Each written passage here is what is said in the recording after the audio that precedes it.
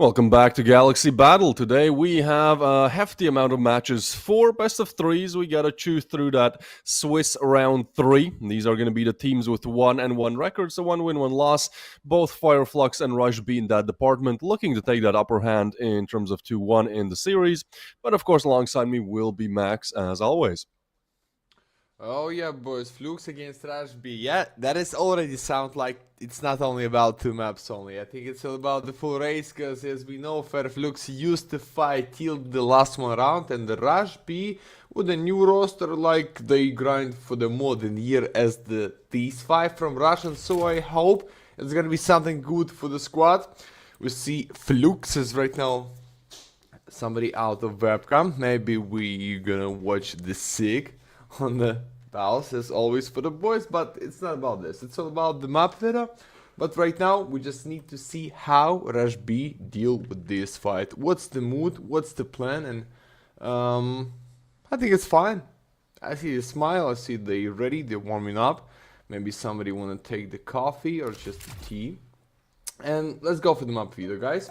You can use Ashel TV. You can still be on the Galaxy, and I know it's gonna be no Death 2 by Russians, then no Nuke. I think it's gonna be something like Ancient, then maybe Mirage, something default. And Anubis for the side is going to be beautiful. No Anubis by Rush B, and okay, give me that. We have Inferno, guys. So Flux for Mirage, Rush B for Ancient, and Inferno for the side. That should be great. They used to play like everywhere. I like this one, like no bangers gonna be.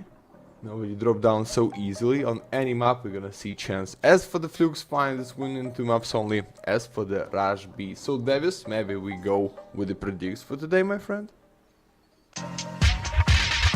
Maybe it's time to be wrong. I don't know if I want to be so wrong so early in the day. You know what, I'll go with 3 maps. I won't pick a winner yet. I think this is going to be a pretty tight match in terms of firepower and everything on both sides. Hey, Evolution Cast. We have our observer there as well. Oh, I think we're ready to go. Right, I'm ready for a long day of matches, Max. Yeah, for the 4 best of 3, guys. No, for the me and Davis is gonna be just 2 of them, but oh. I have something. Okay, I fixed it, boys. So setup for the Rush B right now is gonna be just check the mid side, find the Shelfie, and maybe kill him somehow. Kira. Easy, just almost with free fire. Banjo, Young Cowboy for the retake, but nah. It's 5-on-3. It's easy A side. They have smoke. They have no kits for the whole defense. And I think it should be easy. First one. And great start for Russians. Yeah. It should be. Unless they give like a kill away here and it kind of all unravels, I think. Yeah, you kind of have to go for it. Like, there's no reason to save the USPs, but at the same time, I think the mood is certain on the side of CTs. Nice shot by Paz. 20 seconds left. Dougie gets another, but there's no kit available, and they're going back. So I guess we're saving Kevlar. No helmet. Just the Kevlar for Dougie and Paz. Alright, I guess next round you are gonna go on a little bit of a force then, right? Because unless you're gonna force next round where that Kevlar actually matters, they could have gone for it, right? Even just getting more kills on the board, that's extra cash as well. But it will be the successful Kevlar save. Maybe it's the part of big plan. Find the MPs right now. 5-7. Oh yes, let's go. We need to gamble just immediately in the second round, guys. No need to use like unit economy. Just dollar to dollar for the next round. Surprise us right now. And somehow Dougie just left something for the next. Maybe he wanna play with the scout. We don't know. What's the setup, boys? We just need to see how they start with the kill close towards cave. It's almost double for the Bazzini. Nice impact against Hero. No space to dodge his nade, so 1-on-1 should be easier, but teammate is there. And they really want to clear him out, but instead they get drawn in. Skrunk is there, he gets a headshot, gets some more damage in, and at this point that's a great start for Fire Flux. The force certainly is working out. they got to be real careful not giving away these players now, because 2 of them are low. You know, they're still on 5.7s and MP9s, so I think the AKs are as dangerous as ever. Great start. Seems like Rush B will try to relocate towards B while keeping an open mind towards mid and Donut, but as the smoke comes in from the CTs, B site has been left completely open, which, I don't know, I get the idea of the stack, especially when it's a 3v5. It's like, okay, you know, well, if they come A, then we have 5 there. If they plant, then it's a 5v3 retake, we should still be good. Actually, yeah, there's a lot of time taken by Rush B here, so a 4-man backstab is coming in, and they might expect 1. You know, they might expect 2 on the backstab, they will. 4 is a pretty big number, though, and Texi will catch a glimpse of this, but he's not aware just simply how many are there. There's an UMP in Cave as well. As the bomb plant goes down, they're not ready for Kinkui, so he gets an easy first, and now they know there's a lot. Texi is going to come in with a double. Skronk is there, but can't finish things off, and seems like that 3v5 will be won out by Rush B. It was good timing to spot the backstab, and then I think Kinkui's position just did everything there, right?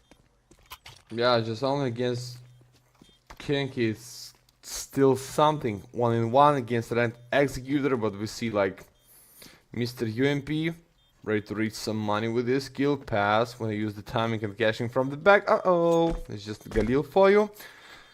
And there is second round for the Rush B, but as you said, there's really close for the Flux. Like, just need to stay with your majority, but somehow they cannot find more impact in the cave, and that's the reason going with the second for the B Rush, Rush B, or the greatest strats in CS, guys. Russian used to play it as well, and that was Rush B, guys, one more time. So, Pazini with the Galil, Dagi left something from previous round, and I think it's just a full eco with one trophy gun only, so ready for the 3 in a row. I don't believe in 4 use, sorry guys, even on the Galaxy. I love that we still have the UMP for Kinkui. That's a weapon I've taken a liking to recently. Like, Mac-10 is cool, I think Mac-10 is like more versatile, but there's something satisfying about the UMP, man. I like it. As we'll push out, get some information, 2 of players' whereabouts known. You will choose to just get back, which I think is the smarter call here. Zinni spots a player, but will decide to chill out a little bit. Soulfly, they're just looking for any kind of a pig, but Rush B are very aware that these players will try to push up and get that early info and maybe, you know, just pile together, get a frag. So I think they're doing a very fine job of just isolating their duels. Banjo, nice shot, but it's a good refrag by Executor, so AK pickup denied. Paz's Galil has been the first rotation over, so, you know, there's still a possibility of him lurking, getting a frag. But he pretty much needs to get a double here, and then lucky with the USPs. That's one, out in the open, goes for the double. That's not there, and the USPs will be shut down. So, a nice attempt by Paz. Comes to nothing, that is around that Rush B should 100% be converting. USP can't get the frag either. The idea was nice, HP damage taken away, but Rush B will take third, and Fireflux now have a great chance to buy up all the weaponry they want. Yeah, they have, and I think it's time, guys, because 4 in a row for Rush B, even nothing your own up pick, or at least side of the map, blah blah blah. There's just default issues about CS every time.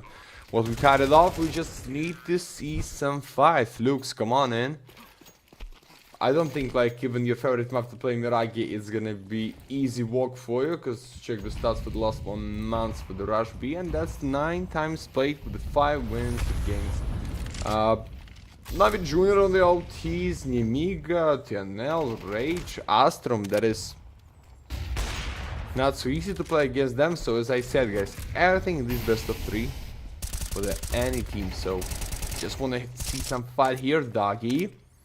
I think it's first one time in the rounds they find such a strong privilege with y'all, with the guns, with enough nades, and some damage against Taxi and Zani somehow should help them to find the first. Setup in the cave can surprise right now Taxi, but what's the step into the smoke, Scrunky? Bazzini, that's it! Oh, no, it's not a double. Good one, but 3 on 3.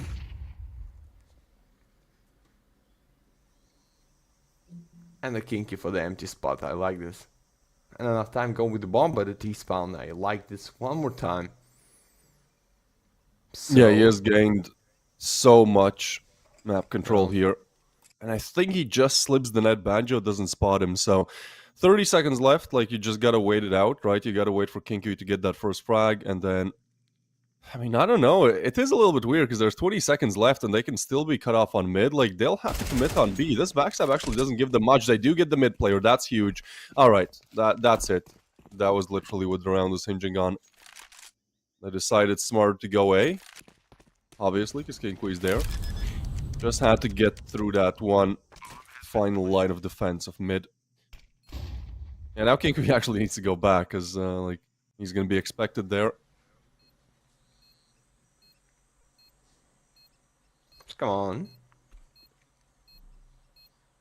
And they have Molly. Somehow you can, like, build a wall of fire for the temple this time, because I don't think you still think about the setup in the main. Yeah, it's just one player with the crossfire. It's a nice kill for the Soulfly. And what is that timing for the Kira to switch for the pistol, my friend? No defuse kits. It's still round for the rush B. Davis, come on. Maximum. Yeah, that's unfortunate. That is really unfortunate. Nice clutch by Soulfly, but don't be a loser. Buy a diffuser. He has 4.5k as well, right? I don't know how much money he had before the round loss bonus, but like 100% should have afforded a kid there.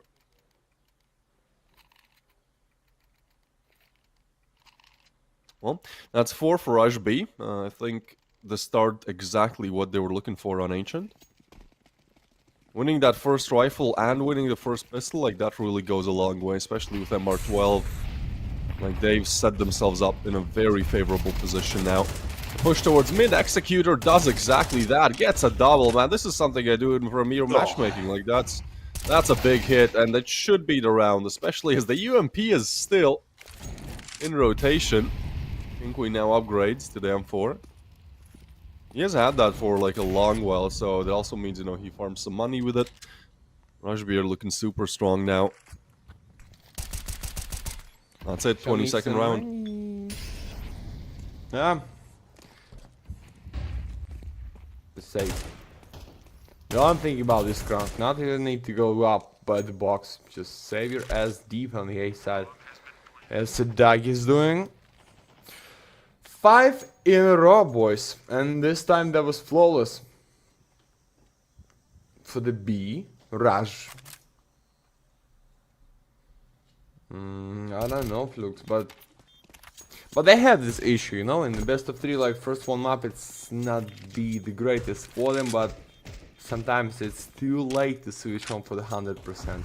Yeah, they have this issue for the Flux, because sometimes they just start to grind immediately from the first one round, and can even win your own map pick just with one round like it was. I hope you guys didn't forget about these match. One of the most faster this season on the Galaxy for me and Davis, but right now we have a Rush B with a 5 in a row, and for sure it's time to talk. It's time to take some advice by the coach, by the IGL, or just fix one of your position, because not the greatest for you, boys. Still nothing.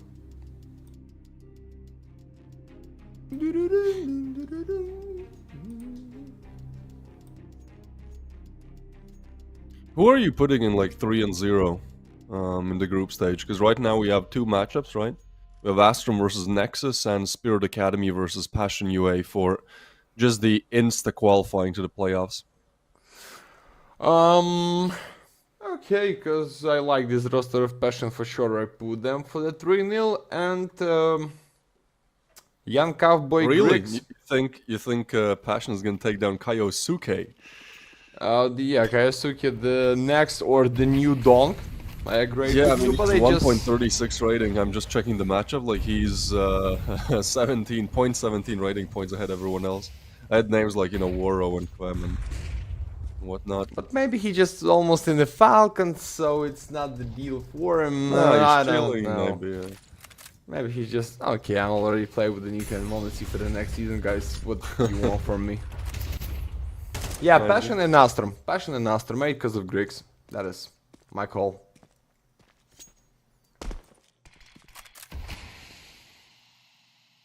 What's the call for the Skrunk? Find the smoke. Okay, great damage against Kiro. Do you know about him right now? They see the shuttle by Soulfly, but I think it's like fake check for the chance the teammate player from his back. Yeah, shuttle for shuttle, but it's just straight and Banjo with the majority. Okay, 4 and 3, I like this. One more time, Zani wanna make something from the main, but it can be not much time and bad timing because Banjo's still there.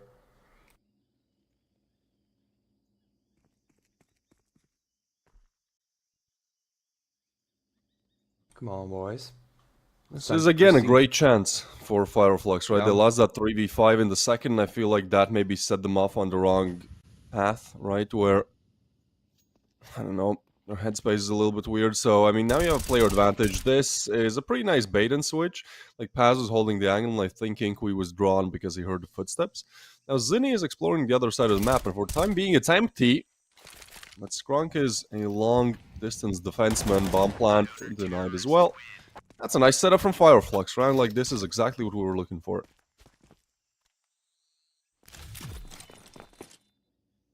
And a replay to see what this kill bypass. Okay, Evolution, surprise us with something better next time, okay? I'm joking, guys. There are just now exit frags in the round. I'm just joking, and I'm with the friends with our observer, so don't think I'm so toxic. Sometimes I like this, but not these one. Okay, congrats with the first. I hope they're ready for the next immediately, but no damage against Soulfly in the mid side, and main squad ready to go in for the B. For sure, Rush B is gonna play for the B side, guys. They have only one Skrunk, which is with a bad timing, and Ziny Skrunk, not with E10, not with the nades in your hands, come on. It's bump, it's round should be, and maybe safe, because 3 out of cave is something like... It's a big gamble for them. And the T-side have Molly. Yeah, I think Rush B look at what went wrong in the previous round. They go, you know what? We were just too slow. Let's just rush and out-aim them, because we can do that. That's exactly how they've converted the majority of these rounds, and, well, it's a simple strategy, but you don't need a difficult one right now if you can just hit your shots. Morning game certainly does not seem to be a problem for Rush B. I think Fireflux quite often takes some time to kind of warm up in the game, but at that point it might be Mirage already.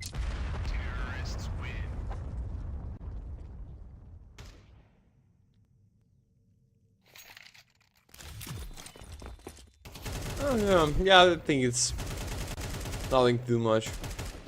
With the replays this time, maybe for the king is just this stepping through the smoke. For the kill was nasty, but still nothing for the Flux. 1-6.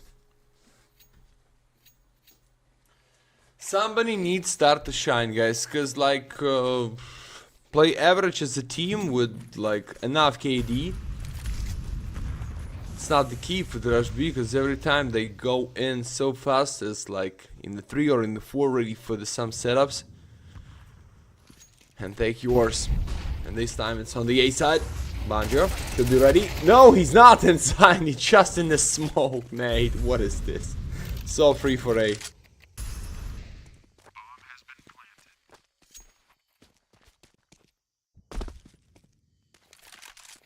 Yeah, they have just not let off the gas pedal. I think we both expected a very close matchup. I think those are the exact words we both used. I was not expecting this. I guess it's still early days, like 7-1 is not irrecoverable, but like it has to happen in the next round then. Is that amphibious gloves with the default knife? That's an interesting combo.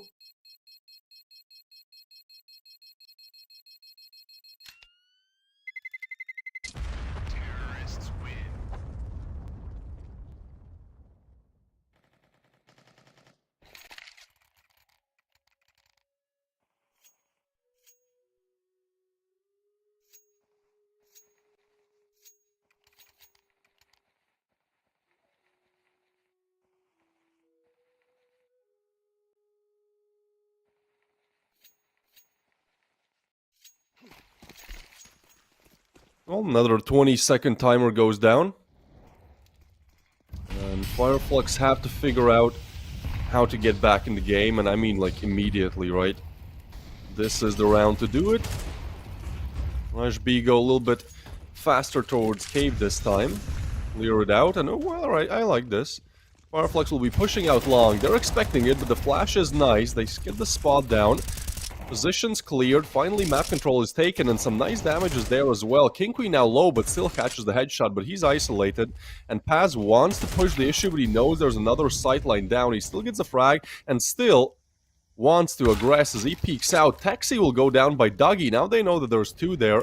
So they should just be trying to get the bomb and go towards A. Well, the problem, it's on double doors, so Zinni still has to fight it. And this has just made it for a very uncomfortable round for Rush B. I guess they want to slow things down just a little bit. Dougie certainly sees the spot. I'm not sure if Zinni spotted him. So we're waiting for Executor to go and pick up the bomb. And that's where Rush B will try to piece together the next step. But obviously Dougie sees it. So he's just holding the line. And I think... Alright, Dougie, please don't miss. Oh! Now they get the spot. Paz gets the frag though. And that should be one of the final nails in the coffin. Hero is going to be smoked off. It's 25 seconds. I mean, it just has to be Executor at this point. There's no other way about it. Uh-oh. Nah, they ain't go for him. Killer, you rust, you red, you out. Second for the Flux only, guys. Still looking not good for them when the Pazzini somehow start to grind. More than 3 KD in 10 rounds is good, but it's just like average 1 kill for the 1 round at a defense, not on your own, so it's not enough, guys. 3 AKs can be really good for you in the round number 10. You just need to use it in the right form with a better setup than your enemy. So no fight in the mid side, just Nathan and Molly, and they have beautiful boost on the top mid, so it's gonna be ankle for the soul fly. No, it's just the damage and Executor find him through the smoke. It's double, guys. Come on, just behind the smoke. With no nades, with no Molly, just for the 5 and 3 in half a minute. Rush, be ready for this ancient, guys. It's the big fact. I hope you see this, and I hope I don't know, it's the reason to save already for the Flux, even enough money for the next, even for 2 rounds. I think so.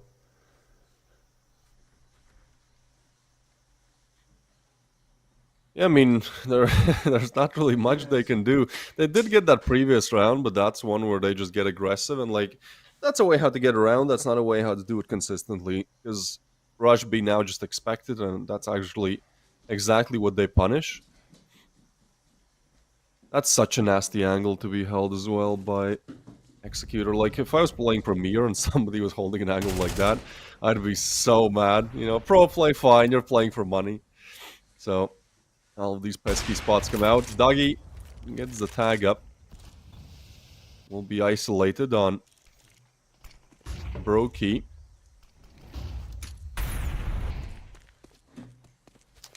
Well, one by one they fall. So cash and riflery hasn't really been an issue for Fireflux in this half.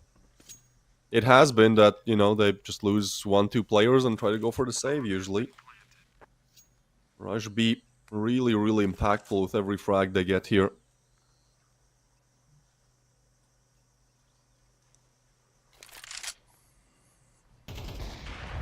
Yeah, and like... He does get nothing, one. as you can see, new. The every next round by Rush B, they just use their space and spawn so good. And immediately with the points, wanna find something.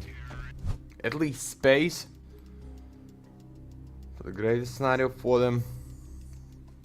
Big advantage in the start of the round. Yeah, we see the minimap by Evo. Plaza on the B. Plaza on the C.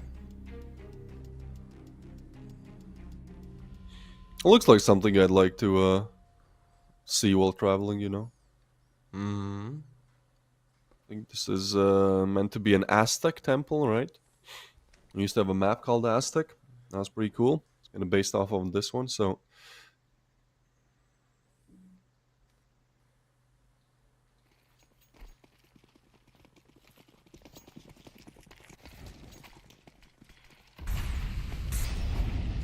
Let's get in and get out, boys. One more time. Double on the mid digits side. for Rush B. Yeah, I think it's time. Flash the flash, easy for executor. Execute them out. Banjo, yeah. That is only Again, one like, for you. Every time. it has been just 70% of the gun duels won by Rush B. Like, that's really what it comes down to. Zinni doesn't... I think he surely should have spotted past there, but... Well, I guess that information goes unknown. It's fine. Smoke light down, so that will give it back. And Rush B just setting up for a B-side execute where it's Paz. He's going to be alone. Maybe Dougie arrives with some help from Long, but...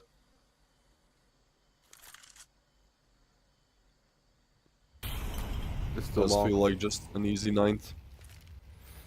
Oh yeah. Oh! Missed nade. Strong. Nice spot, but there is no crossfire because of smoke, and Kiro just after the flash finds his face so easily. Oh yeah. Going with one plant, some damage by the pass, but you're at 2, my friend. Wanna catch the bomb, carrying the default, but not in the smoke. Taxi.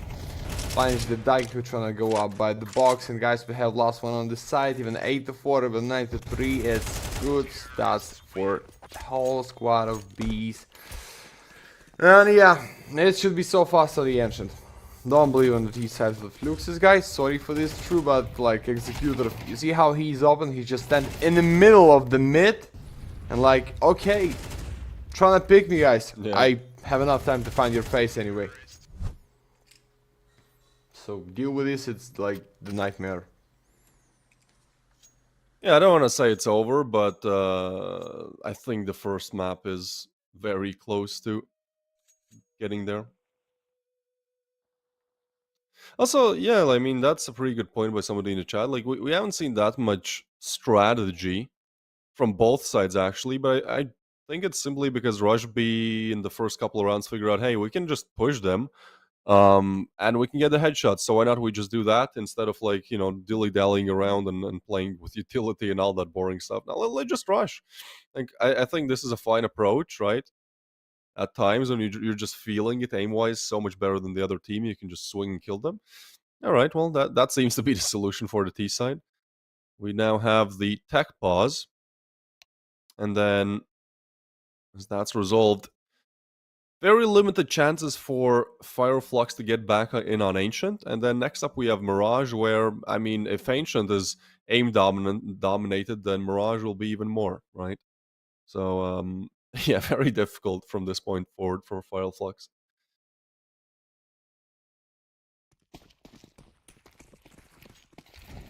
Over and over. This time Kinky just...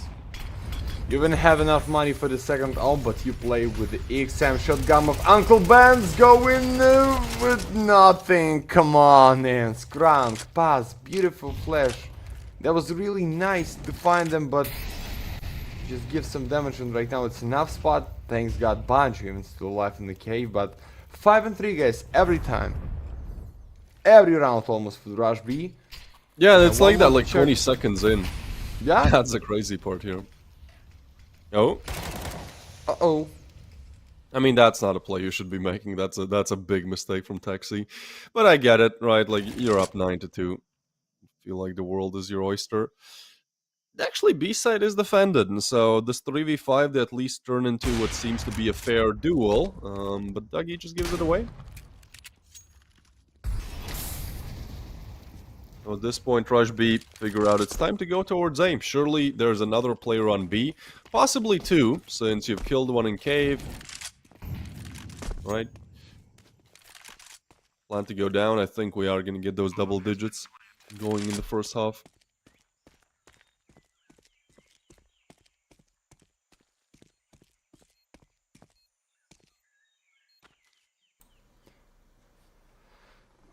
Tick-tock, so fly, need to move in to the ground.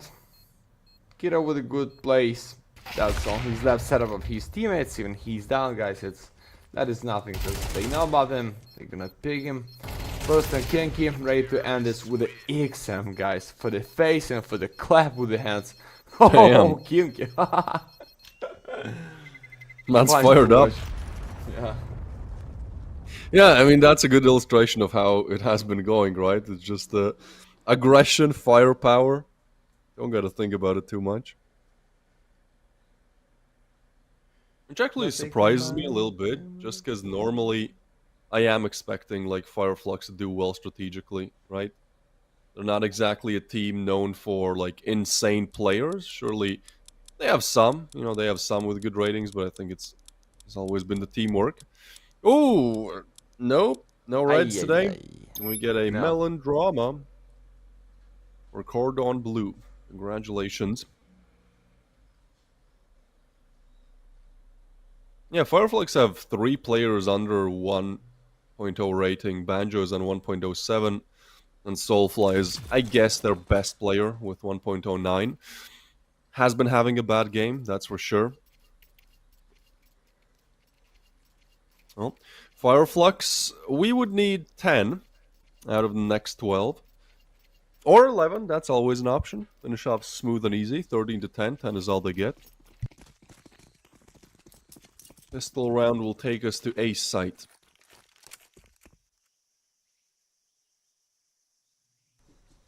How to deal with a squad of young cowboys. Because even you cannot deal with the only one, which is Executor, but right now it's like 10 pistols for the whole defense, guys. That's all about double digits. A lot of bullets, a lot of impact just in one point if you're trying to hold it up. And I don't know if such a nice guess for the A side, but nice flash, so that he's not going in like he wants so. It's easy for him for the Kiro 5-on-3 one more time, guys. And yeah, against Dolberets and just close, it's almost unreal. Zani, play even more to win for empty B, but oh god, so fly. No, that was your chance to be the safer, but Zani with a nasty pick. 1-4, he's just walking around Skrunk. That is your time to drop down. And I think that is the time for the map point. Just in the next. How it should be. I think something... No, I don't think it's gonna be the same on Mirage for the Flux guys, because Rush B is gonna play this. I think it's not such a great display for Rush B, just a weak defense at the start of the Flux, and right now just no time and opportunity to go back in the game because of money and because of score for sure. Yeah, it doesn't really get you excited for Mirage either.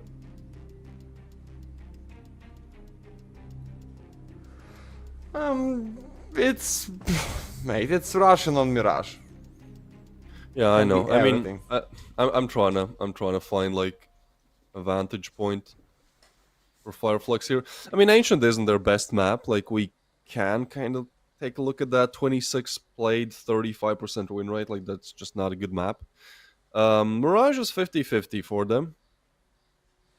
For Rush B, it's still a better map with 58, but I think Rush B were the ones dealt the upper hand in this matchup, just given how the map pool goes, right?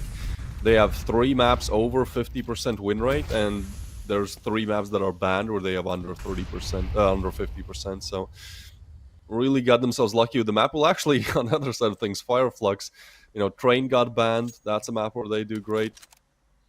I think even though their Dust is on 30%, I think they do have some firepower on Dust, at least from the games I've seen. Probably struggling with consistency.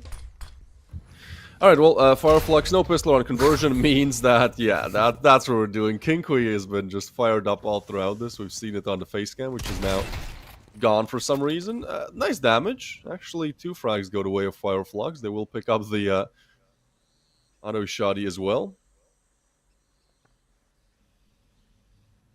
There's a player coming in from CT and Red Room. But, like, if Banjo goes down here, he's in... Okay, smoke fades. They do get on a site. So it's actually Kiro who has to be the difference maker here. He's probably just waiting out for the bomb plant, and, that's when he's swinging.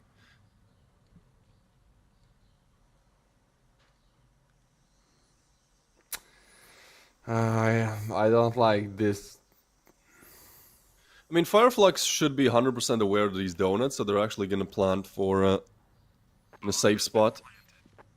Hero comes in, but he should know there's one on the left side, and bad timing on the side of Banjo means he goes down. No information about the second, but Taxi will just get the perfect timing here on Skrunk, and it's just Soulfly. In a 1v3, this is the highest rated player on your team, a 1v3 for... Nope, just not even a chance, man. Rush B are playing very good technical Counter-Strike right now, just hitting all the headshots. And those are probably the most battle-scarred gloves I've ever seen. God damn. Oh yeah. Bro kept them outside for like 5 years in the sun. Yeah, Kinky, do you love me? Still show us something like with the exam. You're so funny. Yeah, just like every time when I find the new line. I don't know what the actual lyrics are. I think it's Kiki, right? Not Kinky. Yeah, it's Kinky. Do you love me? Are you riding? Yeah, but Kinky is riding right now for the 2KD and still for the XM. Even there's the chance for the comeback right now. Soulfly with the open Taxi. It's the double.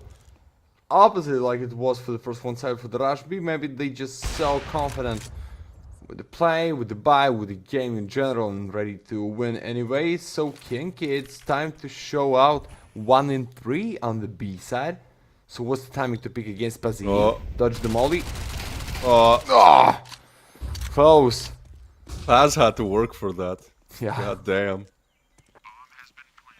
Yeah, 2v3. Well, very wild array of weaponry. They bait them in with the Deagle. Alright, Dougie, that's a cool play. So, Kiro goes to save the AVP. Fireflux have found their third.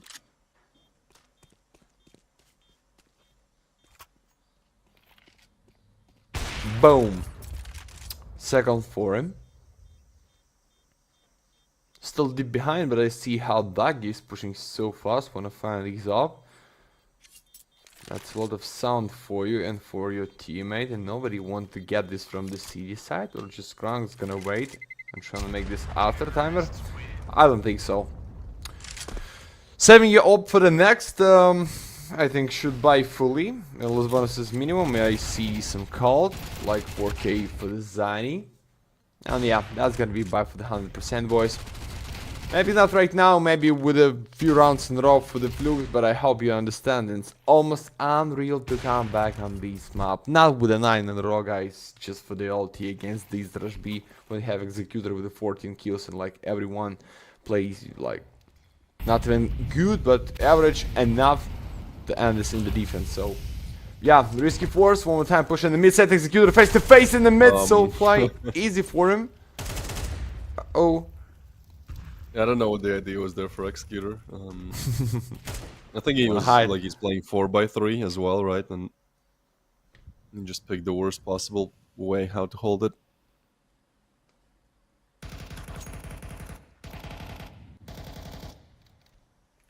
I don't know what the idea is here for Fireflux. I guess you just want to get some rifle rounds.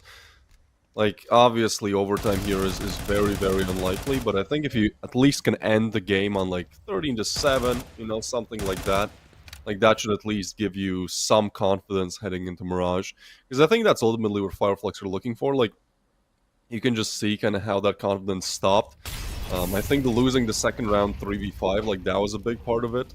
Yeah. And then, ever since, they've just been kind of slow, certainly not taking the initiative.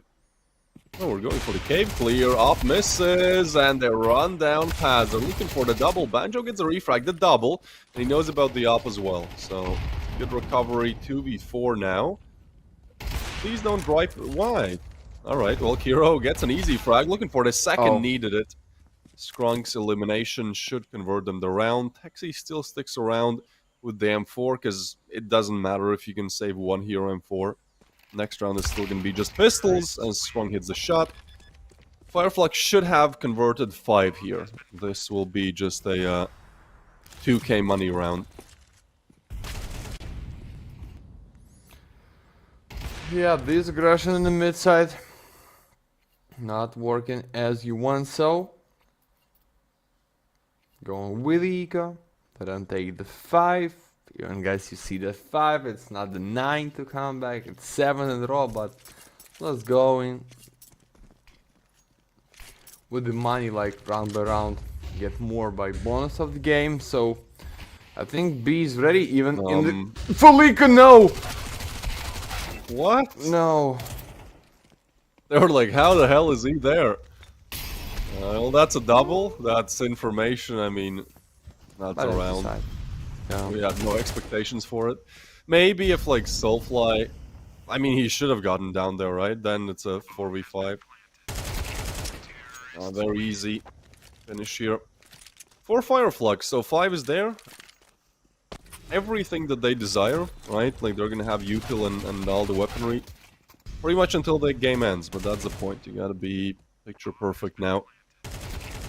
One mistake, and we go to Mirage. Oh, Dougie has yes. been having a slow start as well, and that's something that like I've noticed recently in general. Like Dougie has been like the newest addition. I believe he joined around a month, maybe months Yeah, ago. But he's supposed to be the op player, right? When you have an opper, like obviously you need to be like top 2, top 3 at least in the team in terms of individual performance. And to be honest, like I wouldn't put Dougie in the top 3. I think Soulfly, Banjo, and Skrunk clear them. So. Maybe just not the greatest map to use up. Now he speaks. I want the defense. Grab not much money because that was strict in 4 in a row, guys, if you forget the Rush B. So, yeah. I hope we see Dougie on the Mirage. He can fight us on the mid side, deep from the city behind the ticket box. Like, a lot of position. Even play solo B, but this time there is no solo play, only A. Still set up for the Executor and Taxi. They're ready, they understand this can be split because they hear, they know, and somebody they see in the mid in the last few seconds. Step out of fight. Save bombs, save this position, but I still like Rush B. We're trying to gamble about the mid and 3 right now. Bungie is gonna be... For you know, it's not like this. Bungie and pass out just in a 1 pick. Oh god. I don't know, Davis. Nice net against Taxi. 3v5. 3v5, that's what they need to do. They come One in. goes down. I mean, I think they're gonna wait out the util a little bit, because you still have players arriving. Yeah, it's fine. Fireflux, they can take their positions, but like this will be that final attempt. Obviously, they need to play somewhat aggressive, but that's also what Rush B knows. So, I mean, it just comes down to pre-aiming these angles. Skrunk, first point of contact. There's actually no kit on the side of Rush B. That could be a bit of a problem. Dougie's gonna hit a shot on Taxi. You gotta clear them quickly. Dougie hits another, and there's still no kit. Zinni with one back. There's gonna be no time and no chance of the fuse. God damn, Fireflux. I don't know how they do it. It seemed like a round dead, and... First, like, they could have won it just off of time because there was no kit. But second, they actually get all the elims. So that's a 3v5 going right back. And that's what's happened in the second round, right? That's where kind of Fireflux tilted for a long streak of rounds. So, do you believe, Max? Is this in the realm of possibility? But we have Mag and Deagle for the 257, maybe. With the Metal Galaxy, we end this map just right now, as always. No, mate, even still in the 6, I just don't believe. Nice flash! Sometimes it's stuff just with a 1 kill only, and with a chance to pick up a K-47 on the ramp. Kenki, Mag, no. Not too much to the wall, but too much just with it. 2 shots only, Kenki, it's enough. It's 2 and 4, I told you, Davis, they can end this. With a 1 shotgun and a few 5-7. Oh no, please. Bomb carry with a teammate. I don't know how to deal with this. Just in front of Cave when they have 3 We of did them. see a 3v5, a 2v4 not necessary, but yeah, the fact that this happens against pistols, they're actually drawing them in, but the frag means a lot, and Taxi, they don't know about him. Banjo is not going to clear this. Yeah, that's it. Damn, they kept us eagerly waiting. I was ready to consider the possibility of overtime. I just needed to see like 8. But they probably lose it in the worst possible way. I think it's good that they win some rifle rounds at least, so they can feel like, you know, this is not like a tier 1 team that it's impossible to take down. Like, they're still gonna have their chances on Mirage. but it will have to be Mirage then, as this one is done. A very dominant performance by Rush B after all. And I'd put Kinkui there. He seems so fired up on halftime, like Yeah. literally mimicking gun gun noises. I think that he probably had the whole team going. So yeah, good on Kinkui for that Yeah. one. Most valuable for the Kinky, guys. Congrats him with this one. But right now we're going for the Mirage. Favorite for the Flux, played by Rush B. But what's the score? We're gonna know in the 15 minutes, guys. So stay on the Galaxy.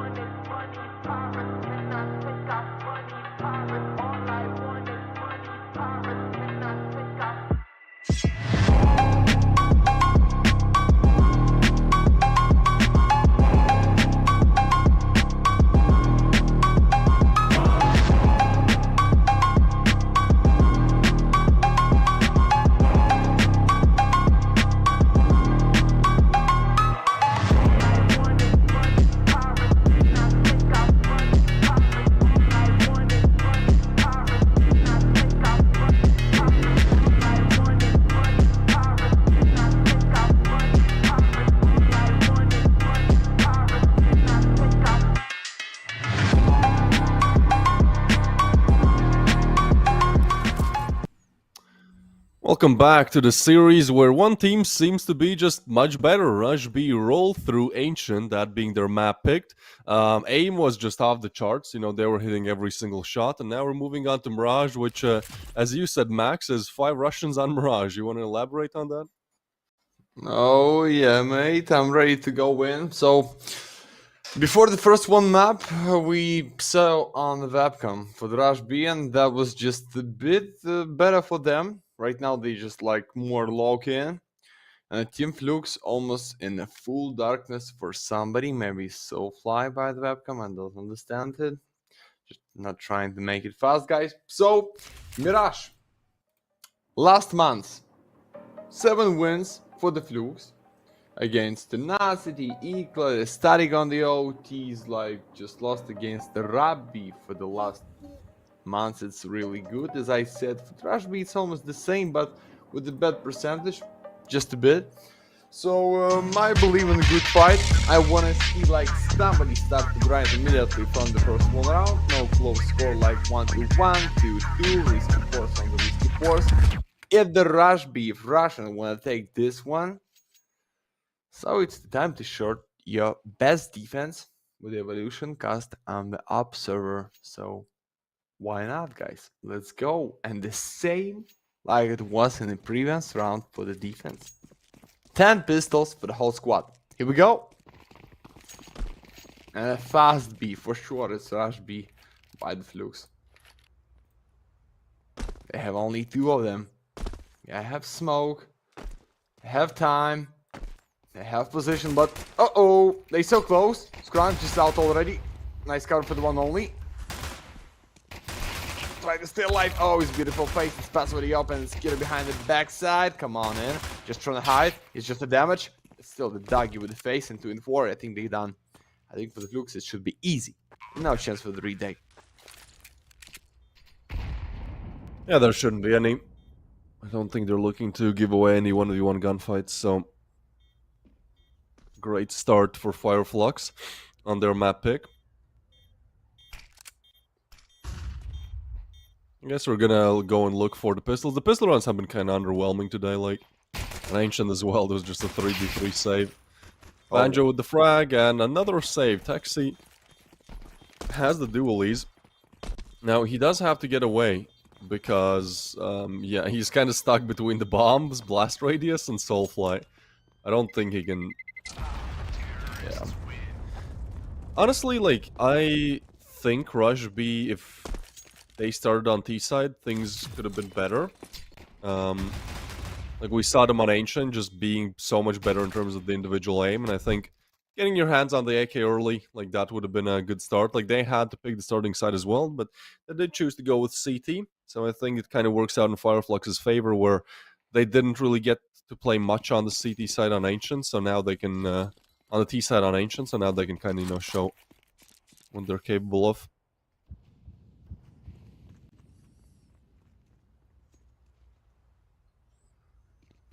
But with the risky answer.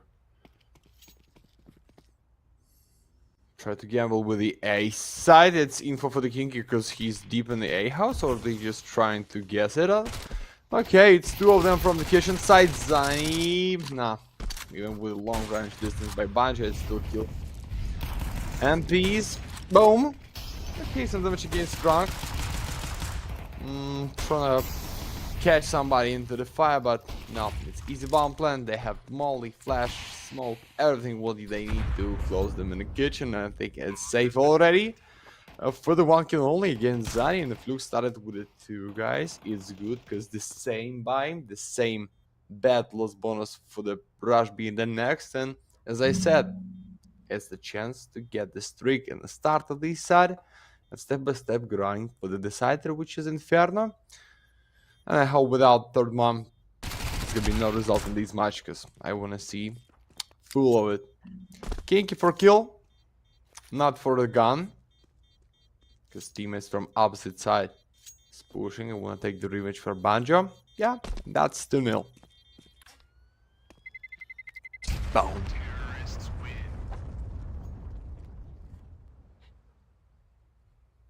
A lot of saves in the game so far.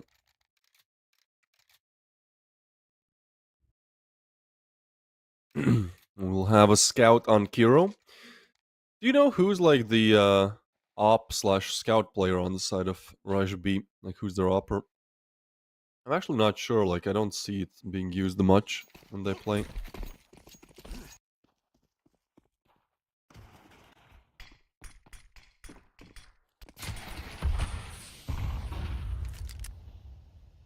Should be a very default round here for Flux to win. We haven't really seen the pistols do much in the series so far. I think they're just looking to take mid control, probably expecting, knowing there will be a pretty low buy on Rush B, so you don't want to give away any early advantage.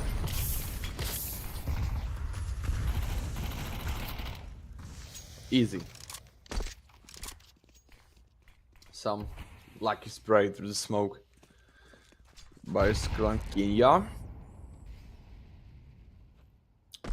Now Kira. Ooh, I like that. Kiro actually had a spot there. And I think they might have seen somebody go short, but by the speed at which Skrunk is communicating, I think the information will be given over. That the rotations have been made, and yeah, now Skrunk in a pretty good position to deal with this. So they've had the complete wrong read. Skrunk has just single-handedly pretty much won the round. Let's say, oh my goodness, Skrunk. Let's make it happen. A German addition to this otherwise Turkish lineup, with Banjo being from Finland. I think that's really a combination you don't see often. A Turk and a Finn on the same team. It seems to be working out. Banjo's actually their second best player, 1.07 HLTV rating over the last 3 months, followed by Soulfly on 1.09. These are in fact the only players above 1 rating on the side of Flux, so they're not exactly a team that you think about when you think of firepower, and that's not meant as a slight against them. I think their strategical department is good, but sometimes you don't get that strategy going like they didn't on Ancient, and then you just get destroyed by the better aim, which honestly doesn't seem to be the case for now, but this really is the big test, right? Rifles versus rifles.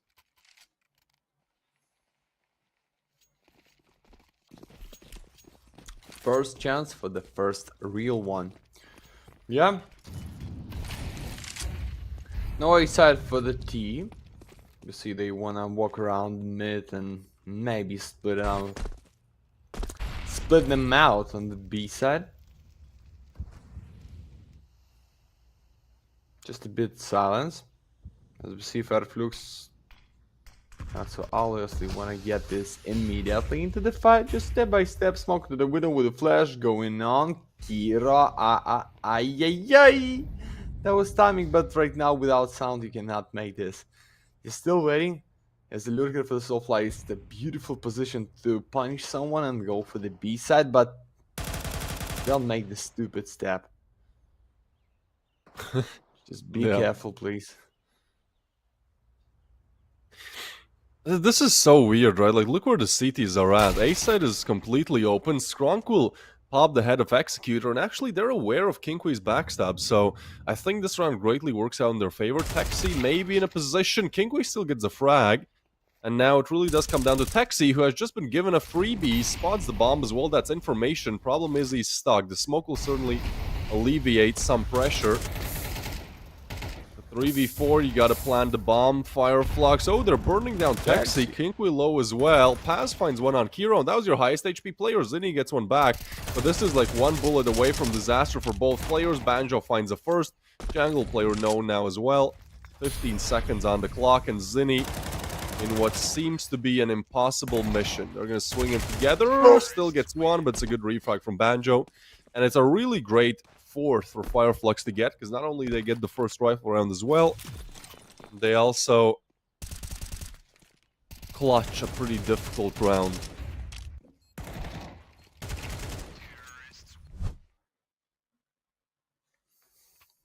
Just with a nice chance to win. But chance is not what you need when you play against Flux guys on the Mirage. 4-0, no money, maximum loss bonus, but it's not the time to congrats for them. With the 5, maybe with the draw in less than 7 rounds. But I feel like that's already gamble for the defense and not the greatest one. Put everything on the 0, and that's gonna be a red face by Dodgy. Yeah, it's spot to almost kill him with a fire Dodgy. Beautiful. Go B already? 2 kills, half minute? Or you just wanna play against Taxi, 1 health point? He's done, yeah? It should be done.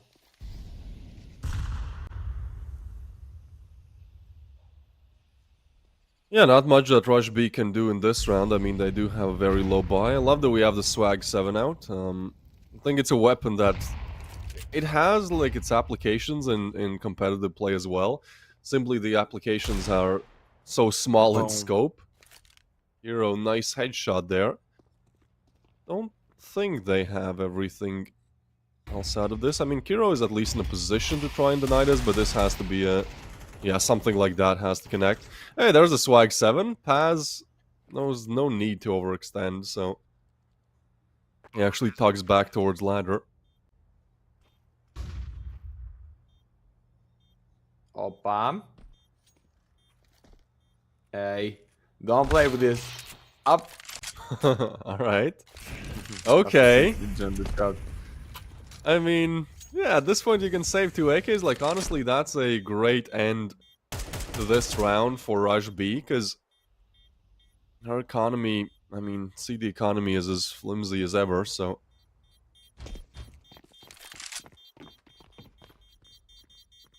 Be 5 for Fireflux. I mean, that's certainly exceeding my expectations in terms of the start here for Mirage. It's actually a complete opposite of what we saw in Ancient. I think Ancient was 5-1 or 6-1 for Rush B.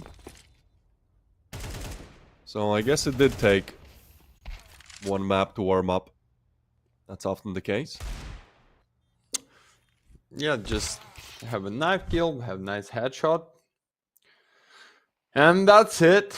That's everything what we have, guys, for the 6 rounds for the Rush B. Only just now we see Kiro with up, like 2 AK-47, nice chance to save the most powerful gun in the game, and right now use it for the first 1 round for you boys. But Trio wanna show in the mid from the underground, nobody to check them. They wanna gamble in 3 on the A side this time, no mid play for the defense. I don't know why, and somehow through the wood does take this damage with a 31 plus point. It's good. You can check them with 1 more nade and he's gonna be almost red, but right now they know about the short position executor. Careful for this. Oh no. Okay. Boom. Now so fly. Not as you think. Just stay alive, Zani, if you want to find the first one, not the troll, the whole B plan. Zini, if you nades. Okay.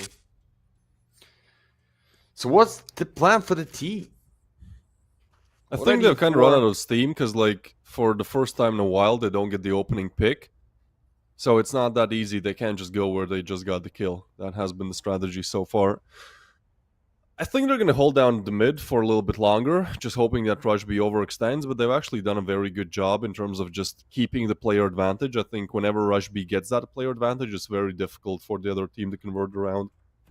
And with 25 seconds left, this has to be a perfect B-side execute, in which you have two defensemen. Zinni's first one, but now he's kind of isolated. Paz will know about him. They're clearing Executor No. as well. And, well, that's the round. All right, Kira will get one back, but by this time, the bomb will go down.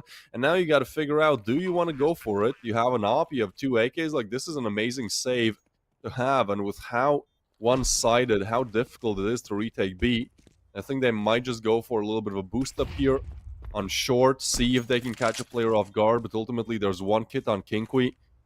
Oh, they are going for it. All right, 20 seconds. This will be a difficult clear, especially as Pads hits the shots. Dougie hits it, and just nothing, absolutely nothing Rush B can do in that round.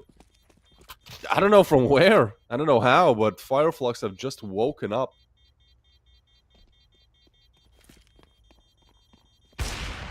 Yeah. In a big way. The same from the Ancient. We're almost in the mirror. How many rounds that was for the Flux? 6, if I'm right. For the Ancient, I hope.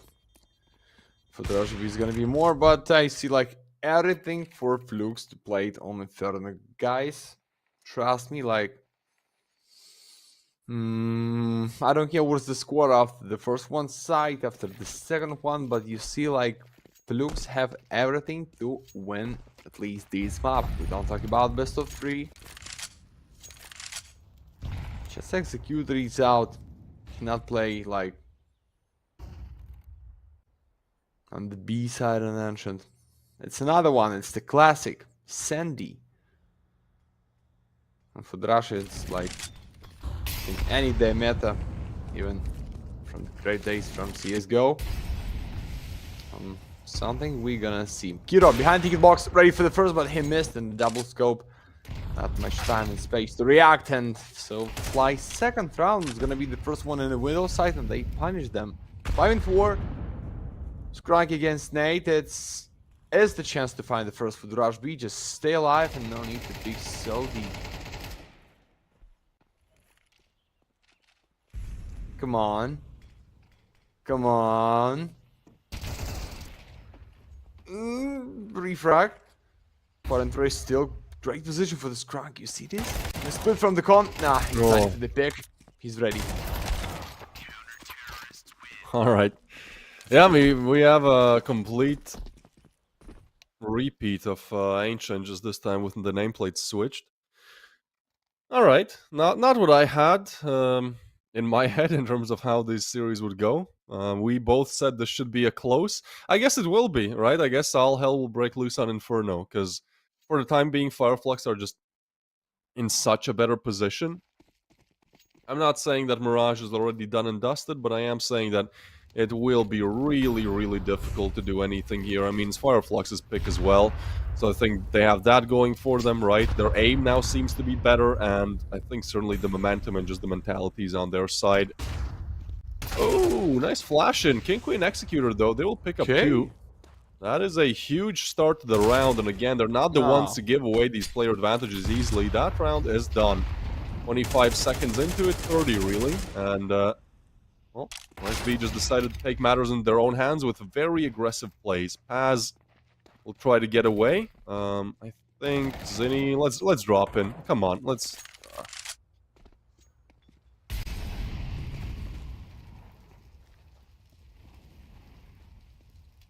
Dropping low. But who's gonna check? Kira with up? I don't think.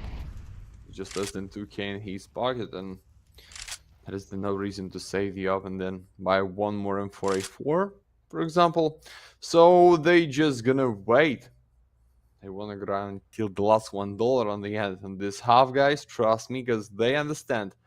Even 2-6, it's not the end. It's Mirage, it's defense. For the city, it's easier to play, like in general. Just come back, retake. But it's only second one. And double up setup for this should be mid and B or ticket box and mid. And last one buy for the Flux guys. So step by step, just win here against the pistol, then against win full buy, and that is almost 6-6. Not the end, guys, as I thought. So maybe there is just about 2 maps only here. And a nice guess about A fast, because they have Molly in front of the pit side. Who's gonna be the opener? They have Kinky, a few nades, no support. It's just taxi behind the smoke in the jungle. It's the chance to plant the bomb. Even find the close kill behind the fighter's box. Oh no! Oh no!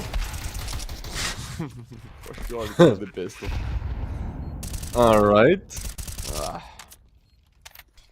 Yeah, that's a great push, right? They're not checking it. Executor still gets the frag, but like, this was your chance to get back in the game. Zinni still hits the shot. Zinni with the double. They're just giving these away now. And obviously now, Rush B will go for it. They still have the kid. Doggy, a really dangerous play, but it will alleviate the pressure quite a lot. Paz is on the Tech 9, and he kind of has to be an instrumental part here. Why would you peek? I mean, there's still a kid that can still get on it. Doggy will get the spray down, and that is still around going there for Fireflux, but I don't know, it feels like, I don't want to use the word throwing, like, obviously I don't think that was their intention.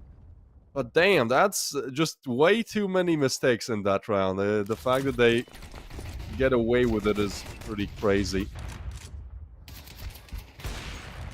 Yeah, just this beautiful positioning for the dodge, give them chance to kill these kitchen up. Just so unlucky for Kiro. And then went round 1 and 2, guys, just to kill the bomb diffuser. That's it. No need to kill everyone in this game. Just kill. That's for the advantage, which give you a chance to win the round. 2-7. Something against window, just with a 1 nade, Kiro. I don't think that is the chance for you to kill so lucky in the smoke like this. So yeah, just go for the A set and let the Kiro pray from the secret room. Soulfly, 3 rounds in a row, wanna get this window side. We see how it was. That was really bad, so I think maybe it's time. Show up, Strong. Now with the jump. Ah, no. Damn, Soulfly and Dougie, they double up. They had the read completely. And that is a great way how to recover back in the round. Now you have the player advantage. 2 AVPs as well, but Kinkwee's play, oh my god, they expected. Dudes, Fireflux are just so locked in right now. Now that double up setup, I mean, that's not going to give you anything here. Anything at all. Why? Well, because gotta save them. Double up setup is... I think it is better. Like, if you have 2 players who are capable of hitting their up shots, like, it is a better setup than just 1 up and 4 rifles. The big problem is that, like, if you don't hit your initial shots, like, as soon as you're at a player disadvantage or in a clutch, like, it's absolutely horrible. Yeah, Zinni runs away, so they will hear this as well. I think one of the ops might not be saved. Soulfly actually wants to push up the CD op as well. Gets a spot, Zinni and Kiro with the frags, so we get away from danger. Kiro. And there's Zinni will be isolated on the site. Dougie pushes in. Zinni, alright. Wait! Oh, yeah, that was... What? Almost in 4. Almost in 4, Davis. Nice. Wow. I didn't even think about the time, like the round is over, but you're right, you're on T side, so you actually gotta eliminate all of the players or plant the bomb, and I mean, there was a world where you gotta stick it, and in the midst of sticking it in, you know, it's somebody denying you, so... Alright, Fireflux will get 8. And now they're the ones looking for double digits. And we have an auto shotty on Kinkwee. This is something we saw from him on Ancient as well. Yeah, but I like this gun, like, you can load the whole mech, like, in 8 shots and give a lot of impact just in one target. So much. For example, you can play against A house, as King and Taxi right now walking in. Oh, and they go in for the info, okay. So maybe somebody needs to step out and play against Spit side, help Kiro with the crossfire or with the short by executors. So I don't know. I don't like every time the defense when I get this solo, but you see how Flux like just ready for the refrag, ready to go in. Yeah, Kinky, you with a great spot, but that is already A side from the context. Andre House, nice point. Great spray for the one only, and the bomb carry is almost done, but no. That's with the cover. 3 and 4, still the chance, but oh! It's from the short, Dougie. Thanks for the cover, but it's too late. One more try. Enough time to plant this bomb. Pass 1 and 2. He's in the pit. Okay. They have smoke. They have no defuse kits, guys. Come on. Smoke also missed. So, Pass doesn't know it, but he just has to run down time. They're sticking it, Executor will get the frag. Alright, well that's a round that still could have gone wrong. Right, with the 10-second defuse, but it's a good third put on the board. So no double-digit halves. It does feel like, I mean, the game is over. It has felt that way, like, since we're 3 or 4 rounds in. But we have not seen the second half, actually, and if there's anything I know about Tier 3, you know, is that you can never call the game a game until you've seen, like, the first rifle round of the second half. So that's kind of where I'm making my prediction. For now, still chance for Rush B to get that scoreline up to 4 here with a pistol conversion. That could potentially be 6. And we've seen how well they play on that T side, really. Again, I think they kind of nerfed themselves by picking the start on the CT here. Their T side and Ancient are just looking so popping. For the time being, it's Fireflux pushing into the A side. They've actually made great advancements so far with the smoke down. Soulfly has to be careful, though. There's 3 players in the CT. Oh, spotted. Oh my god, that's beautiful from Soulfly. I mean, communication on point there. Taxi will be next up, but they certainly expect another.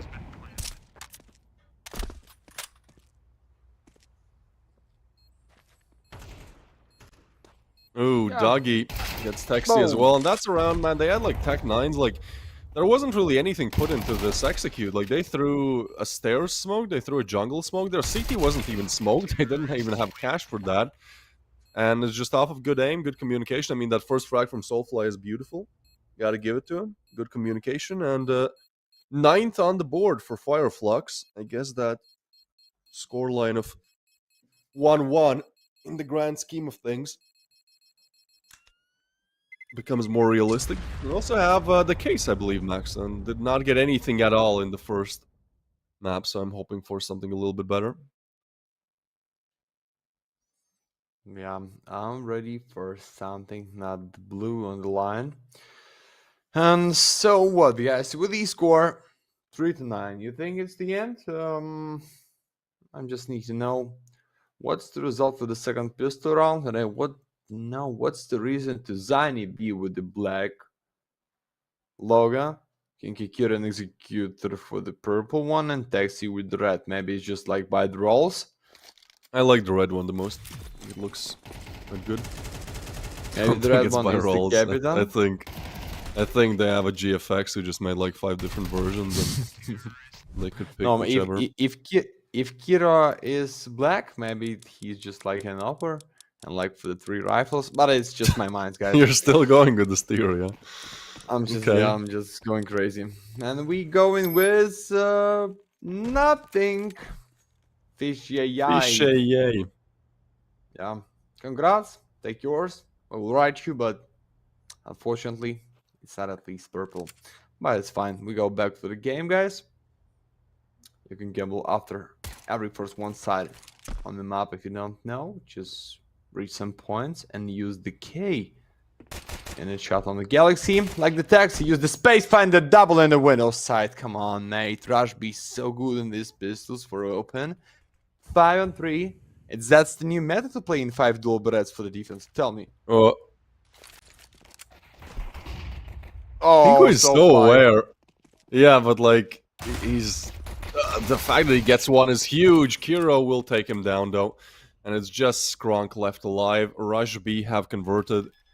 a very, very much needed pistol round to get back in the game, to make it a little bit closer. We saw somewhat of a comeback on Ancient, right? I believe it was 12-2 or 12-3. Ended up 13-6. And Rajbi are actually in a way better position to go for it. Both teams have 50 or above % win rates on Mirage. For Fireflux, it seems like the T and CT side doesn't really matter. It's 50-50. It's a nice shot by Taxi. Yeah. For Rush B, Rush B have a 60% win rate on the CT side of Mirage. So actually, the game should be really done and dusted, as their T side looks to be a lot weaker. So it is actually great that they win the pistol. So, you know, at least, like, if you have a bad side, you just got to win the pistol. Forget about the rifle rounds. Alright, well, that maybe inspires them a little bit. I hope it does.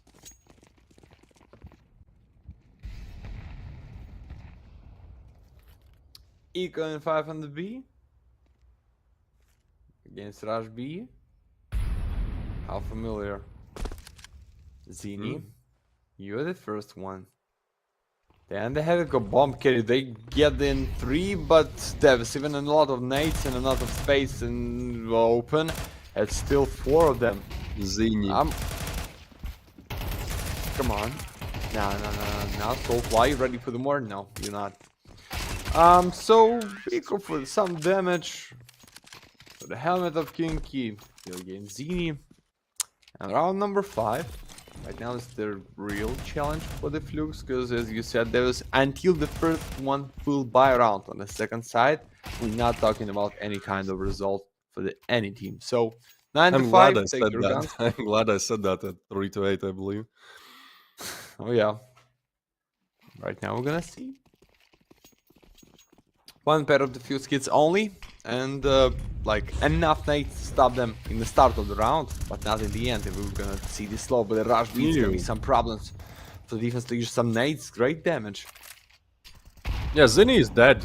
Like that's a nade, not even placed there to kill him, just to blow open the smoke, get the information. Skrunk will get a headshot though with the same technique, and seems like that's what S1 should be winning the round here for Fireflux. Just the idea of blowing up smokes.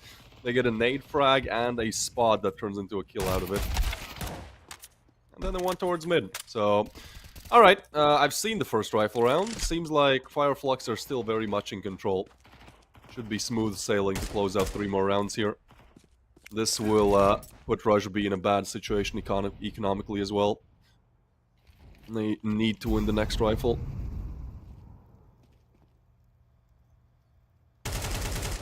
Executor still believe in this round. I mean, you're just holding a line, and Skrunk is looking for kills where he shouldn't. But why not? Split them out. They have smoke for the city side, so you have Dodgy and a comp for the face now. You have nothing. Kira, something unreal on the Galaxy right now in 4, or just the one more by the Flux. Oh yeah, and the 5. Thanks God they have enough. I think they'll retrieve 3. No, we only see 2 AKs. Yeah. Boom. Honestly, they could have picked up more AKs. I don't know why they didn't. Because maybe they used to play with the Colts for the defense. I don't know why. What's the reason? But maybe just feel comfortable. But like, AK, it's 1 bullet to the face every time.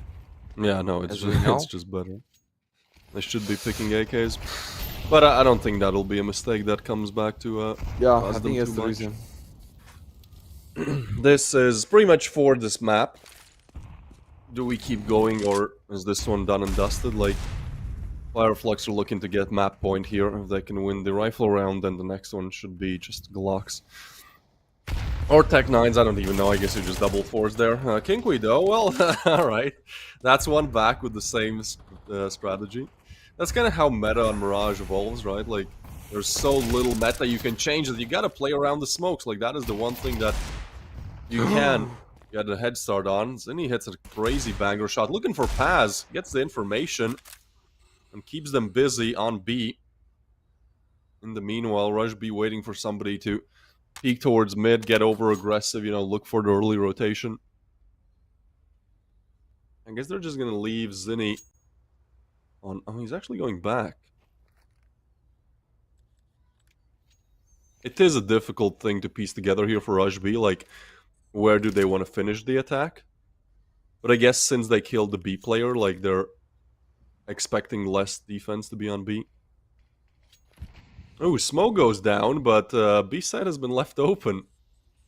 They kind of have to wait out the smoke. No, never mind. They're gonna go through it. Oh yeah? Alright, yeah, you have 15 seconds. I mean, that's a bit of a miscall here for Fireflux. Exy will get Skronk on rotation on mid. Ooh, short. Exy so low will be taken down, but given the cash on Dougie and Paz, and their positions are already going for the save, so a huge round 1 for Rush B here. Yeah, I'm not sure about the play. Like, I get that you want to go for the stack. I don't know if they expected the smoke to hold down these T-side players, but like, you know, if they're going B and the smoke gets put in place, sure, normally you'd wait it out. But in this case, there was like 20 seconds left, so there's absolutely no reason to do that. Like, you just got to push through it. It overcomplicates things a little bit. Honestly, I think the best play there would have been just smoking it and then holding the smoke, right? Because that's probably the worst case scenario. If you gotta push through it. Either way, I mean, we can see both teams making some mistakes. Fireflux last round not retrieving the last AK, and this round could have played it better positionally. And Rush B, they've secured themselves a rifle round that kind of somewhat gets them back in the game. Just a little bit. Great shot by Zinni there.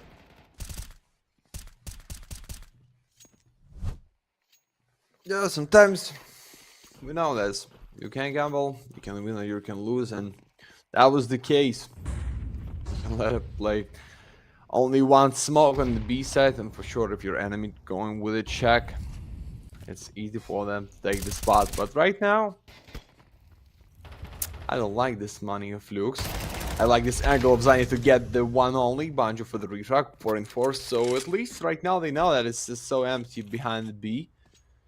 We need to be focused on the mid side because Kinky is going step by step with no sound pass.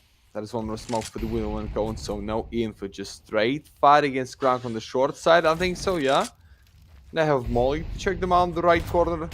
And they have sound of the damage, I think so. Skronk, need to drop down. Why are you still on this point? Oh no, it's gonna be a problem. But Soulfly for the smoke, Soulfly with a double, and yeah, that was everything from the A set. 11-6, no fake comebacks. That's my point, and so soon for the Flux. And I hope Inferno in this best of 3. Or something unreal by Rush B. But I don't get this. I'm just feel like Flux can end this. Yeah. I mean, they've made it a closer game in the second half, but it does come into play, like, just how many you've lost in the first, where... yeah, that's really your own doing, right? Nobody else to blame. 11-6 the scoreline, and the Deagle on Zinni once again looking for an initial pick towards B. But this time they should be smarter to it. That's, by the way, a very nasty angle to hold in apps, like when you're in apps and holding down Forest. Like, it's just very difficult to spot from the other side. Sometimes you clear it, but you don't actually see the player. We have a very big backstab coming through, though. Look, there's a player in apps. Right, so even though it's actually the play towards A, this B player should be going down. But it doesn't give Fireflux too much here, because they still only have 2 on B. Now they're leaving. Zinni and Soulfly, they'll have their fight on this side of the map. As peeks him, gets the frag, but now they've opened up the A site. So even with all the information, like, you still have a problem where the site is open. They're not ready for them to be so far up. Scrong gets one, though. Executor with the refrag, and the bomb will be going down. So it's a 2v3 with Executor on non-existent HP.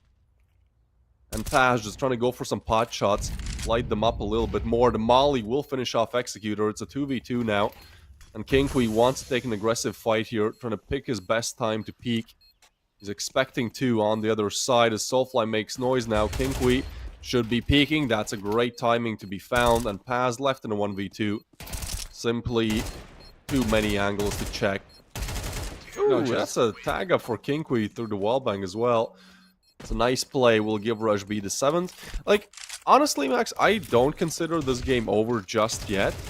Like, I think Rush B have made a good comeback, and even though it should be going Fireflux's way, like, I think there's like 1 out of 4. I'd say 1 out of 4 times this goes to overtime. Um, Certainly with winning this round, the odds increase to 1 out of 3, maybe.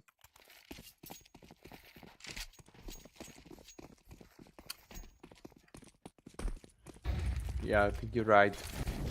Just eco, then against the full buy. Those bonuses maximum for sure, but it's like you need to take 3. You have the one more chance for the big mistake. I'm talking about map point by Flux, but T side, like nobody's so low. And if you talk about KDE or like average ADR, Yeah. so it's the chance they'll make something bad against eco, and that's it. Just go for the A side. Even they understand that there's no money to play in the defense. They split it so careful on the A with the smokes, with the con and A house. Like Bombcat is still so deep behind it. Bit. I like this. Looks like Rush B understand somehow we can hold it and maybe win it without OTs. Who knows, guys? For the Mirage, 4 in a row by Russians, that is just not even task, but oh, almost catch the ass of the bomb carry Zani. That was close. Come on. Just try to kill somebody. There's no reason to stay alive. No ammo, no nades even.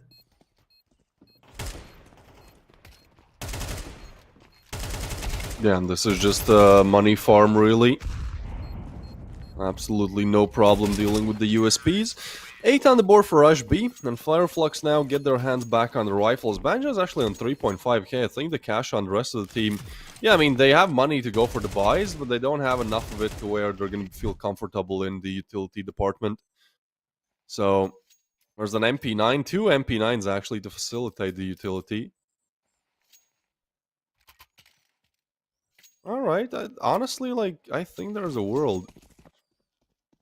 Right, because with how low Fireflux's economy is and how small of a round loss bonus they get, they lose this round, they're back on pistols, that's 11 to 10, they have another good rifle round, and I mean, that point, that could be 12 to 11. Like, I know I'm getting ahead of myself, but it's not going to be that easy of a finish here. In terms of how many chances you have left. I think that's the key player right now is the Soulfly, because if he's going down, he's gonna find the first one kill. He has the chance to build great defense on the A side, but pass no need to pick. It's Kimchi. He's ready. Pass. That is not even flash. How the A side? Okay, they have smoke in the window, so right now they give Banjo some chance to sneak deeper and call it for the info, guys. Be ready for the A side, be ready for the A house, maybe. That's why we see Soulfly wanna catch the AK-47 on the nade. Executor, it can be like mistiming for the whole round, maybe for the whole map, we don't know. Soulfly, second kill, Soulfly, come on. Be the safer with the double. It's one more. What is this? The nade, the molly, he's trying to throw everything at it. But he is in a very pesky position to deal with, and Banjo is actually coming back with the backstab. But Zinni is thinking Soulfly is there, so now they know. Oh, that falls apart completely. I thought they had the play figured out, but I guess Zinni just had, yeah, I mean, he just cleared ramp, right? I'm not sure if he expected Soulfly there, because simply there wasn't enough time to get it. But either way, even with the heroics from Soulfly towards Palace, Rush B find a way how to put the 9th on the board. And yeah, this is where you start to get worried, just a tad bit, right? Like Fireflux still look good, but especially for Rush B, who have a 60% win rate on the CT side of this map, it is surprising that, you know, T side is the one they're actually performing a lot better on. So just the pistols for Fireflux here should be double digits for both, and I mean, when it is that's in that position, right, then anything can really happen. So Fireflux, I don't think they're too happy with the ending here.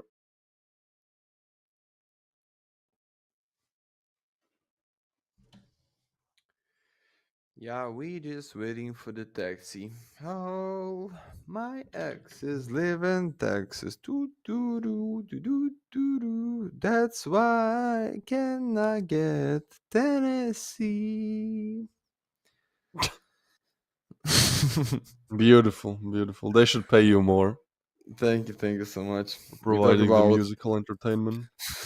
this with the Galaxy. Oh, it's just time for the off top because Taxi is out. Taxi is in for the few seconds and then drop down immediately. From the Davis when the score was 11-6. To be honest, at 4-0, I think they done already. But right now, we see money of Flux. We see how Rushby start to play like in the mid of second side. I think right now we close for the OTs. For OTs is something real, like win by full main time for the Rushby is something like unacceptable. And win for the Flux, it should be like the case by odds. Like 1.5, they're gonna win this Mirage. But guys, this buy is bad for them. It's 10 for the Rushby. Then 11-11, like up should be for the doggy, I guess. But that's gonna be for the last one money, even with maximum loss bonus. So next round, I think it can be for the game. So taxi, please. We're waiting for you. And even PGL is online and with a lot of influencers. As One Pixel, as a lot of boys from Russian, as Evelon and Booster. We still have beautiful online, guys. Thank you for being on the Galaxy. Almost Yeah, we 2K have good online. views. It's We have good beautiful. views for the day that we have. It is an action-packed one. Obviously, we have the semi-finals of PGL Astana. But I think this is a pretty exciting matchup to watch, right? We said it should be a close one. First map certainly didn't feel like it, but now I think we're getting what we didn't pay for, but expected. Tech pause though. I feel like this kind of shifts the momentum completely. I wouldn't be too surprised if Fireflies getting their hands back on rifles just sealed the deal as well. Because sometimes you're losing like this. This was 9-3, right? So they're certainly on a bit of a losing spree. But I think the longer timeouts that they didn't actually call, but just the forced timeout, the first tech pause, should give them ample time to kind of figure out, what's going on.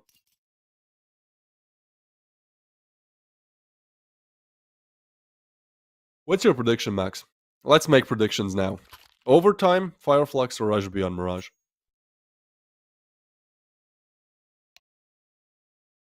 Mate, I want to see something good, so I give it Rush B to nil in this best of 3. But if you talk for the score on the Mirage, stay with the banger, like 13-11 by the Rush B, with no rounds anymore for the Flux. I going with this one, guys. That is my predict. I'm wrong for the 100%, but I'm not here for the right predictions, guys. We go back. We go back. Okay. Kiro is munching on something. Maybe you had like bold food tech pause. Maybe.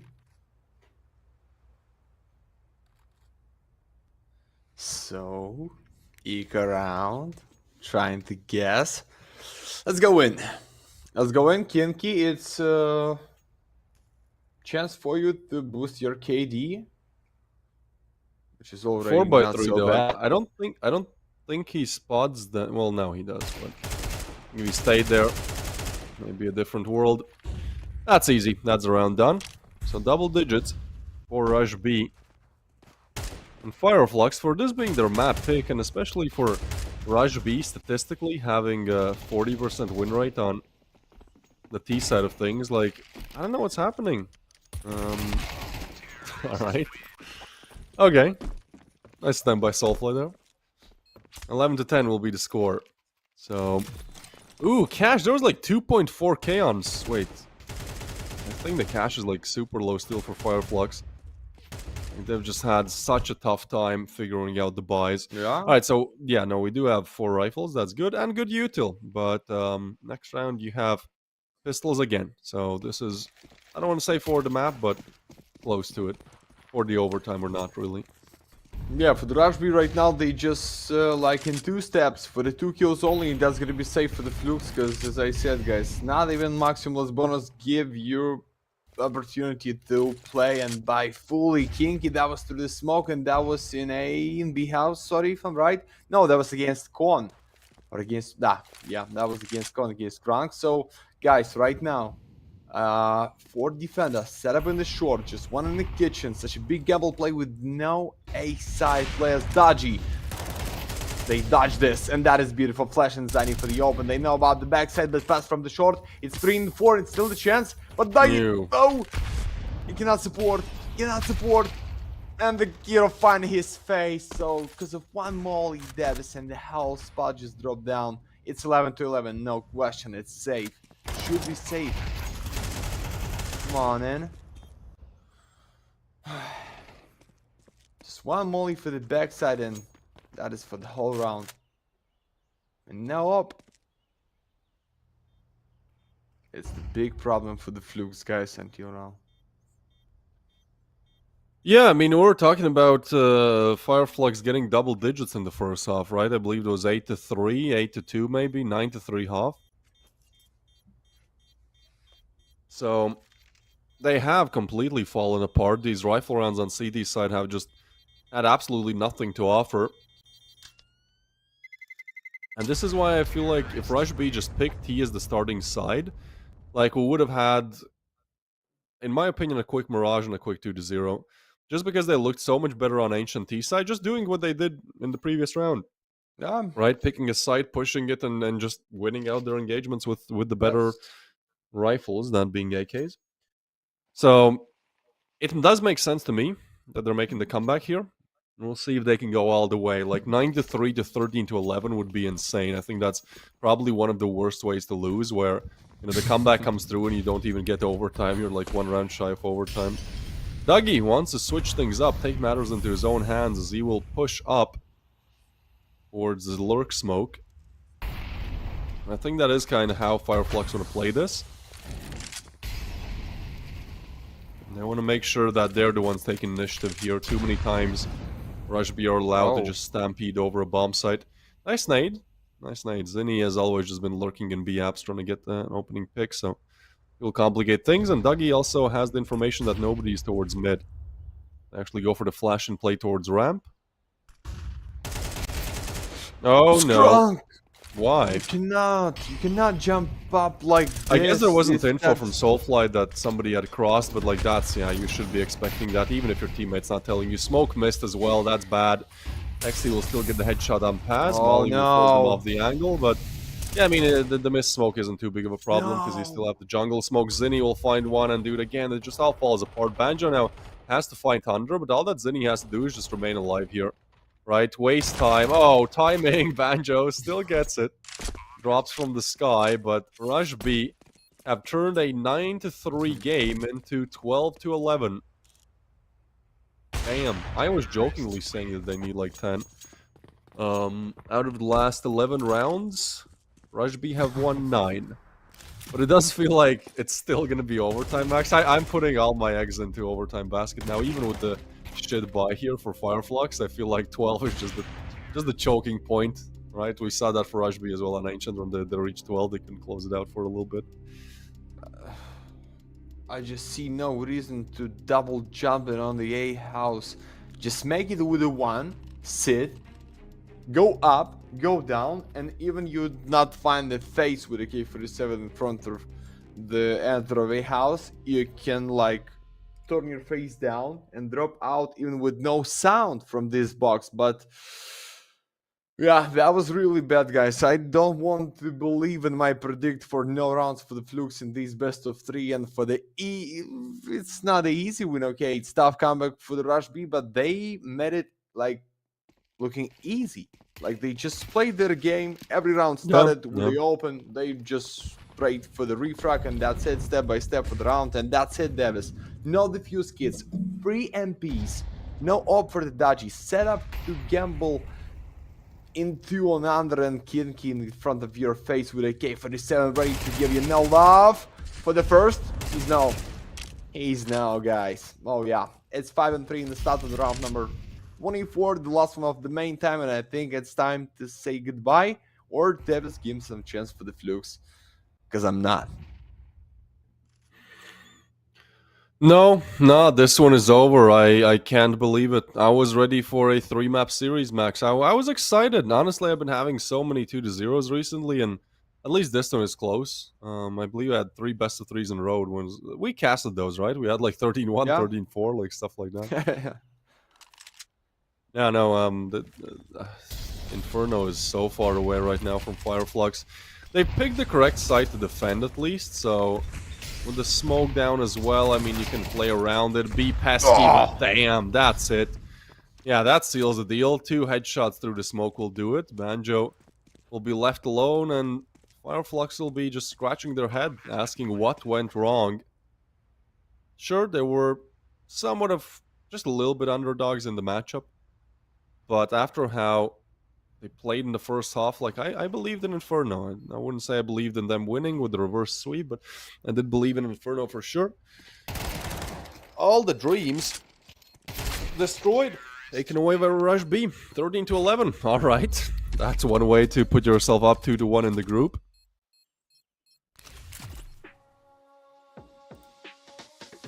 Boom! Matty CS, the first one time in history B with the bold predict, and that's going into the line.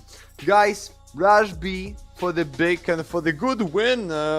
As I said, it's not a tough comeback, it's just a good play for the Rush B or bad one for the defense for the Flux, guys. But we go with the 2 maps only. The next one, best of 3, just in less than 2 hours, but we end this with the most valuable, and for sure, because of ADR and number of kills, it's going to be Kinky. So yeah, congrats with this one. It's easy win going for the next stage, and thanks God for the Fire Flux, it's not the elimination stage. One more chance for them to go in just with the 2 wins in the best of 3, and then maybe for the playoff. Kingu locked this one in back-to-back, right? I think it was the MVP on the first map as well. So great series for him, certainly leading the charge. He was the one, I still remember him like just being so hyped in the first half of Ancient, right? So yeah, seems like it's working. Stuff is looking really good for the side of the team that won. So yeah, that's going to be it for this matchup. We still have another one coming up in around an hour and 30 minutes. So, do go somewhere, get some snacks, get some refreshments, and be back for another round 3 of Swiss stage. We'll be seeing you guys on the other side.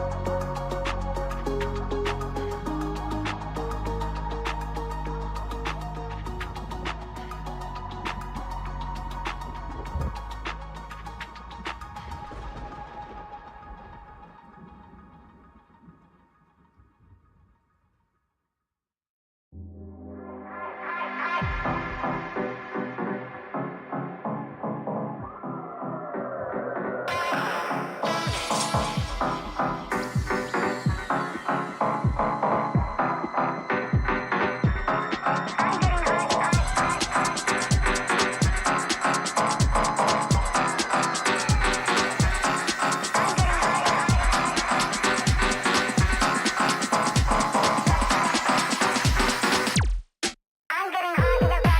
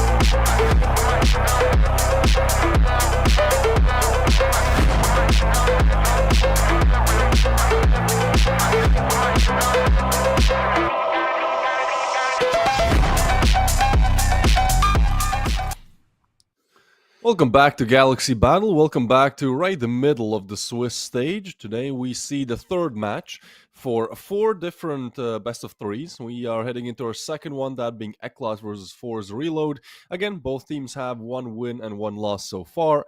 And alongside me, as always, we have Max.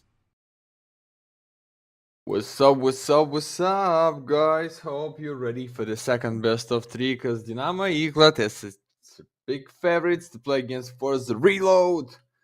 Maybe somebody started to scream, I'm on the reload, but we don't know. We see beautiful, t-shirt for the FORZE, red and black at the same time. One of my favorite mix of colors.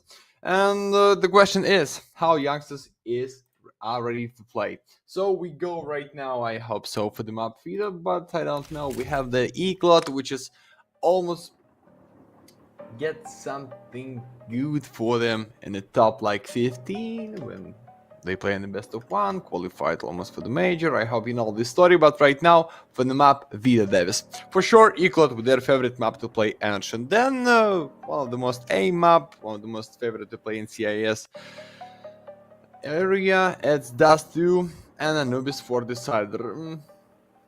Bit of dusty, bit of balance. I like this one, but anyway, my predict for this match is win by ECLOT for the 2 maps or for the 3, we don't know. But if we see the odds, that is 1.4 for them and almost 3 for the 4. So let's get the pistols, boys.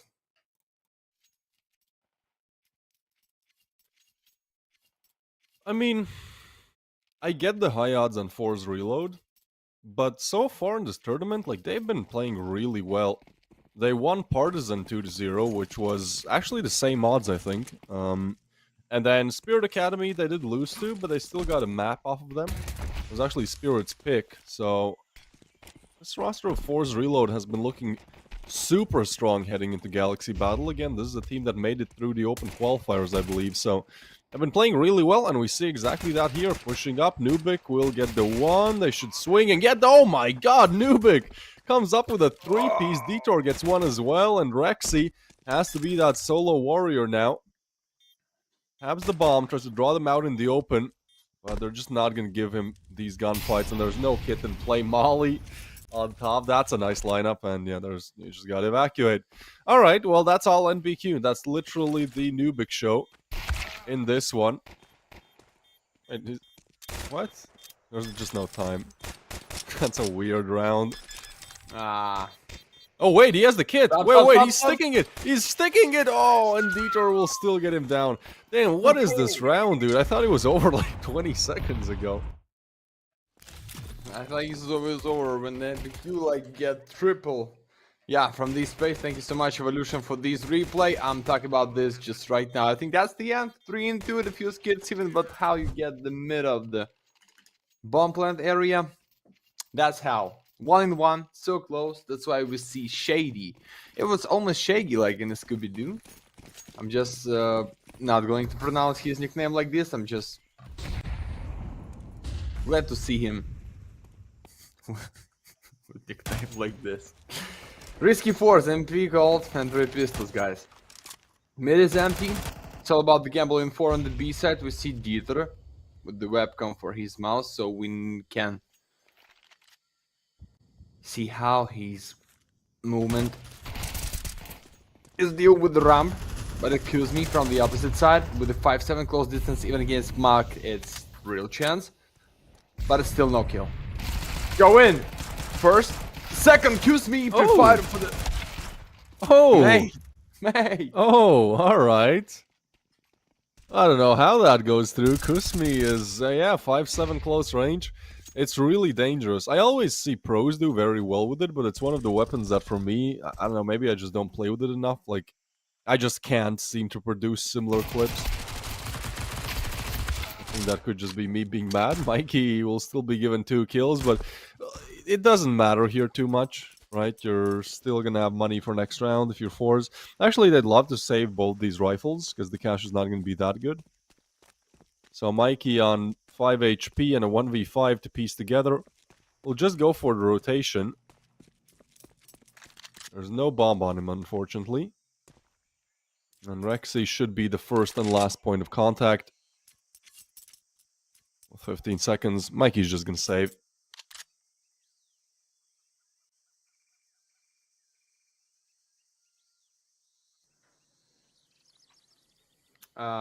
Mikey's like stand in front of his screen, looking familiar to Styr. If you know, guys, he just like almost under his screen with this unreal position with his back. I don't know how he not deal with the pain, but you can see this one more time when we see Mikey's buff. Like, it's not as usual as you can sit and play CS, but I hope it's just give him some power and energy. Like these FORZE, like all in for the ECLOT. Main stack, wanna get this on the B side. They have only one lurker, but the question is how shady is deal with the lurker who's just trying to get through the smoke, and that's the Mikey. Okay. Oh, I can almost like it too.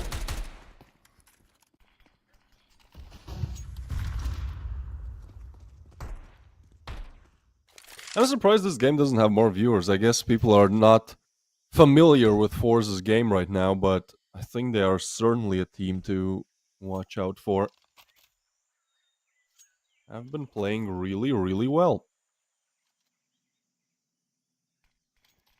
Tech-9s can be dangerous, especially on Ancient. Like, B site is quite easy to overwhelm.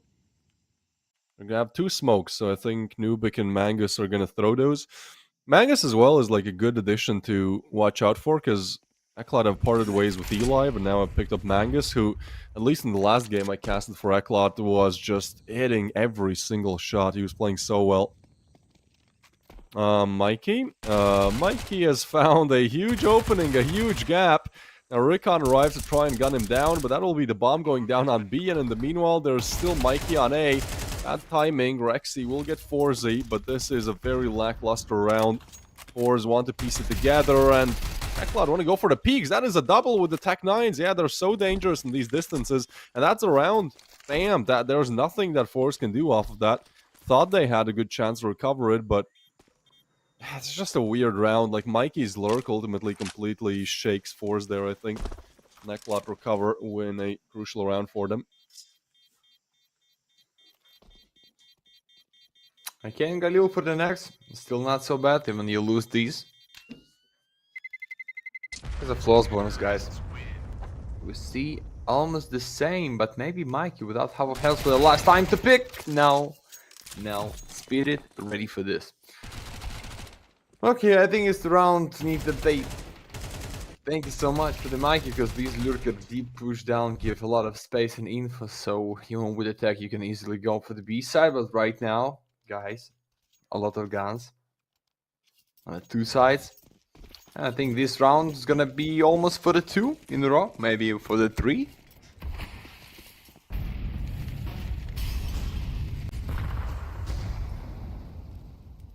I think we're gonna get a very close game here. I know there's like 3 odds on FORZE, but I just don't see this being an easy game for ECLOT, even with recovering that previous round. This is ECLOT's pick as well, starting on the T side of things. I think on Ancient, they have pretty much 50-50 split, a little bit better on the CT side here, ECLOT. For FORZE, they're quite better on T, 55% win rate there. So, honestly, like, you know, it's 5 Russians on T side, right?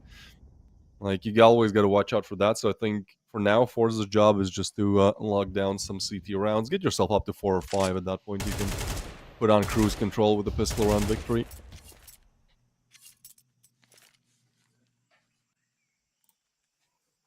They so lock in, like, for the every angle. Right now, when I get his A-side with the split, looking good. So Shady just with an 8, no time to throw this one. Just need to fight with Spirit with a double from the boost. Yeah, that's it. It's gonna be for the round, but MBQ for the retrack. 3 and 2 almost. MBQ is red, but bomb is laid down in no time, guys. Yeah, now No way. Spirit's 2-piece there completely shuts down the round. He might have to ace here. I don't know. No, never mind. 13 seconds. Yeah, I mean the bomb confirmation is huge. Refrag is good, but especially given the time, there was just too much to be done. I think Nubik and Mikey get to save the weaponry, and FORZE punch right back, and literally going round for round now. I think that's exactly what we're gonna get throughout this whole best of 3.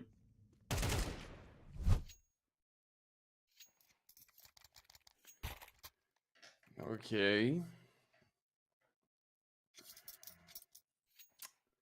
Now strict, guys. Step by step. Back to back. And it smelled like draw on the first one side. I don't know why I think so. It's like even with a bad buy with a pistol, you see somehow they have something to play. For the ECLOT that is on the T. For the forces on the city side. But right now, no money for two teams, so it is just for the fight. Mikey is the nice timing to catch the Rexy, but he's ready. First one, step out. Still strong defense on the A side. And then wanted to proceed from the mid. Okay.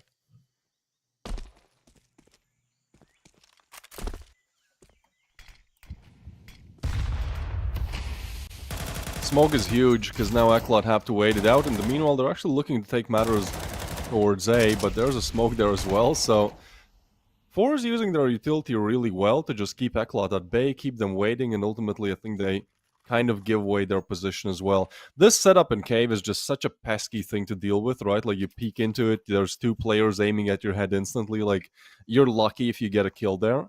So I think FORZE's setup is looking really strong right now on that B-bomb side of things, which is attacked, but only shortly. Recon gets 1, and extra damage. Smokes come in, Detour wants a gun down 1, but he has to be aware there's 2 on the other side. That's Recon gone. They should be aware of Shady as well. Kusmi tries to draw attention to himself. FORZE gets a frag, but so does Shady. Wallbang does not connect. 2v3, USP out, trying to look for more. There's another one. Cave, they try to get away, and that's just all in Spirit's crosshair. A chaotic ending to this one, but FORZE certainly getting hyped up. Quick sip of, I believe it to be tea or coffee. Probably tea, since he has the spoon in, right? Yeah, not the alcohol, I hope so. Not the cognac or whiskey with a spoon. Like, just, yeah. Just casually drinking vodka at like 3 p.m. in the afternoon while competing professionally. I mean, Yeah, it's they're almost 2 Russian. days. They're Russian after all. Yeah. Always a Yeah, possibility. With a 6, get a pistol in the Magnus. Magnus. Yes. Yeah. Mikey. Okay, right now I know Mikey is used to play on the mid side right now. Deal against Donald, but the squad ready for this one, excuse me, because of smoke cannot find a straight kill. Just need to gamble already for the teammates. Okay, you know about the default from the cave, but it's spitted from the wood. That was... Okay, that was through the default. That is rank 5. Magnus, come on. Spit it. It's tough. But it's easy at the same time. FORZE, 105, it's Yeah. safe. It's just safe.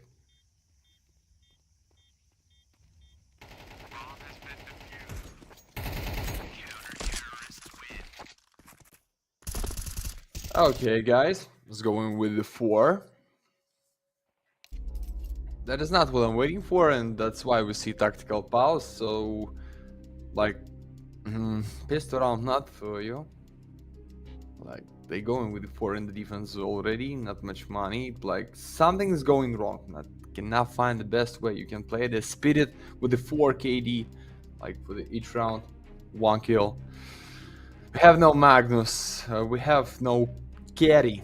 I mean, It's strong, Mangus. solid carry. I thought it was Magnus Mangus, as well. oh, It's point. Mangus. Sorry, Mangus. It's my fault. I want to check what's his like real name. If it's Magnus, I'm gonna scream. No, it's Robert. Robert Kasper From, oh, he's from Czech Republic, okay. Thought he was Slovakian.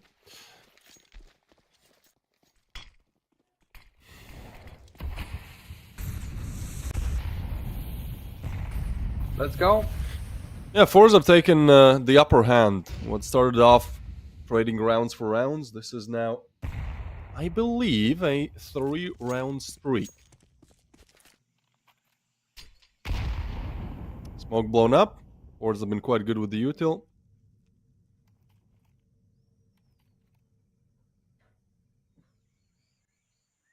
Come on, Shady. Tucks in the corner, yeah. It'll be the first point of contact. In the meanwhile, they try to explore towards cave as well. Shady gives information about the smoke. He wants to push in front of it. They're not waiting for him, but that's kind of a bad play. Like, just too aggressive there. Kusmi tries to make ends meet through the smoke. Oh, and there's a backstab with Rexy. So FORZE and Nubik now have the weapons, and they're just getting spammed through the smoke. That's the problem here. Nubik catches another. Now he's on for the 1v3. They've given one away. They've given 2 away. Oh no, and there's noise made as well. Spirits want to hunt him down, but Nubik, his shadow is seen. Spirit's position known. There's still a world where Nubik just connects the headshot, but they know exactly where he is. Needs another flash. Spirit peeks in that exact moment, still gets a frag.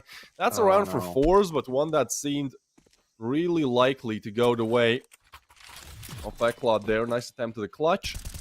Will be the 5th though, and FORZE starting to look really strong on, again, weaker side of Ancient for them.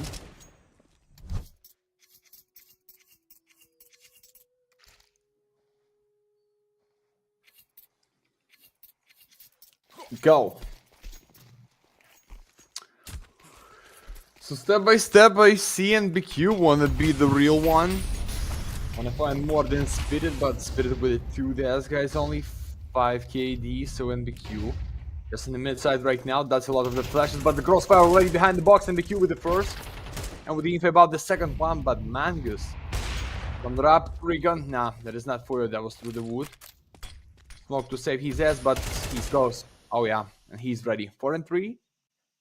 Why not going just for the B side to gamble?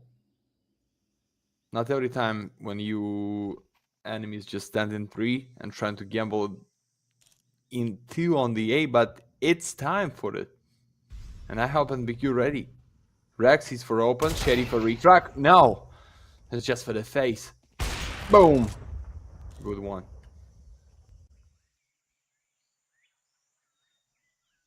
Has to be Kusmi and Shady. Now, Kusmi finds himself in a pretty good position. He should be cleared, but this just comes down to the aim, and there's always a timing where you're clearing different things. Like Kusmi, it's a difficult task, but it can still work out in his favor. They're moving up completely silently, and oh, Detour should spot him. Yeah, that's the kill. ECLOT do very well there to just not give their positions away at all. Surprise FORZE. Put the 3rd round on the board. All right, ECLOT. A long-awaited.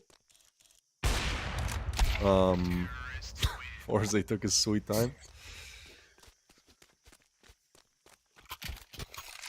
Yeah, it's just for the 1.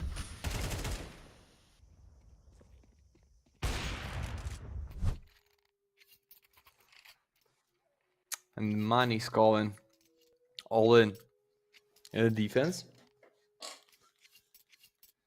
Shady just for the pistol, okay.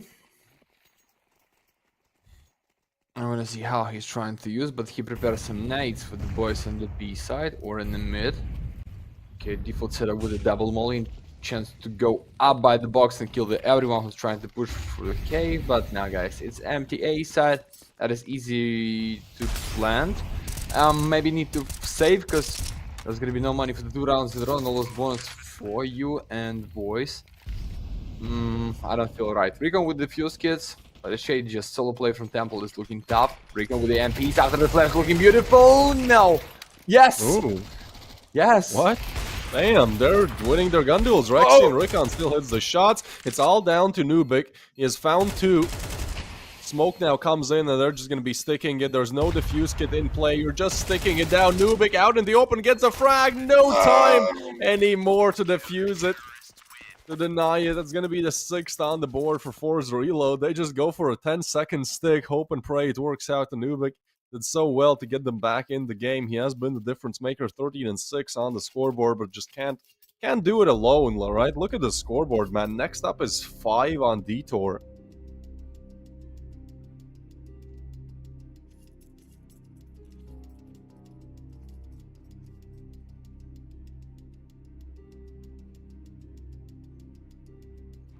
Well, tac pause certainly needed now. It's actually, it's FORZE calling it. That's an interesting decision. Just to rub it in a little bit, I guess.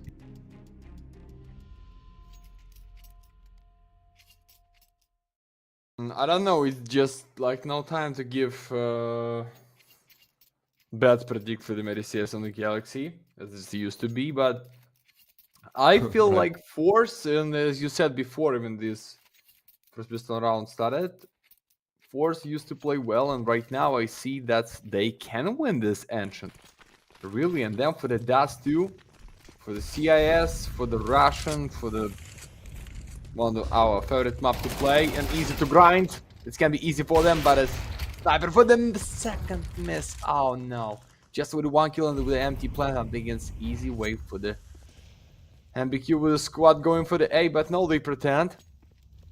14 kills for the NBQ. Just after say that you need to find solo carry. He's out. Beautiful. He's in, to be correct. Yeah.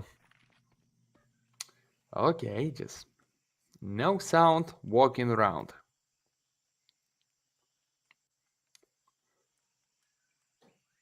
Excuse me.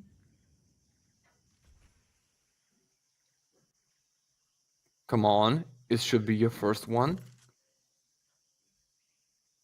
Come on, somebody. Suspense. Not giving away anything. Oh, what? All right. Thought Kusmi was going to win that engagement any day of the week, but I guess just bad timing. So that leaves Recon up for the task of a 1v3.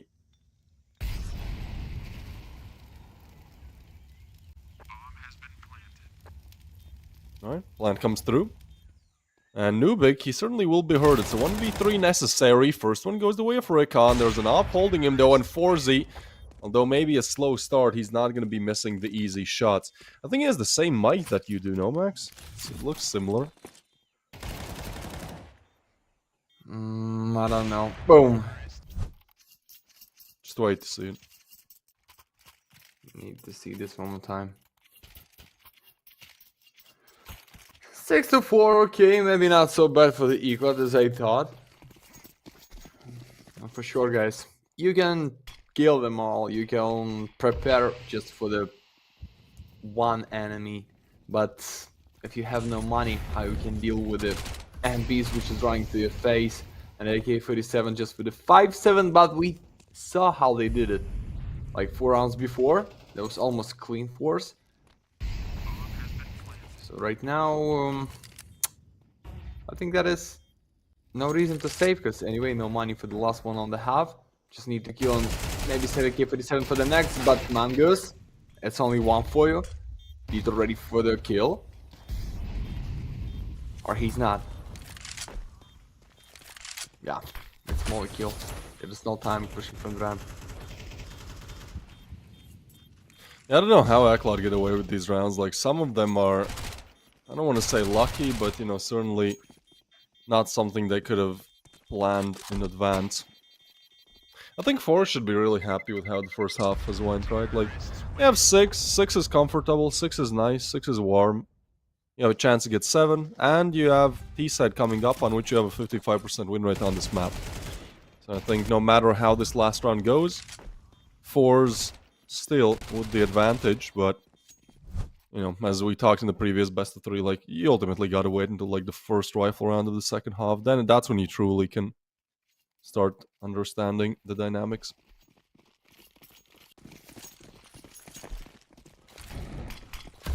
Oh yeah. I hope these AK-47 just somehow give them power to be the first one as opener. Shady, uh-oh. Need to dodge the molly, so that's why he's dropped down. Strong mid for the defense, but empty A side and almost checked against Mongoose. Now he's held it up for the double, I told you guys. No need, Shady just with the one. They have Lurker, but they have empty side. Shady. Only Rexy and Spirit. Boom. It's the miss with the scout, but Famas into the fire. Haha, they know about you. Fire you up. But Shady with the 1v3 for the ace. would be right on time. Smoke comes in. He actually spots FORZE. He goes for the pre-fire. That is huge from Shady. He's still dangling on the angle. Wants to go for the one-tap. 6 HP. Reloads out in the open. Tries to run Detour down. And Shady moving on the left side. And I think we saw like second before disaster. Like he looked a little bit rageful about it. Looked like a really nice round he could clutch. We've had a lot of these really close calls in terms of the clutching power. Yeah, Marikon is playing on 57 ping. That is horrible. Playing on like 40 ping on Face It. I have the damage prediction on. I headshot somebody and then I die. It's always fun. Welcome to CS. Yeah, CS2. CS2. Come on. Wasn't the thing in CSGO? Rapid eye movement. Akula FPS. Akula. Congratulations, my friend. If you're just tuning in, you're wondering why are we gambling in Hovs? Well, we're not. Technically, it's not gambling. It's a giveaway. If you're watching Galaxy Battle, you get Twitch points. You get chat points. You can redeem 500 of them to enter into the giveaway. So far in this season, the luck has not been great. And I think we gotta wait for the playoffs, right? That's usually when we get the biggest viewership as well. And that's usually when I believe the odds get a little bit cranked.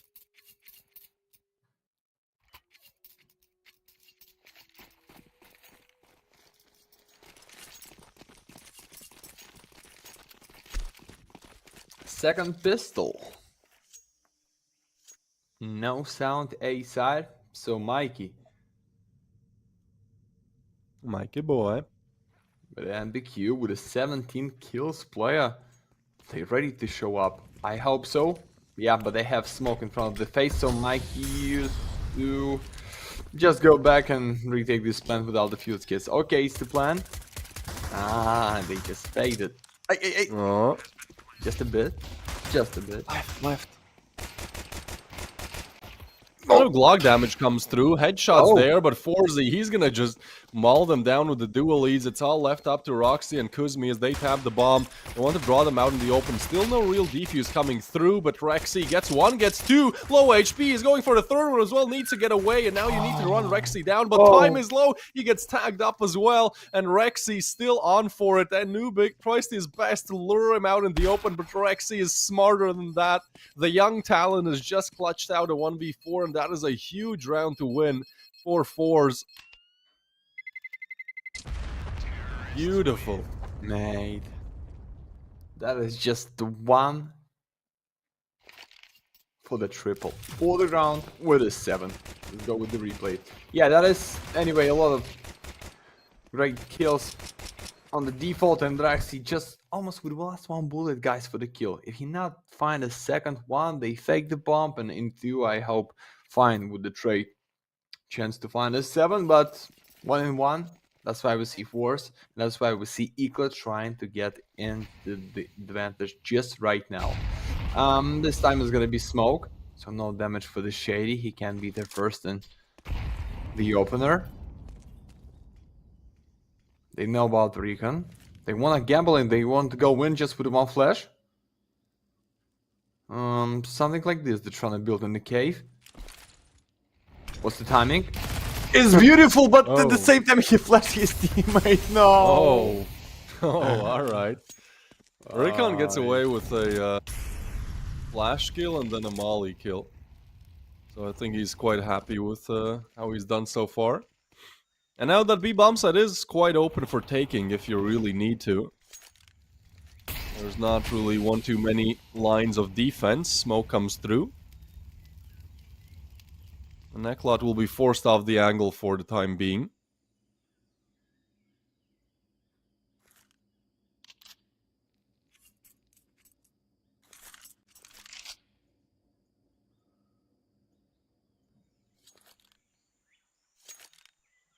Mangus, ready for your deagle. And Mikey. Guys, one tap of two should be to the face. Boom! Oh yeah! And the second one, no, it's Spirit. That is the force reload, guys. And that's the time to reload, but not the Mac. Gold up, just something with your money. And BQ trying to carry so big, but that is not enough, and no money for this one. Mikey just fake buy for the exam for the 1 second. I'm gonna give some suspense for the game, like, okay, I'm gonna be in the cave with a close distance and find your face, guys, be ready, but nah, it's just the Eco Boys. We're going with a 9 for the 100%, I hope so, or Mikey started with a 1. Mikey boy. Mikey boy. Mikey bang? Perhaps. Alright. FORZE dead, right? He gets away, no way. How? I mean, there's no way he gets a kill out of this, I don't think. There's a deagle on Nubik, good flash, and yeah, Kuzmi and Rikon. That's the round. That's the round. Should be Detour will be spotted as well, tagged up through the smoke, they get the plan down, they get everything going for him. And FORZE reload, I mean, that pistol clutch is gonna be so huge, right? Because it has pretty much given them 3. Should give them 3. Mangus is the only one who could be the difference maker. Molly just forces Shady off the angle. And I guess Mangus at this point just looking for exit frags. Ooh, nice shot with the deagle. Kuzmi goes for the refrag. Maybe one more to the back? Timing. No. Imagine if he had a kit.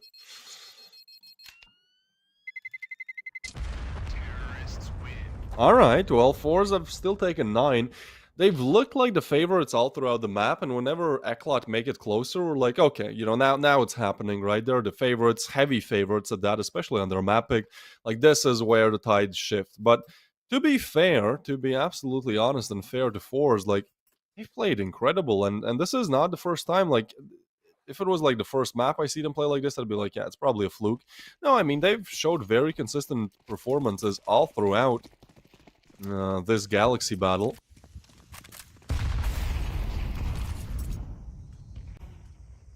Boom! Aye. That was close for the double kill, but they already behind the box, and FORZE is still with a double, mate. Yeah, he wanna save his A side so big, and the kill with one more. I think doing 5, it's almost unreal, but the sniper get the kill and damage to the smoke. Good one. Just with one more smoke, so not such easy to help them from the donut. Rexy, give them some racks. Give them some. It's just a bit of his shoulder, but not enough for the kill. Yeah, the problem is that the smoke is gonna fade. They actually push in. Nubik with 1, and Detour will finish business here quite easily.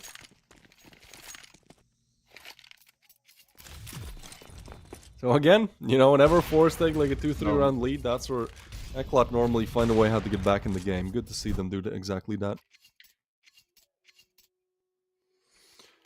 Oh yeah, 7-9. Just let them play, and being without money for the next, and that is almost 10 for your ECLOT. Don't mix it up.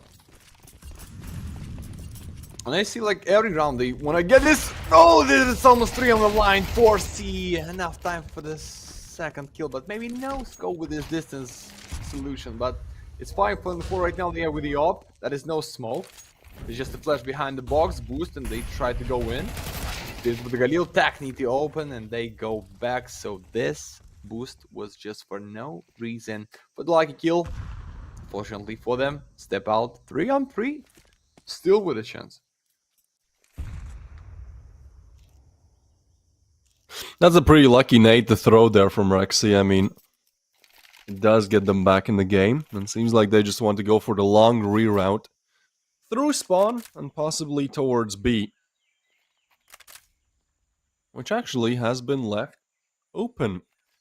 So a great opportunity. Mangus seems to be adjusting the headset, but yeah, I mean, even if he starts to rotate soon, like he's still going to be the solo defender, and I don't think FORZE are really going to waste too much time here, right? They have a smoke, some util to throw to block off short or long, and that's what it should come to. They might be a bit paranoid about Cave, since they haven't had the ability to clear it. Great timing on Mangus though, but Shady catches him. They're not expecting them so close up. Detour now gets in an uncomfortable position, forced down the open. No. Can get the flag. That's a bomb down, and that is a save from Nubik. A prediction is 1% here. I don't know who goes for like the clutch here. Maybe Simple, but yeah, not gonna be happening here. Right, we will see how simple we go for the retake from the FaZe clan in a few weeks. Yeah. So, how do you feel about this? You think it's all about like show business that is not about CS in general? I mean, or Alexander I'm has something? Latvian, so like obviously I feel sad when Brokey gets benched, but to be honest, like deservedly, right? Like the numbers just were not there. Yeah, I think it is a very cool move by FaZe to make, because even if it doesn't work out, like it's still something I think people want to see. So Oh, like yeah. worst case, you get Simple playing bad, but you still get Simple playing, which, you know, this is gonna be his first major in CS2. Actually, it kind of feels weird thinking about it that way, but it's reality. So I don't know. Maybe they win the major. If they win the major, like, that's probably the best major run in history. But it's unreal. You think so? But mate, I think they can Brokey play. I think they can play better than with Brokey recently. Yeah, don't know how much better. Yeah, it's like in relationships when you're only about to start, you feel something in your stomach, it's just a fire, yeah? You just no pressure, new roster, simple for the big online. Yeah. You No think so? pressure. No pressure. Yeah. I think he wants to prove himself, and like worst case scenario, we're just gonna get a player named Simple who plays like an average tier 1 pro instead of like, you know, a top 10 player. So I don't think we're gonna be seeing like Simple bottom fragger or something. Like worst case scenario, he performs like Brokey, which you know. Okay. I hope it's Yeah, gonna be back good to for this game. FaZe. I Yeah. mean, FORZE have taken a hefty lead now, 3 rounds, but I think this is what the game comes down to, at least this first map. Like, it comes down to this round. ECLOT have put all of their money, all of their eggs in one basket, and if you can't win this round, can't get a good save going either, that could be spelling the end, with FORZE being a touch away from map point 12. For the time being, ECLOT play quite aggressive because they need the early information, just because the buy is a little bit on the lower side. But actually, even with the aggressive positioning towards B, they still have left a, I don't want to say open, but like it's pretty easy to take it. It seems like FORZE want to go back to B, and this is where we start to get into the danger zone, because Kusmi has to clear that angle. Detour's position, oh, he spots the, oh my god, that's a tilter. Mangus at least gets one, but there's Kusmi with the refrag, and now the B bomb site is only going to be defended by one. Rikon just find Nubik, instead it's Kusmi to get the headshot. And it's just FORZE converting off of great headshots and aim. One of their strong suits for sure. ECLOT kind of left bamboozled. We'll try to save the opener from us.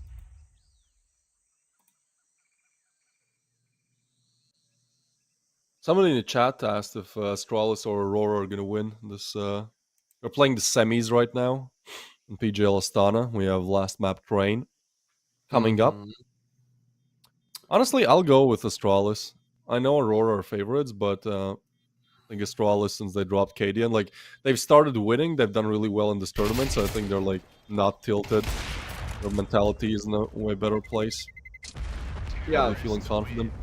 I think with this transfer they fixed the main issue. Right now, Device with the really main role as a sniper and a Hooksy. Sometimes the IGL is not the waiting he's gonna be the main carry to play with the Yeah, the MPs double to give upstep them was good just not call. working. So yeah, and that's why we see they play against Aurora right now for the train. Maybe it's good map for the Aurora. They lost against Navi with the close score, against the Mongols if I'm right, but in history for Astralis it's easy and good to play on the train, but then we Ooh. have Shady. Alright. Nasty and quick. Good one, but it's just one.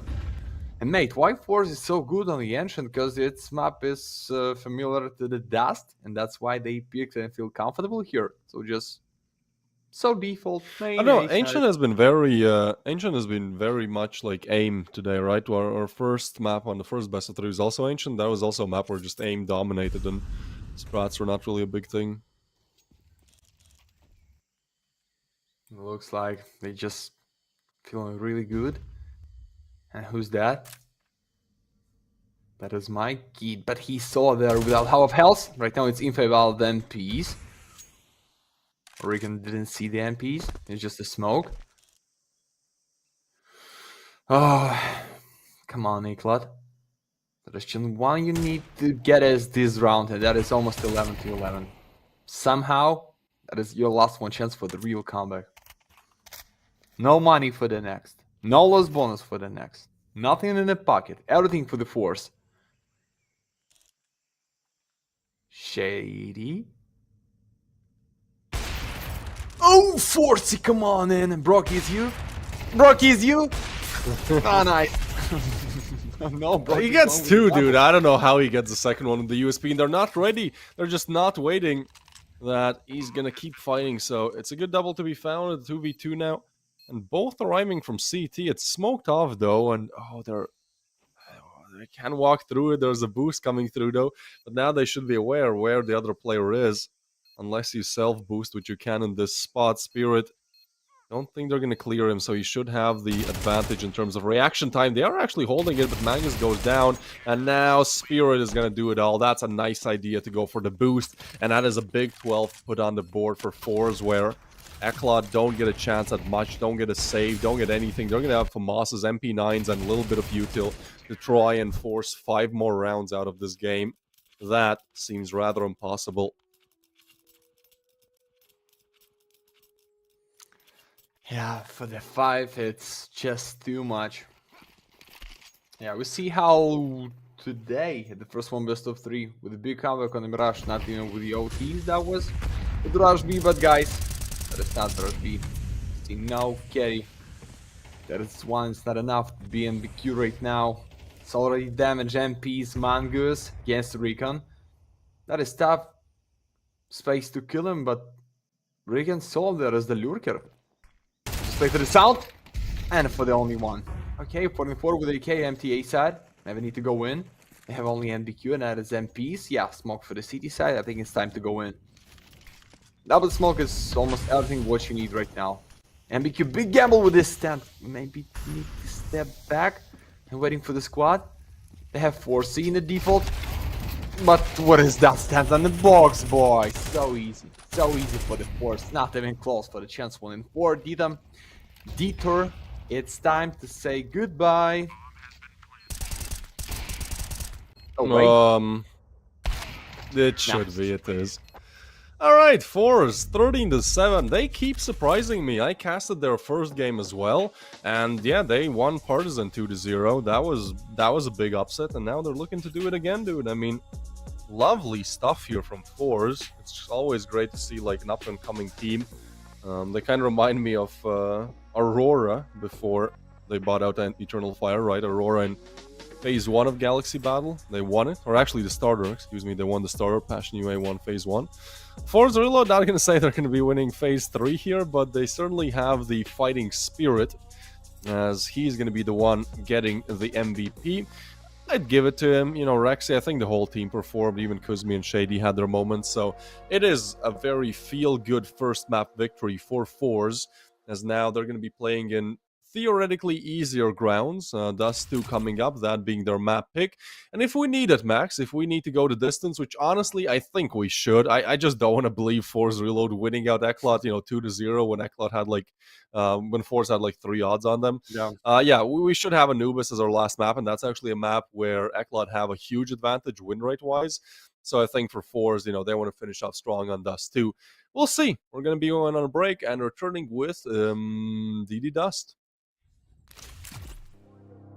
All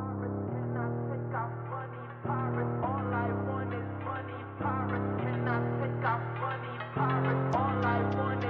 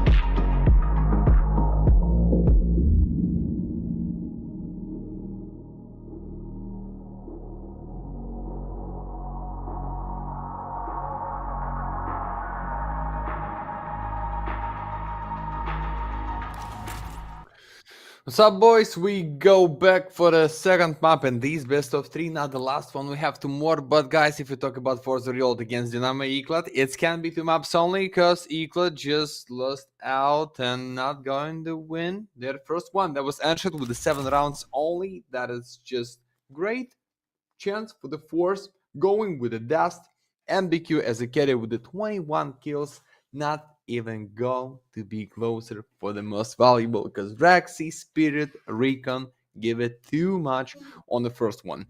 I believe as a CIS, as a Russian, as a Dust, as the first one map is going for their pocket, that is such a big privilege. So even in the 3 maps, it's gonna be harder to win against ECLOT than on a Dust 2 only. So my predict that's gonna be 2 maps only win by the FORZE, or 2-1 for the ECLOT, because I don't know, FORZE just with not such a great stats for Anubis for the last half a year. So yeah, it was for the Medi CS.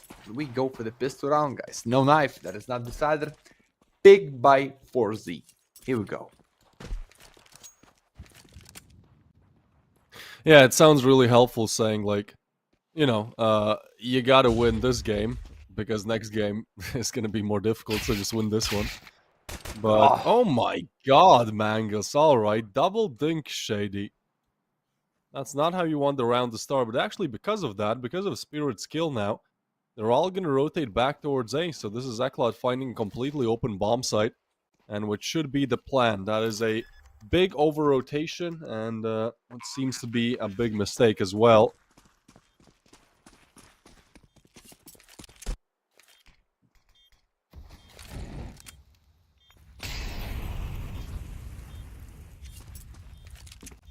These retaking for is looking unreal for me, Davis. Yeah. Maybe Kuzmi's defuse kits, it's just for... Nah. That is for the pistol round. That is for the double by Mangus, and that is 2 in 4. Step out to save your first ammo, but that is too close. Didn't check on his left, so maybe it's gonna be one more. Yeah, Rexy, beautiful. Fine 3, it's okay, but round is going for the ECLOT. That's just what you need to find for not going to lose These best of 3. Good one.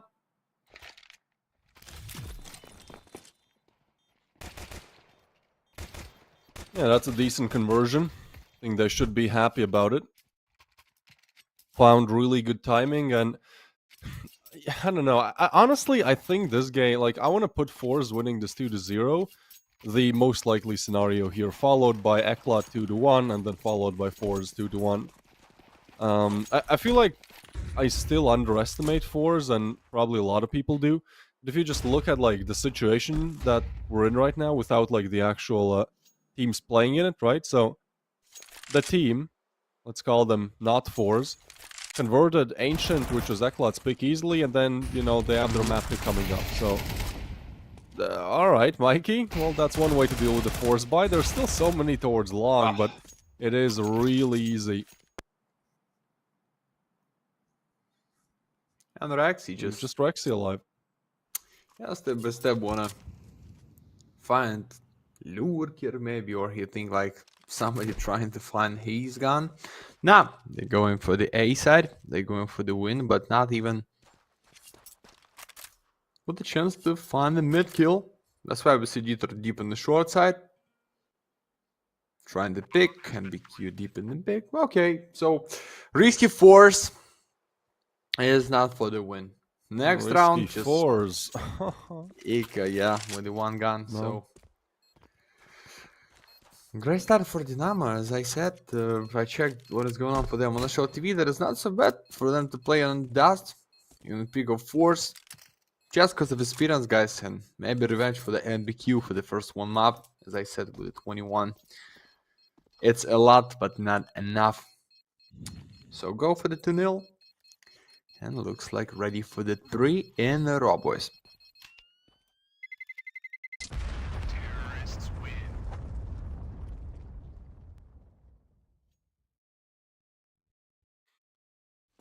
Yeah, it was very close at first on Ancient, like, kind of expecting the same on Mirage. I think ultimately ECLOT just kind of ran out of energy and steam.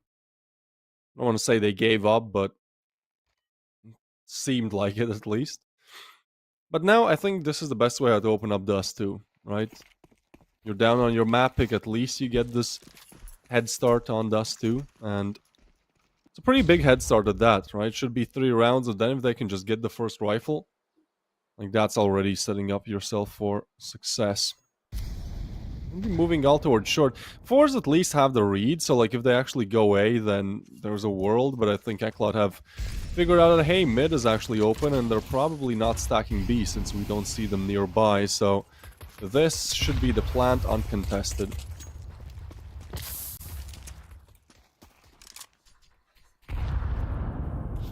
Boom. One more smoke. You know, then play it against you. I'm not trying to find so easily. That's for us with the X-ray, guys. We think like that's the angle for the scout to find a shot. Now, without X-ray, it's almost nothing. So, Shady, Rexy, no chance to save your gun. So, spray and pray through the smoke. Rexy wanna find a safety spot on the short side. Who's gonna pick him out? Because CD is down. And that is the flawless Seiko. Good one. And we're ready for his M41S. Rexy. Now. 3-0. Good for the bank. Ready for the score. And I hope ready for the decider. And fourth, he's like happy fist for the sky. Like, here we go, boys. We fly against Eco. We kill them all. Let's go for buy. Need to see up in the Shady's hands.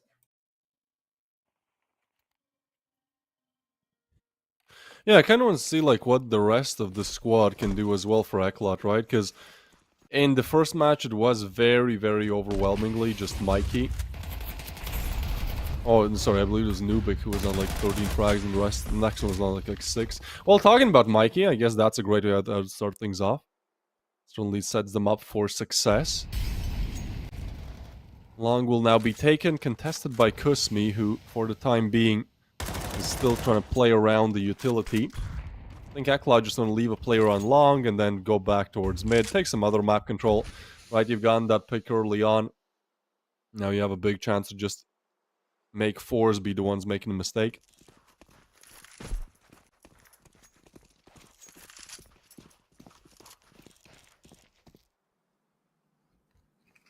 They believe in Recon. That's why they let him play solo on the B this time. Mikey is the lurker with just a smoke. With a good nade against Kuzmi. Should be, yeah, for the half of his health. Nice. Nades on nades, flash on flash. Yep. Okay, it seems for about 2 of them, so just find a kill about 1 only, but oh, almost double in one line for the Recon, but now it's just with a bump and the Kuzmi kill. And should be safe. No defuse kids, they so far away. I don't believe. I think you still have a look around, right? Because you're so close up, but Rexy just gets destroyed, and yeah, that was the look around. They were willing to sacrifice 1 rifle to get some information, perhaps get a step in the right direction. Instead, it's a big step towards long. And ECLOT, I just want to see 3 maps, man. Like, I will be honest, Max, I don't know how you feel about these series, like if you have places to be. For me, I have the evening completely free, so honestly, with how many of the maps I've casted recently have been 2 map affairs, like, I'm kind of rooting for ECLOT here to just push it to Anubis, at which point may the better team win. Yeah, me too. Ancient was good, that started not so well for the FORZE, and if you check what is going on for the last even 3 months for the ECLOT and for the FORZE, that it's not what you see if you're a fan of Russian team or you had a bet. I think that's when we're getting closer for the end of this best of 3, and if you talk about 3 maps for sure, that is more chances to win for the ECLOT, not for the FORZE. For the FORZE, it's just a chance to big gamble, to surprise them somehow, to break the first one side, even with the 5 rounds, and then close them in a 2 maps only, because for the 3, it's hard. That's why you see tactical pause. They already talking, guys. And it's on round number 4. 5.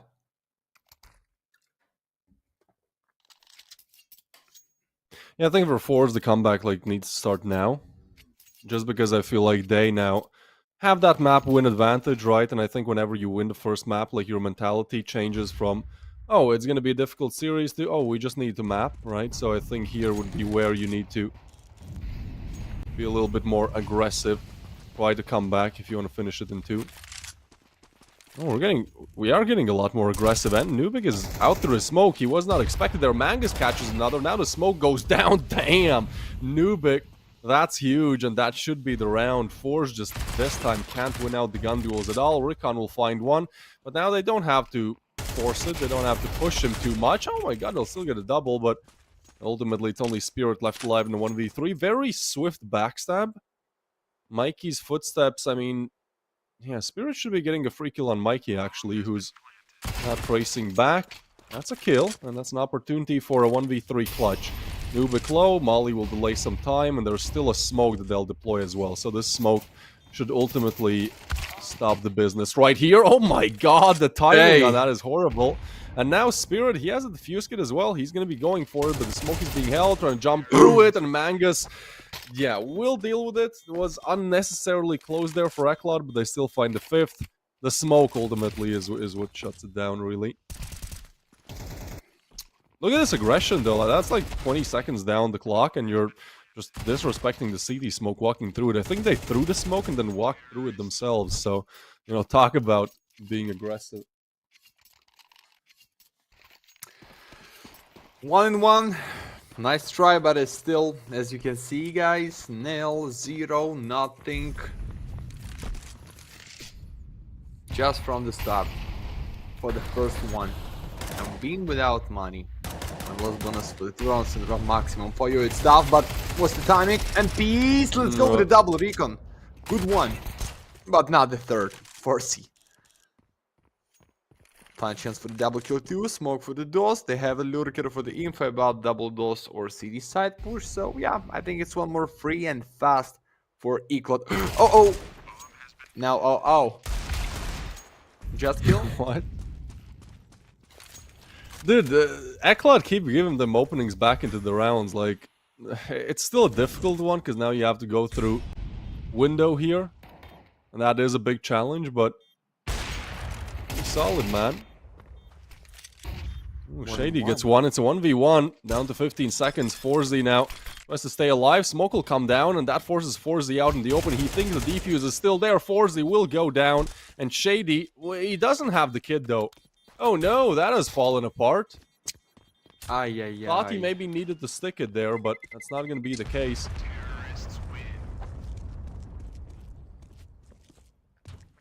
Yeah.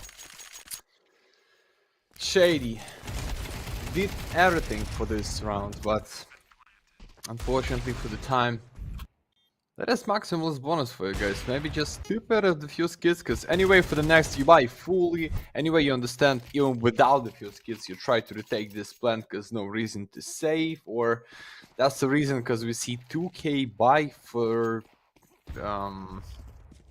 okay, something is really bad is going with the force, guys. Shady's open. Slim Shady. Or Slim FORZE. Oh, it's gonna be huge timing, but no, Mikey at the same time trying to pick it up.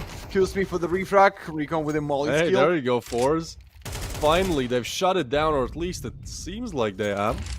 Mr. Slim will get away. But there's two players on low HP, and if it has been ECLOT given FORZE chances back in the game, well, there is one towards A's side. The problem is that the bomb is dropped, and FORZE, I don't think he should be challenged here. You know, the smoke down, he'll be able to retrieve the bomb, but he is very disconnected. So I think Mangus is just looking to create some noise on A, and depending on how that noise goes, you know, is it the form of a kill or not? Off of that, we will see the reaction. But Mangus has cleared out pretty much all of the site.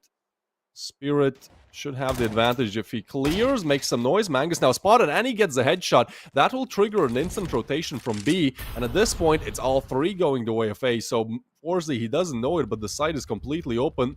40 seconds. Mangus here's, I believe, two rotating, so FORZE is still very, very reluctant to move. But look at this, they're all the way on long. This is a beautiful play from ECLOT. They've just completely made second guess. Mangus drops down, but now he's headshotted, and now they know. So FORZE still, with the open bomb site, has not planted. Horrible timing, and 15 on the clock. He needs to get the bomb down. He's expecting them to peek, but he will stick it. That's a good decision. Now 1v3 necessary with the AVP, but they will all swing together, and FORZE has the worst weapon possible for the job. Misses the first shot, misses the second, and that's a messy round to lose for ECLOT, even though it's a 2v4 and it felt like it's over, right? If only FORZE could have gotten on the side there. Bravo, bravo with the first round. Woohoo! I think something like this is going in the team speak of FORZE. Because, yeah, just mentally you need to break this one round. Because even streak in the 4, in the 10, or with the 12, it's just all about the first one round. And tactical pause for ECLOT, I don't know why. Maybe they think how they need to spend the money, play it with a double up or just solo FORZE. Okay. Tactical boys. Need to wait just a bit.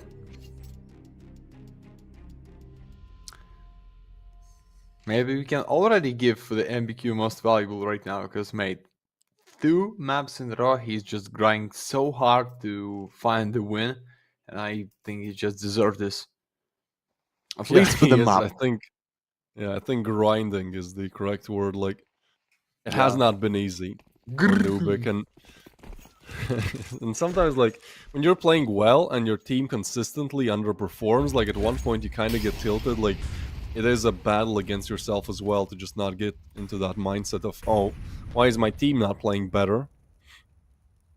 So the fact that he has been able to keep it up is huge. I love the mousepad on Mangus. Maybe that is why he's has been a good addition, why he's aiming so well. 8 kills and 3 deaths. Take a look at it next time you see it. Okay. Oh! It's like the power of universe at the 1 point that is on his mouse. Okay. Mouse for Mangus. Nah, it's not so free. Spirit with a tough flash for the kill. But it's 5 and 4. This time looks like they're ready for the A side, but after this small, you just need to wait a bit. Why they didn't take care of back, so Spirit, even he's without half of health, he can go in. Via the lurker. A double smoke is on the mid, I think it's the straight way for the B split.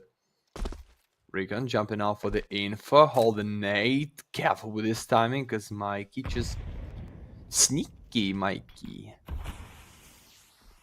Maybe through the smoke? That is your move. Oh yes. That was a... Oh, wow. And he gets away with it. hide. Now they know where Rickon is. He still gets one, but FORZE will get the refrag back. ECLOT to lay down the bomb, and it seems like they've found a very safe road to get to 7 here. I think ECLOT kind of just figured out who's the favorite in the series, and they've been actually playing like it. Because on Ancient, they were just respecting FORZE too much. Push comes through, Kusmi gets one, but there was a cheeky backstab coming through, so Mikey just needs to delay, just needs to remain alive. As FORZE arrives, Mikey gets the third and the third one. Actually, a fourth for him in this round. So, ECLOT up on 7, Mikey now popping off. Lovely to see, right? Because, as we said, Nubik has been just grinding, but it seems like finally he has aid in the form of Mikey, right? In the form of Mangus as well. It's Detour who maybe is having the slowest of games.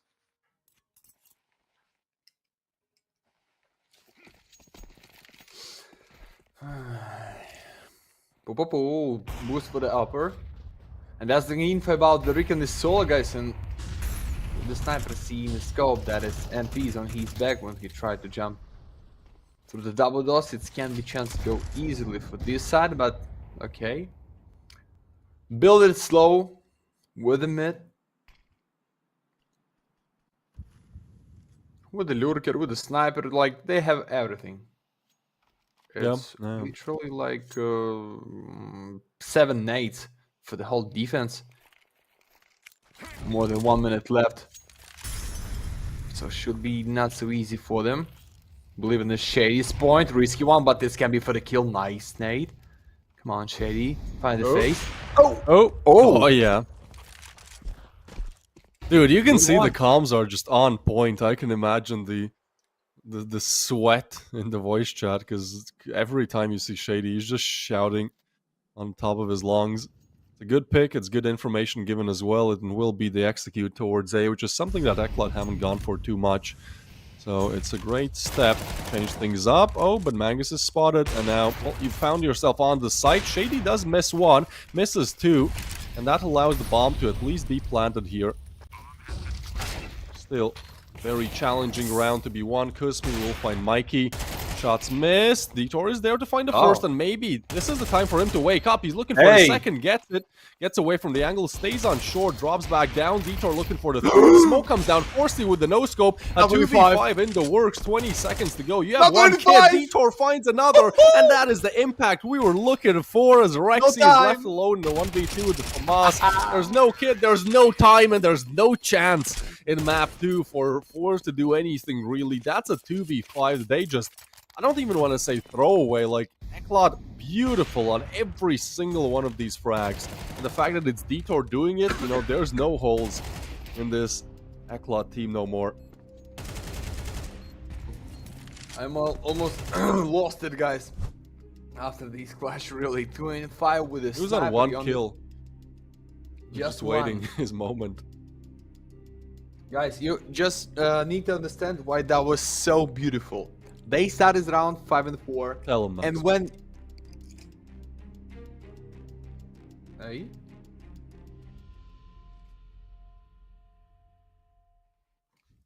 You hear me, guys? It's fine. Yeah. Go on. Tell him why it is so beautiful. Yeah, I'm just like... when you with your teammate, which is sniper, and you play against 4 and 5, you need to understand. One miss by the sniper, and you almost done. But FORZE, with a close distance no scope, like with the info, with a place to hide and be alive, it's beautiful. And with the damage to the double doors, with a double damage to the double doors, hey, double double doors.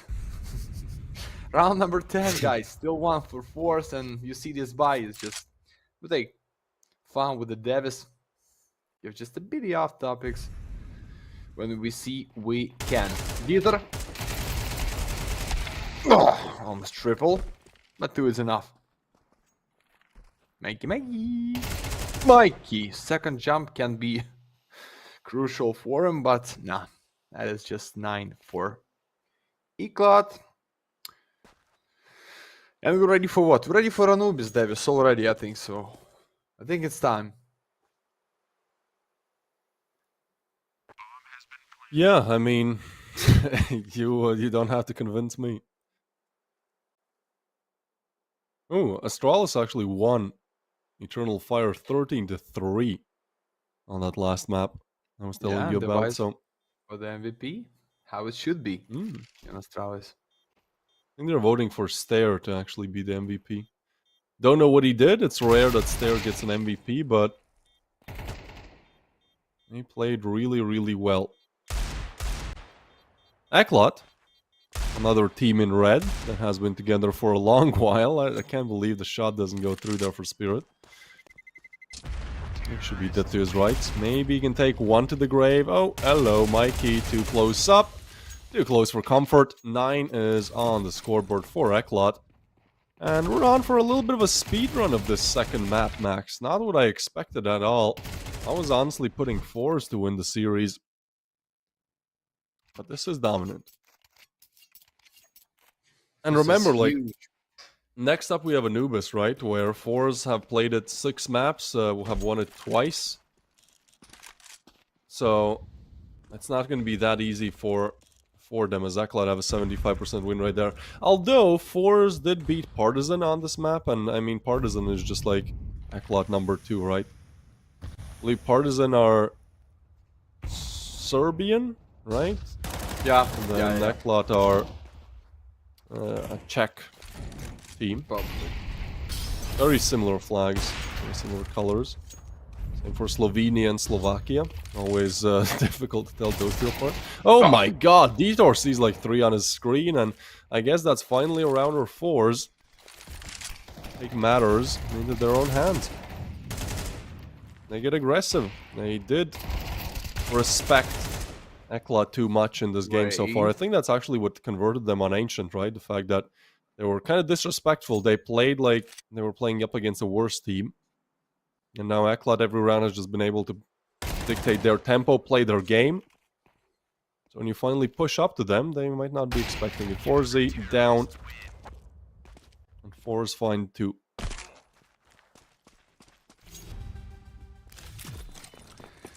And we find out about the last one round on the half. Yeah, with the replay. There's nothing special, guys. Just maybe one lucky through the smoke. But we see this every day, every round. Nothing here. Yeah, retake 2 in 5 was really good, but that is only one highlight for the full half. Mikey dodged the flash, but that is Spirit in front of his face, almost into the blue box. What is that timing? He can kill them all. No, it's just one. It's the second's gonna be in the next half. Maybe Rexy. Wake up, brother. Why are you running with a knife in your hands? That is info about they pushing so fast on along. Rexini. Bambini Guzini, wake up.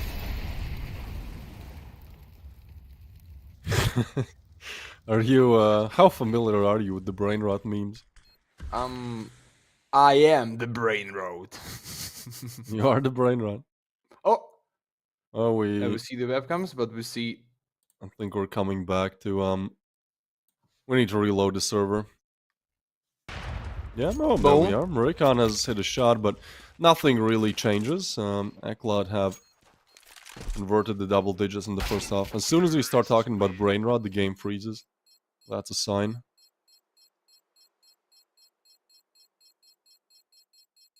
And that's a sign. Dieter just had like one good round and dipped. Like he just helped ECLOT secure a very dominant half, right? Like that was the tilting point where FORZE maybe could have made the comeback, and I think that 2v5 just broke them. So, yeah, it's funny. He got like, I believe, 4 kills in that round. So, I mean, that does his job. Nothing else is needed. You're up 10-2. Yeah. We have the giveaway. Let's go. Come on, let's get some. At this point, like, we've seen only trash for some while, so I'm really hoping for at least a purple here. Pink, pink, pink, purple. Да, да, Do да. I. Maybe just a bit part of something pinky on a night terror. And for 1S, but it looks like more red or blood. Congrats with this one, guys. Unfortunately, not the purple, not the knife, not something red, but I hope one day it's gonna be. Oh, and we out with the replays, but we back with the pistols. How about this? It's fake by the Galaxy, guys. Only in our tournament. Even Observer can fake you out, so be ready for this. Here we go, second pistol, the last one on the dust. And a fast push long for the FORZE reload. Mangoose with the info, with a smoke to find a good place. Waiting for the boys. And Kusmi, that is bad stand, just in the front of the whole squad in the mid side. Come on. Give them too much damage for free.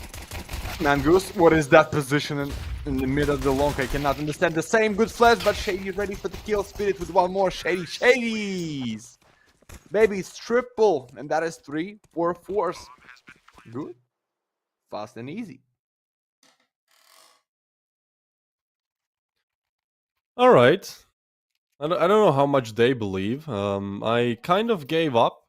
I did, I'll be honest, but look, if they can get themselves, if they can win the first rifle, like that's where I'll start considering this being a possibility. For now, I still think like ECLOT, you know, they're no strangers to dust. It just takes 3 rounds.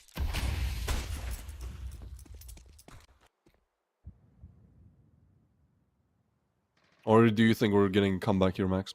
Uh-huh. We don't know what's gonna be in the FORZE. I think they can win even this round. Okay. They have 4 C. It's a nice 10 with a damage. And that's give out more. Yeah.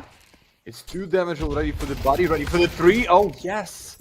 Mate, I told you. It's gonna be round for them. But I see no nades and no defuse kit. So that's why they're going for the safe. Nah. That's the deal already behind the fire. Wanna find this kill. Mikey. Quickly is you. Cookie style kill? You like this? Oh! Cookie style. Cookie style. It's gonna be Mangus to get the frag. Mikey, there you go. That's the jump shot that he was looking for. And FORZE, they just can't keep holding on to this bomb site. Bam! Detour will deliver a headshot. And I think you can see in the face of Kusmi there just how kind of tilted FORZE are in this one. That's a beautiful round. And ECLOT, yeah, they're just gonna be finishing business here. Oh, yes, baby. Guys, even you see the main 4 is pushing for the long side. They know about the scout. They understand we just need to find the one more kill. But mate, when the scout give you 3 shots for the 3 different body, that is like the few bullets in your burst with the MPs, even with the CZ out or 5-7. All work, that is easy work. Let's go for the map point, guys. Don't waste our time. We need to see the Anubis. And we need to know what about the next stage for the ECLOT or for FORZE. On the dust too, I think we understand how it's going on. Mango's gonna open. Dieter's gonna take the whole B side after he for sure dodged the flash, but mate, dodging is for too long. Double in one line. There is one more. That's the quadro by Dieter. Nate. 4 kills for you. You're welcome. My point, gentlemen.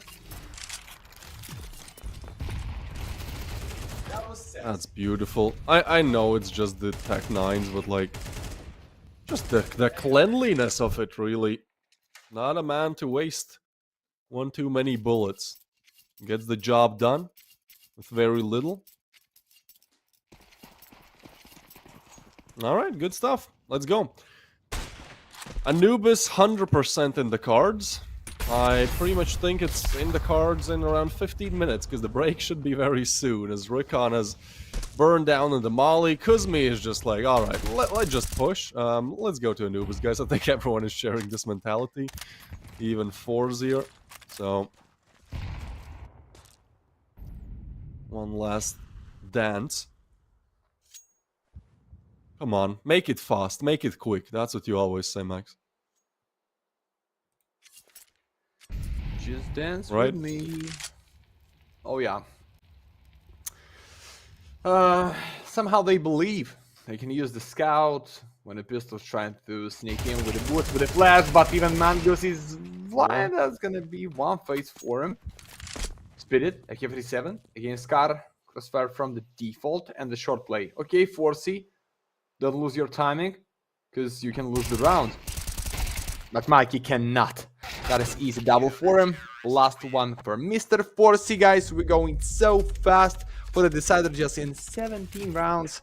And ECLOT with the win. We see no round almost for the FORZE on the second side, because that is just no option and no time to get yours. Who's gonna be for the most valuable, Davis? I think it's Mr. Mikey, Mr. MBQ. I think we should be giving it to NBQ. I found out it's pronounced Nubik the other day. But we'll be giving it to Mikey, which I think, you know, fine. He has the most kills. Nubik actually only 7, so he completely stopped. Like, he was, I believe, 7 and 3 or something. Yeah, I don't know what happened there. Almost But yeah, it's gonna be Mikey. I mean, well deserved. 20 bomb right, 114 ADR. Feeling happy about it? Should be. And we will be going to map number 3, that being Anubis. That's a map where currently ECLOT have 75% win rate, so that is pretty much one of their better maps, actually their best one, win rate wise. And for FORZE, well, not the best win rate, only 33%, only 6 times they've played it, but they did actually win their last 2 games on it. They won against Spirit Academy, and they won against Partisan on Anubis. So I think there's still a chance, even given the bad win rates. It just depends, can they bounce back mentally, because Dust certainly was a destruction of that realm. But we'll be going on a break and returning with Anubis. See you guys on the other side.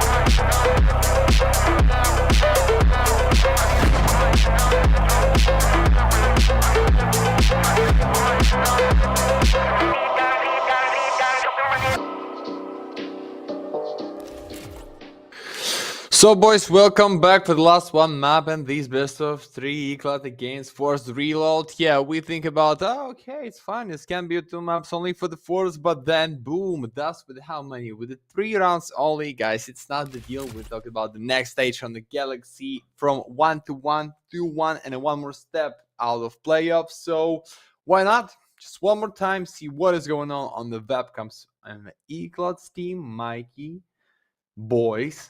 I like that's the FORZE still in a great mood. Like they think, okay, it's not more experience on Anubis than our opponent. We lost like in 3 rounds previous our pick, but it's fine going till the end for today. I like this.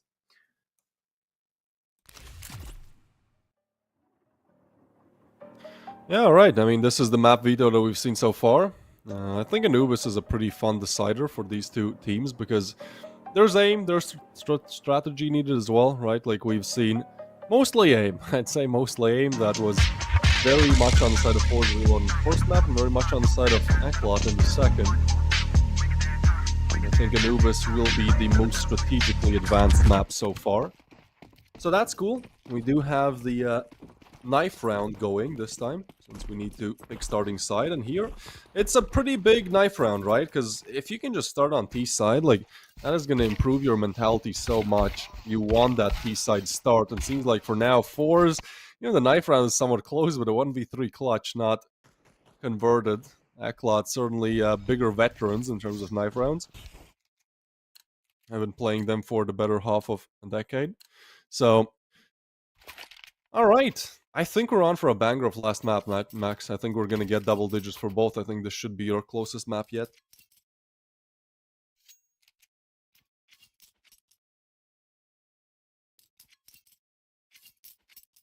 Max? I'm switch off the mic as always, guys. Come on, go in with the pistol round. Yeah, I'm ready. I hope for ECLOT it's the right choice.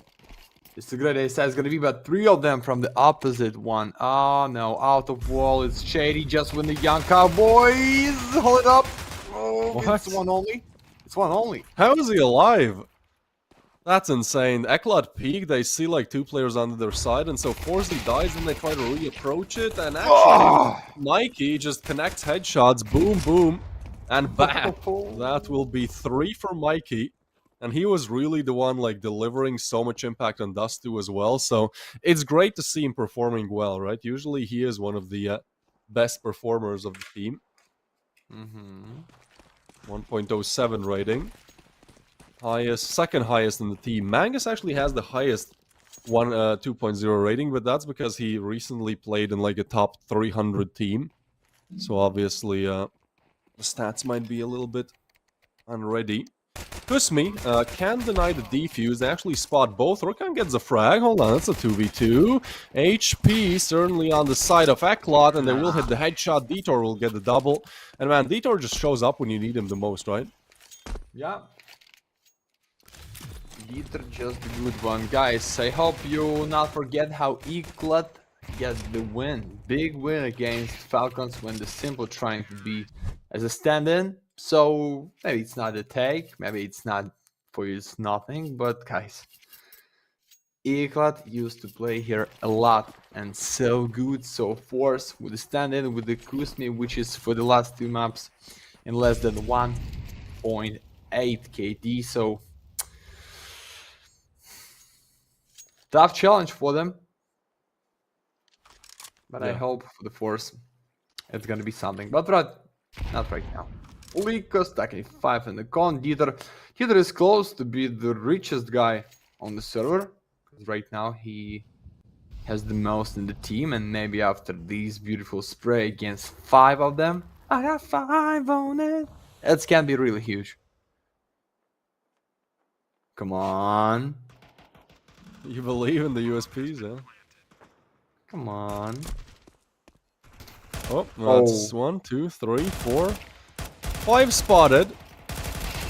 And 2, 3 taken down.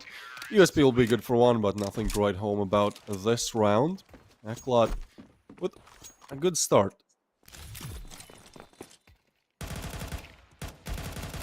Oh yeah? I want to see some guns. Just like even on the paper, we understand. Should be for ECLOT, but I need to know what's the FORZE prepare to us in the defense and for sure on the strongest side. But right now it's FAMAS and MPs. And okay, enough. Prepare of the fuse kits, it's every time enough. But what's the stand? Two on the B, one on the mid, two on the A side. That's the nice Smolly and almost pre-fire for the Rexy's face. Mikey's so close, but I think Mikey's still with no info.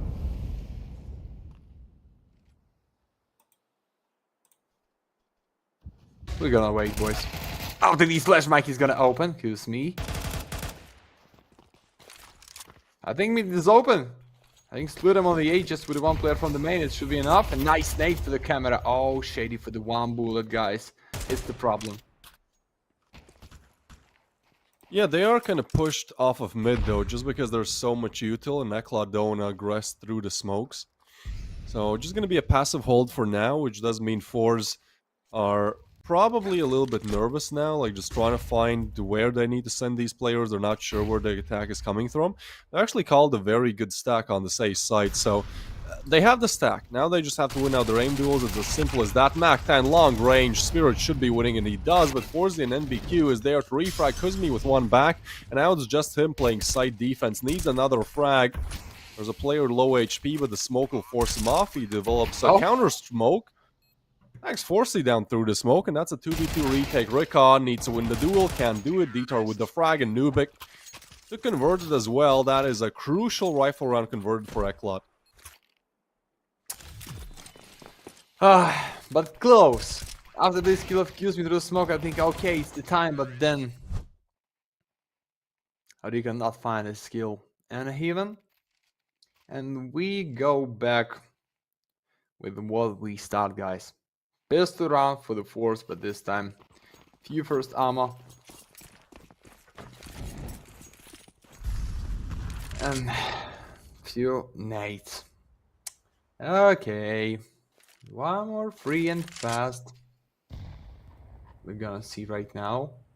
Or something unreal lace to lose it on the B side by the boys. Nice pick for Kuzmi.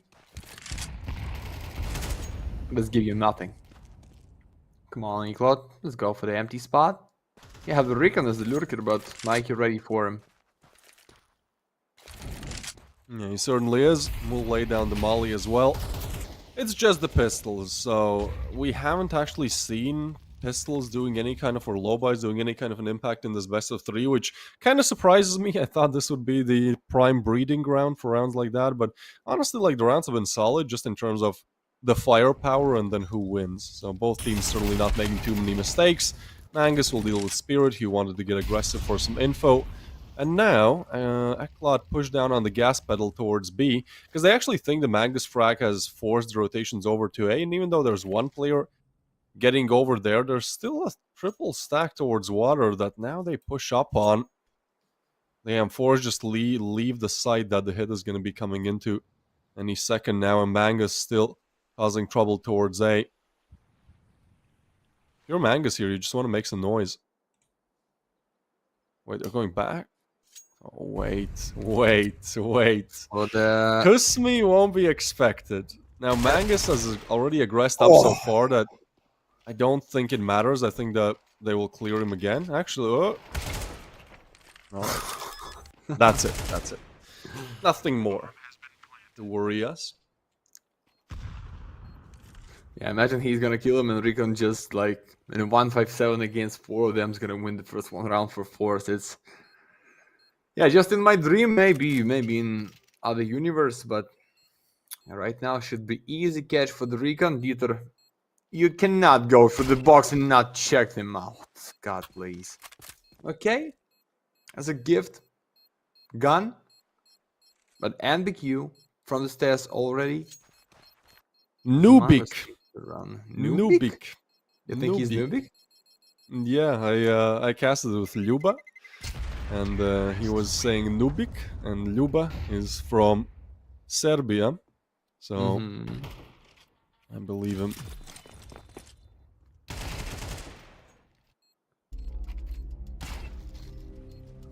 Tactical. And for sure foot, not the ECLOT.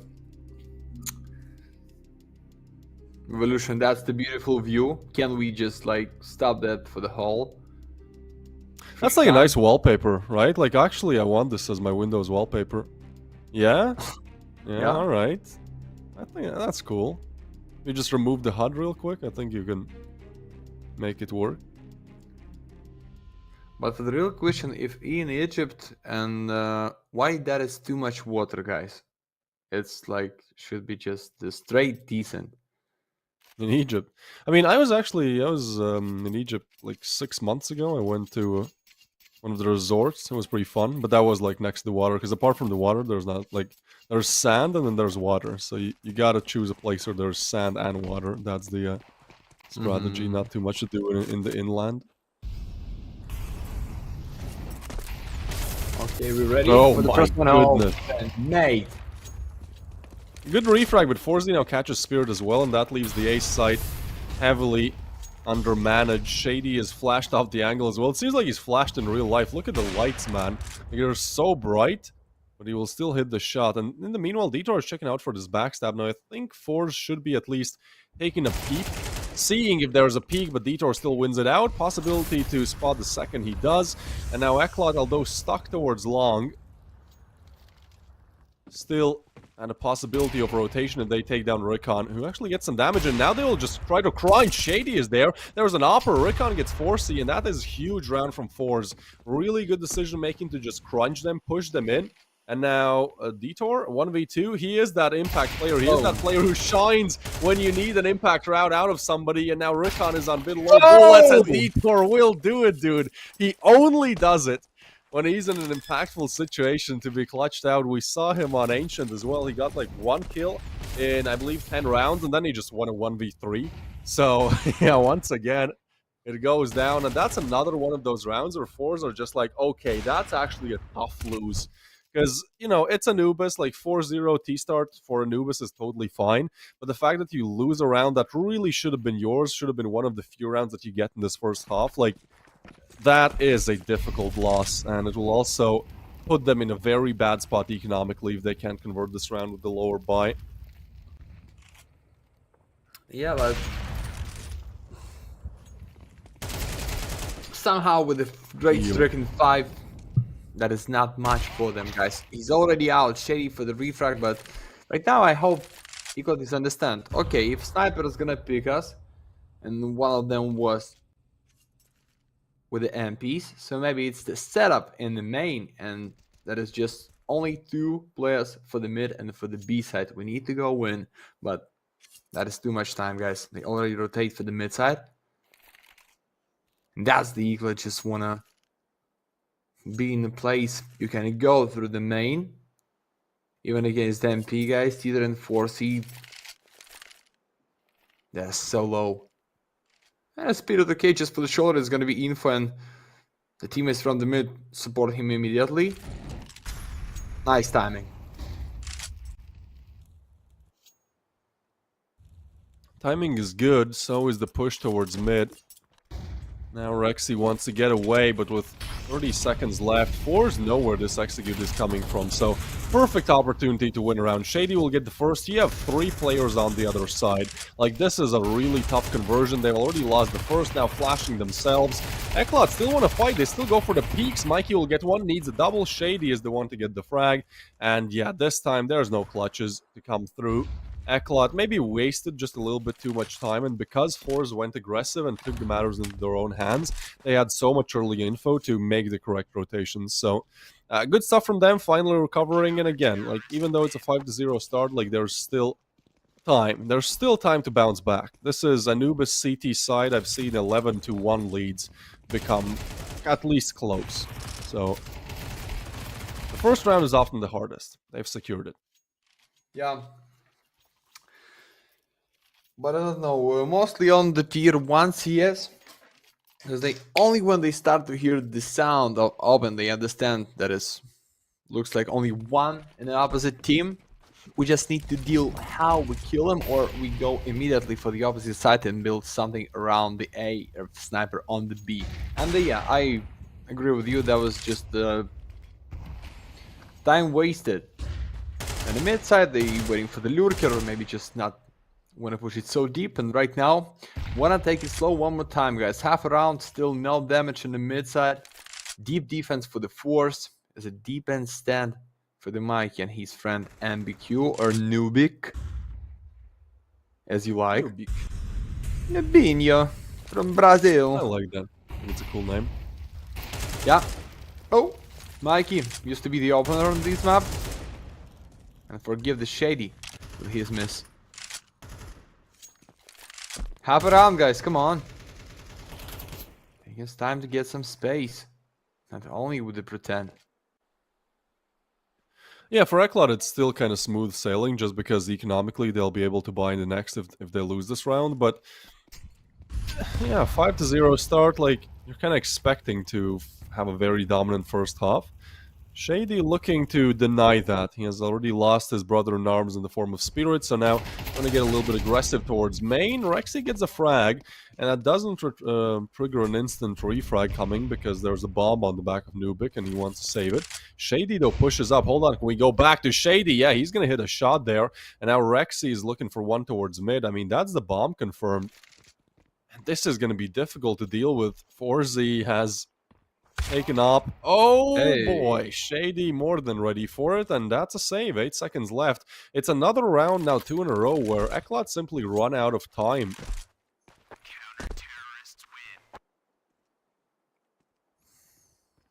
That is just like one more time. Too much you on the one place only, guys.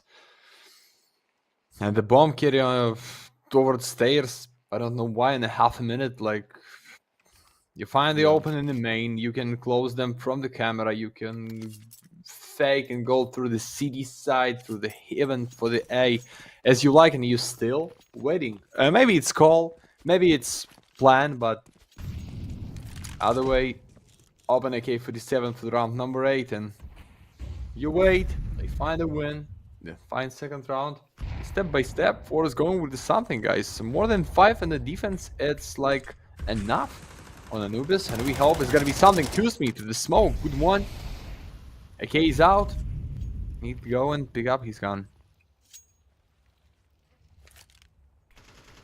I think an interesting fact here is that, like, they make this comeback after they lost that 1v2 to Detour, which, like, they just played badly in, right? So I think that's pretty cool, right? Like, they somehow just developed this ability to bounce back in a game when it seems like you've been destroyed in the previous. And now, yeah, player advantage, 50 seconds to go. ECLOT want to get a quicker pace this time to get on the side, but there's still only 2 pistols, and this double setup should be just the aim converting it. Oh boy, they miss. Kuzmi gets the first, Recon now gets another. FORZE will force the refrag, but 2v4 with, again, all the rotations being in place from FORZE. Oh. That's good stuff from them. And, I mean, no util in that round as well. Like, that's a pretty bad round from ECLOT, simply because they walked on site with P250s and were like, okay, well, let's hope we can get the bomb down, guys. There wasn't really too much thought put into it, it seemed.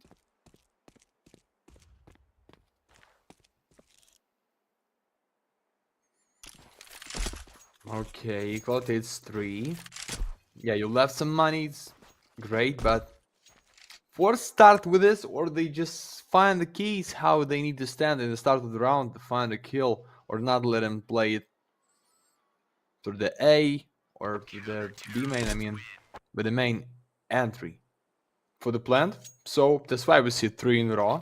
It's not like round by round, it's just still 3 in a row. And we see the main carry of FORZE. Spirit cannot find his best way to play, but Shady with a 2 KD, and the guys like here to support. I like this. Only Spirit need to switch on, and trust me, boys, it can be something for FORZE. Even everything for the favorites by ECLOT this time.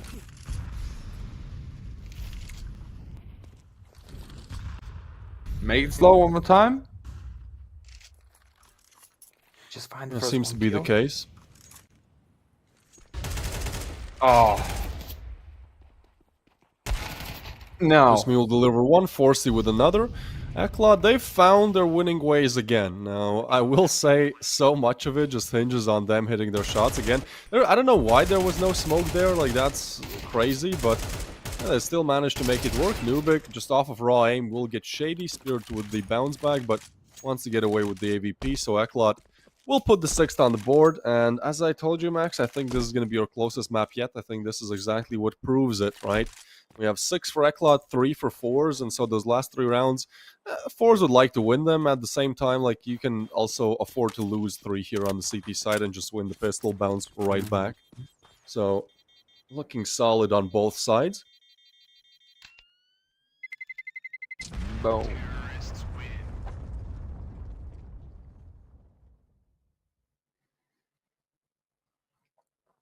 Use your guns, guys. So, what's the replays there?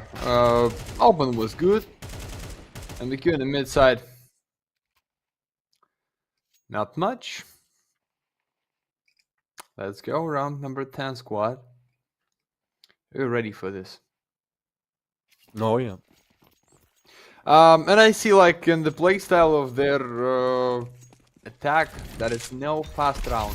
Yeah, they can get this close and then find a kill in Mikey's just with a molly, because they give them too much to the back.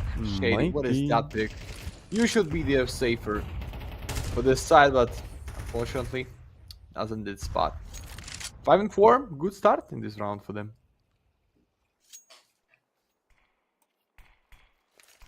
Yeah, for sure, man.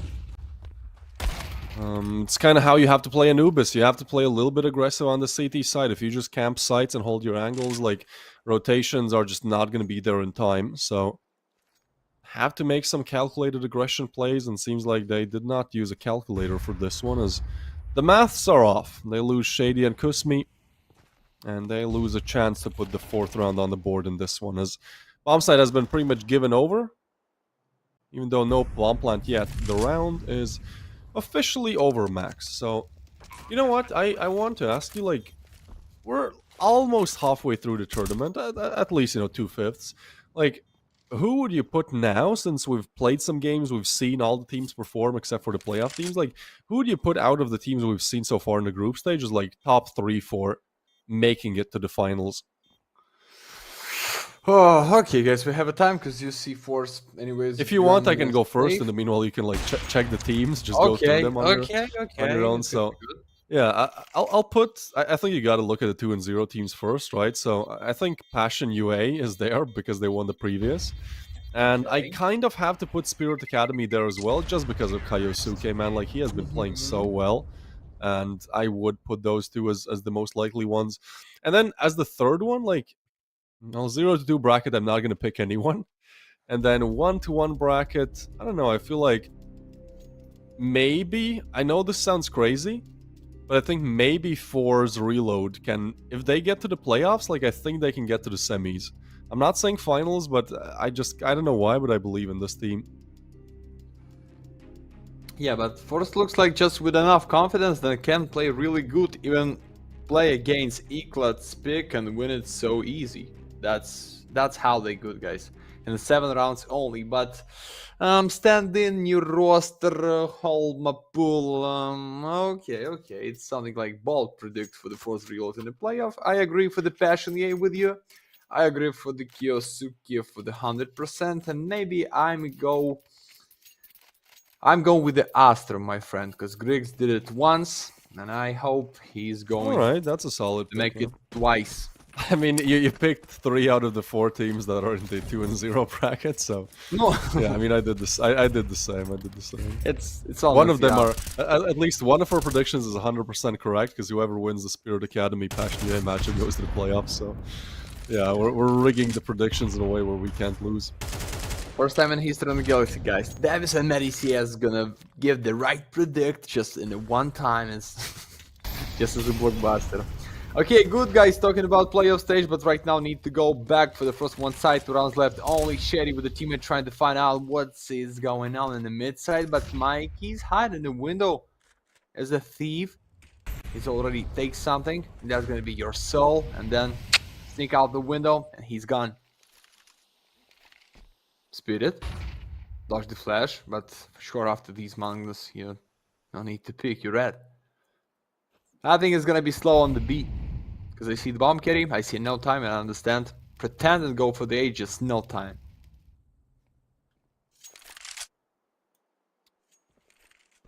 You know what? I think FORZE win this last map. I'm gonna put them there. Even if, like, ECLOT win these last 2 rounds, I don't know why I think they're gonna be making a comeback here.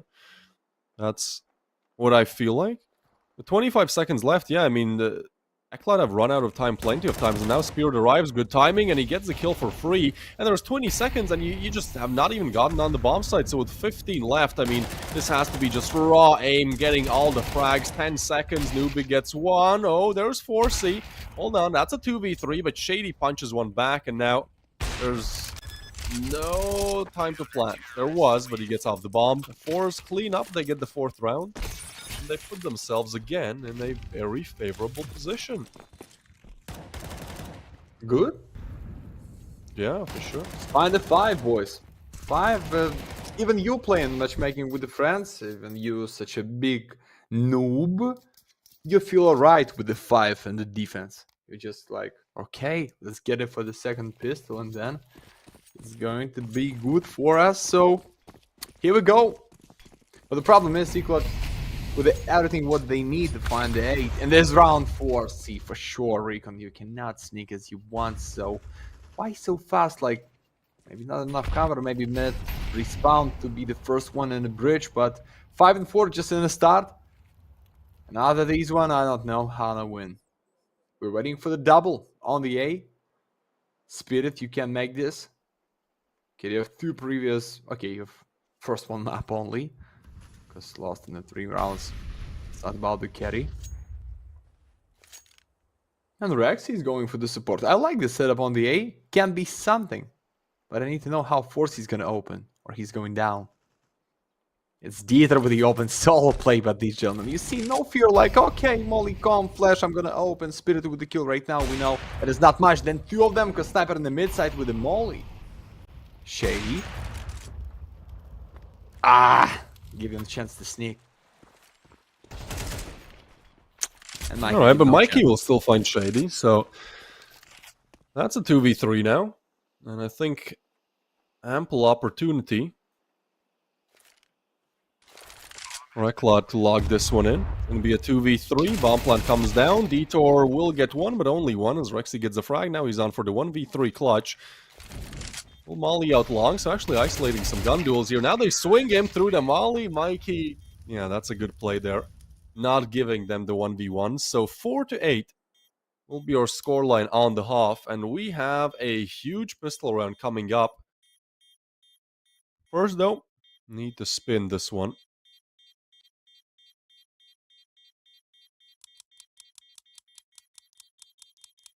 Come on, come on, come on, come on, come on, come on, come on. Purple. Purple. Purple. Purple.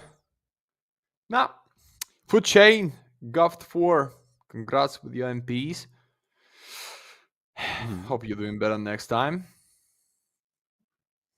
But it's fine. 8-4. So in short terms about the first one side, guys. Not enough spirit in the force, like enough sniper. Just start to play on the hardest side, and that's it. I think with the pistol it's still the chance. With a 9-4 it's too much, Davis. Sorry.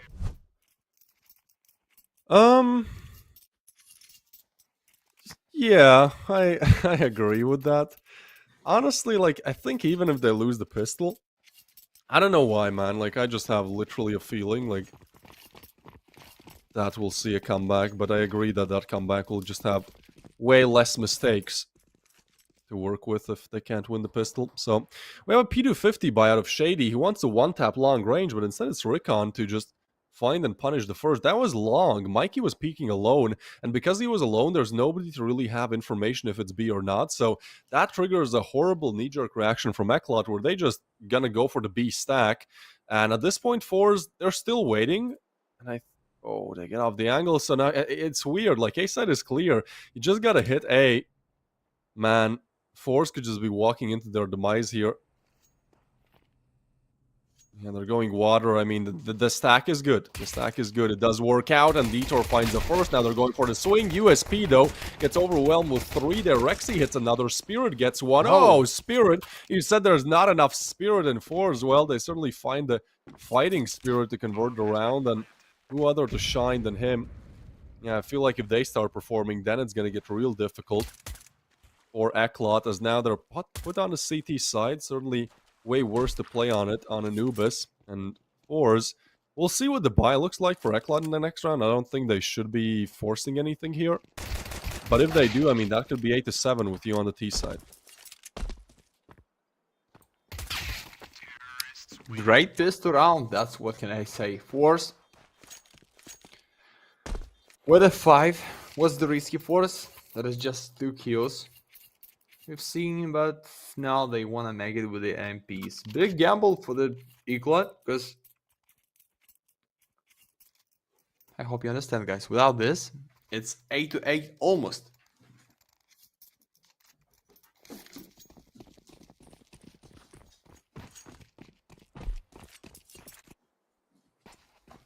So check in. 2 in the mid, wanna hide. Just wanna dodge some flash. And Mikey prepare one of them from the window. Okay.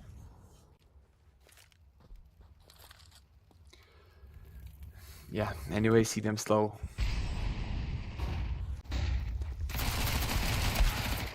Nice setup for the kill. They ready for this? Dodge the nade and go back with the K-47, or he just dropped down too far away?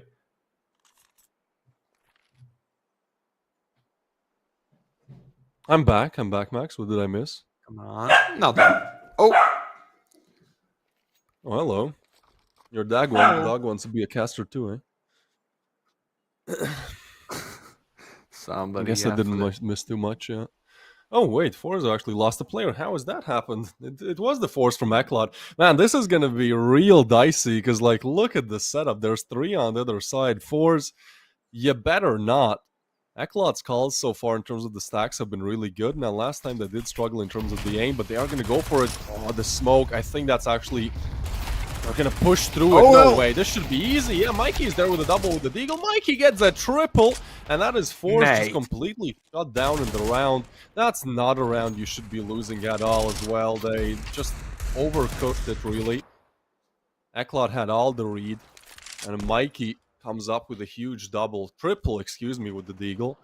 So, yeah, ECLOT's still showing them who's boss. And that's a horrible round to lose as well for FORZE now, because now they're the ones on bad economy. Right now it's going to be 5-10. Actually, it might be even... I don't know how much money they use, but, like, it could be that even going full eco doesn't help them. Yeah, that was the round for the game, man. Alright, I guess that comeback is going to be a lot more difficult now. This is worse than losing the pistol round.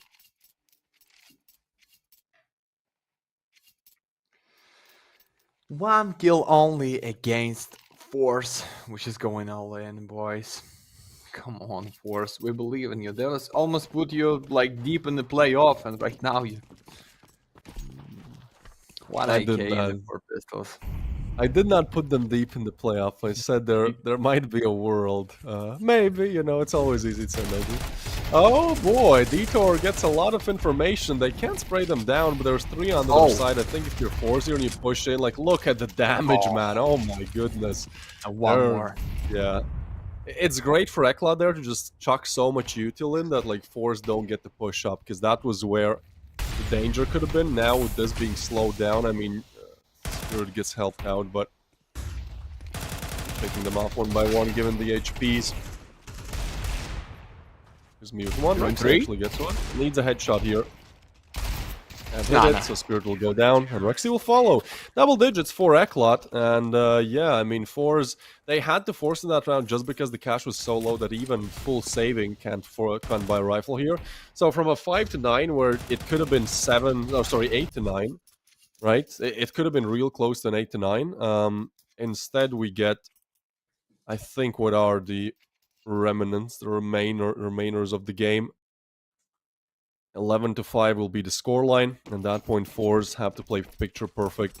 And that's just not... They've gotten 8 rounds in total in these last 2 maps.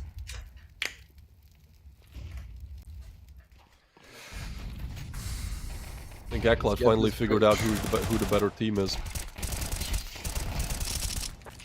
Oh, Alright. Yep. easy. Easy breezy. 11-5, guys. 2 left only. I hope you doing good with the math, so you understand. That is not much to buy for the next. Yeah, plus here.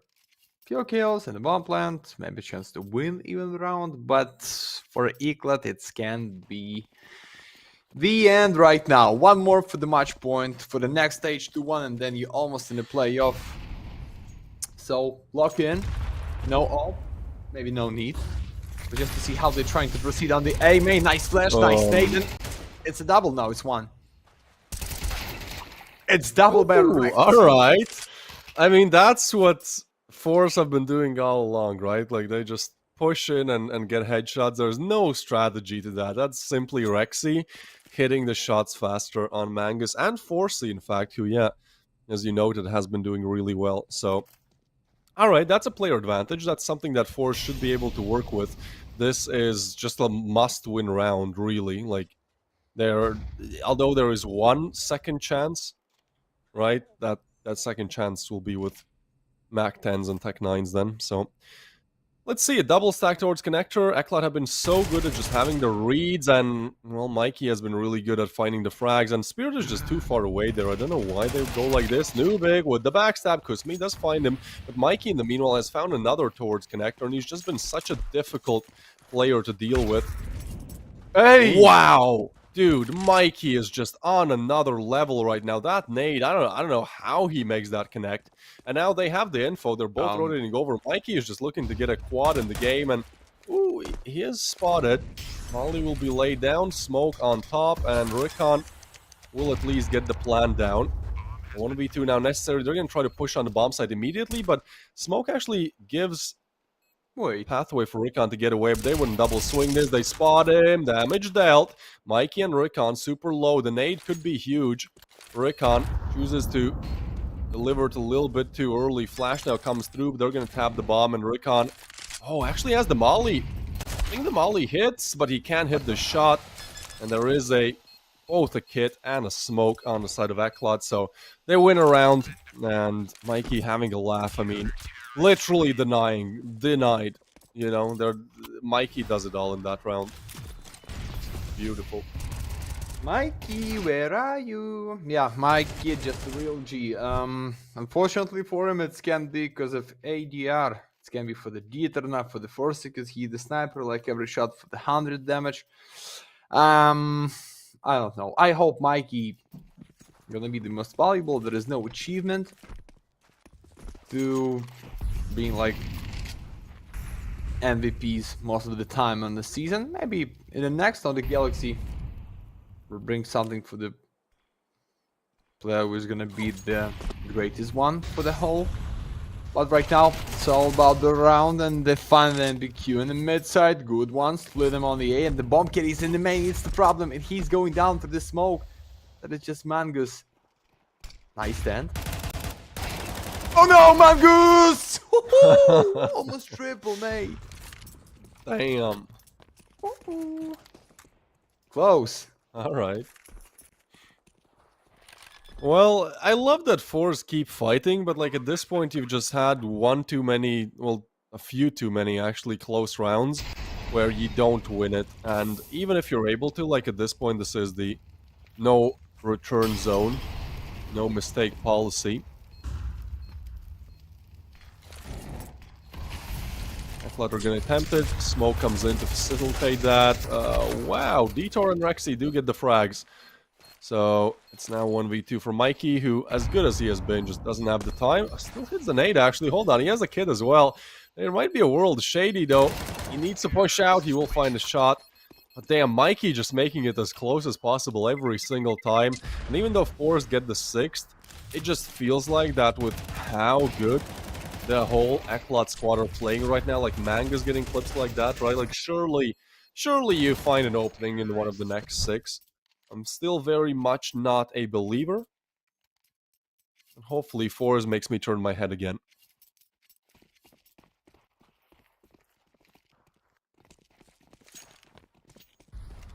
6 in a row, guys.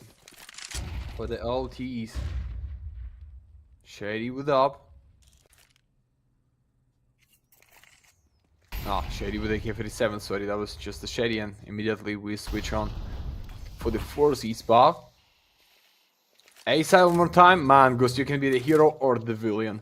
Depends on how you can close with this. Spraying is just almost with a double, but it's only one.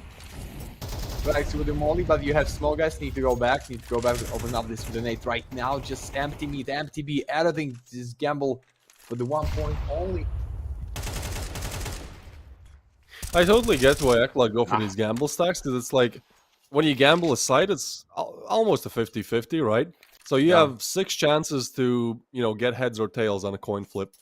So, like, obviously, I think, honestly, this is gonna sound stupid, Max, but hear me out. Like, what if they just instantly stack the bomb site for the remainder of the rounds? Like, surely playing like that, unless FORZE figure out that that's what they're doing, like, surely if you just 5-stack a site, you know, at one point they will go to your site. It's a 50-50. It's a 1 out of 2. I don't know. I feel like that might be the stupidest or the smartest strategy that you've heard. Alright, it's gonna be the execute towards A though, and there is someone else stacked there. That's beautiful from Dieter. Rickon and Shady do get 2 back, and now FORZE is low. He does have the op, and oh, Rickon, wait, he has the bomb. We'll drop it over.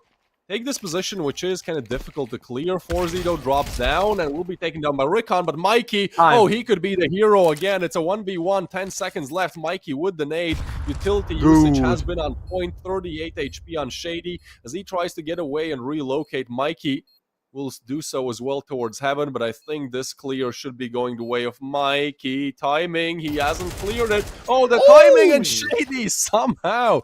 That's insane. That was a game of a margin of pixels, but it does go the way of Shady. Mikey started with a beautiful nade and ended almost with a great clash, but no, Shady with a nice stance, nice hide. It's 47. What's the money, Colin? With half of your loss bonus, guys, you make the full eco. Let him find the 8, and step by step, we believe in something as the ulti on Anubis. I don't think so, guys. Sorry, I'm still with my predict. So it's, as I said, 2-0 for the FORZE or 2-1 for the ECLOT, if I'm right. Before we're going for the dust, so something like this it should be. I hope. What would the devs to just sit here for the 1 hour more and end this like 22-20? Who knows? Gamble for the B side with 1 flash with no lurker, so they not even know. This can be huge surprise from the main side right now. Okay, walking around.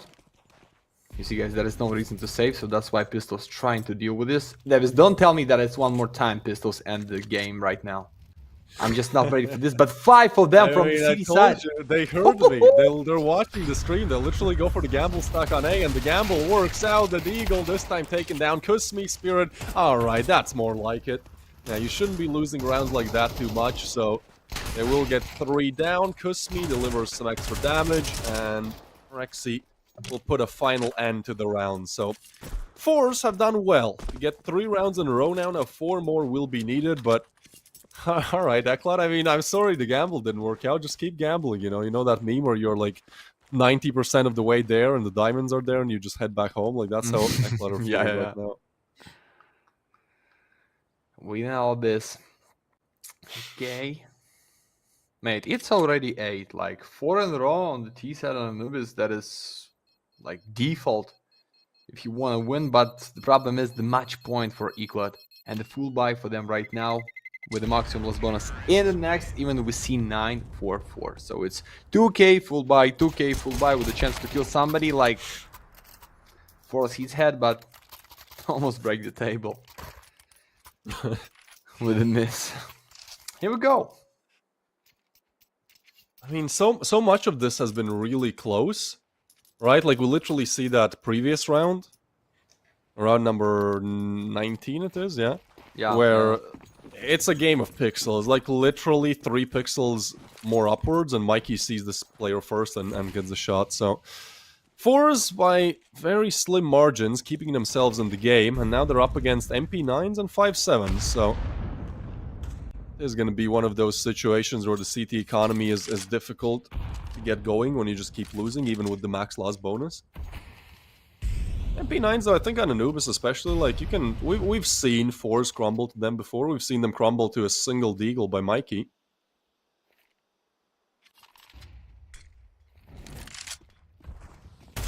No. Oh. He's out. Shady's out too. No, guys, not like that. Oh. 10 MPs and the bomb is laid down at the same time, mate. They wanna just lost it like. Oh, and they're pushing up, though. Rickon sees it. Double swing, though. And now an AK has been retrieved as well. Mikey doesn't even get to put it to good use. Nubik now low. No way he still gets a frag. It's just Kusmi in a 1v3 with the deagle. But I think we can certainly say today the better team has been ECLOT. They finish up 13-8. And even though their mapping is so rough, you can see FORZE laughing it off at the end. Just took them some time to warm up.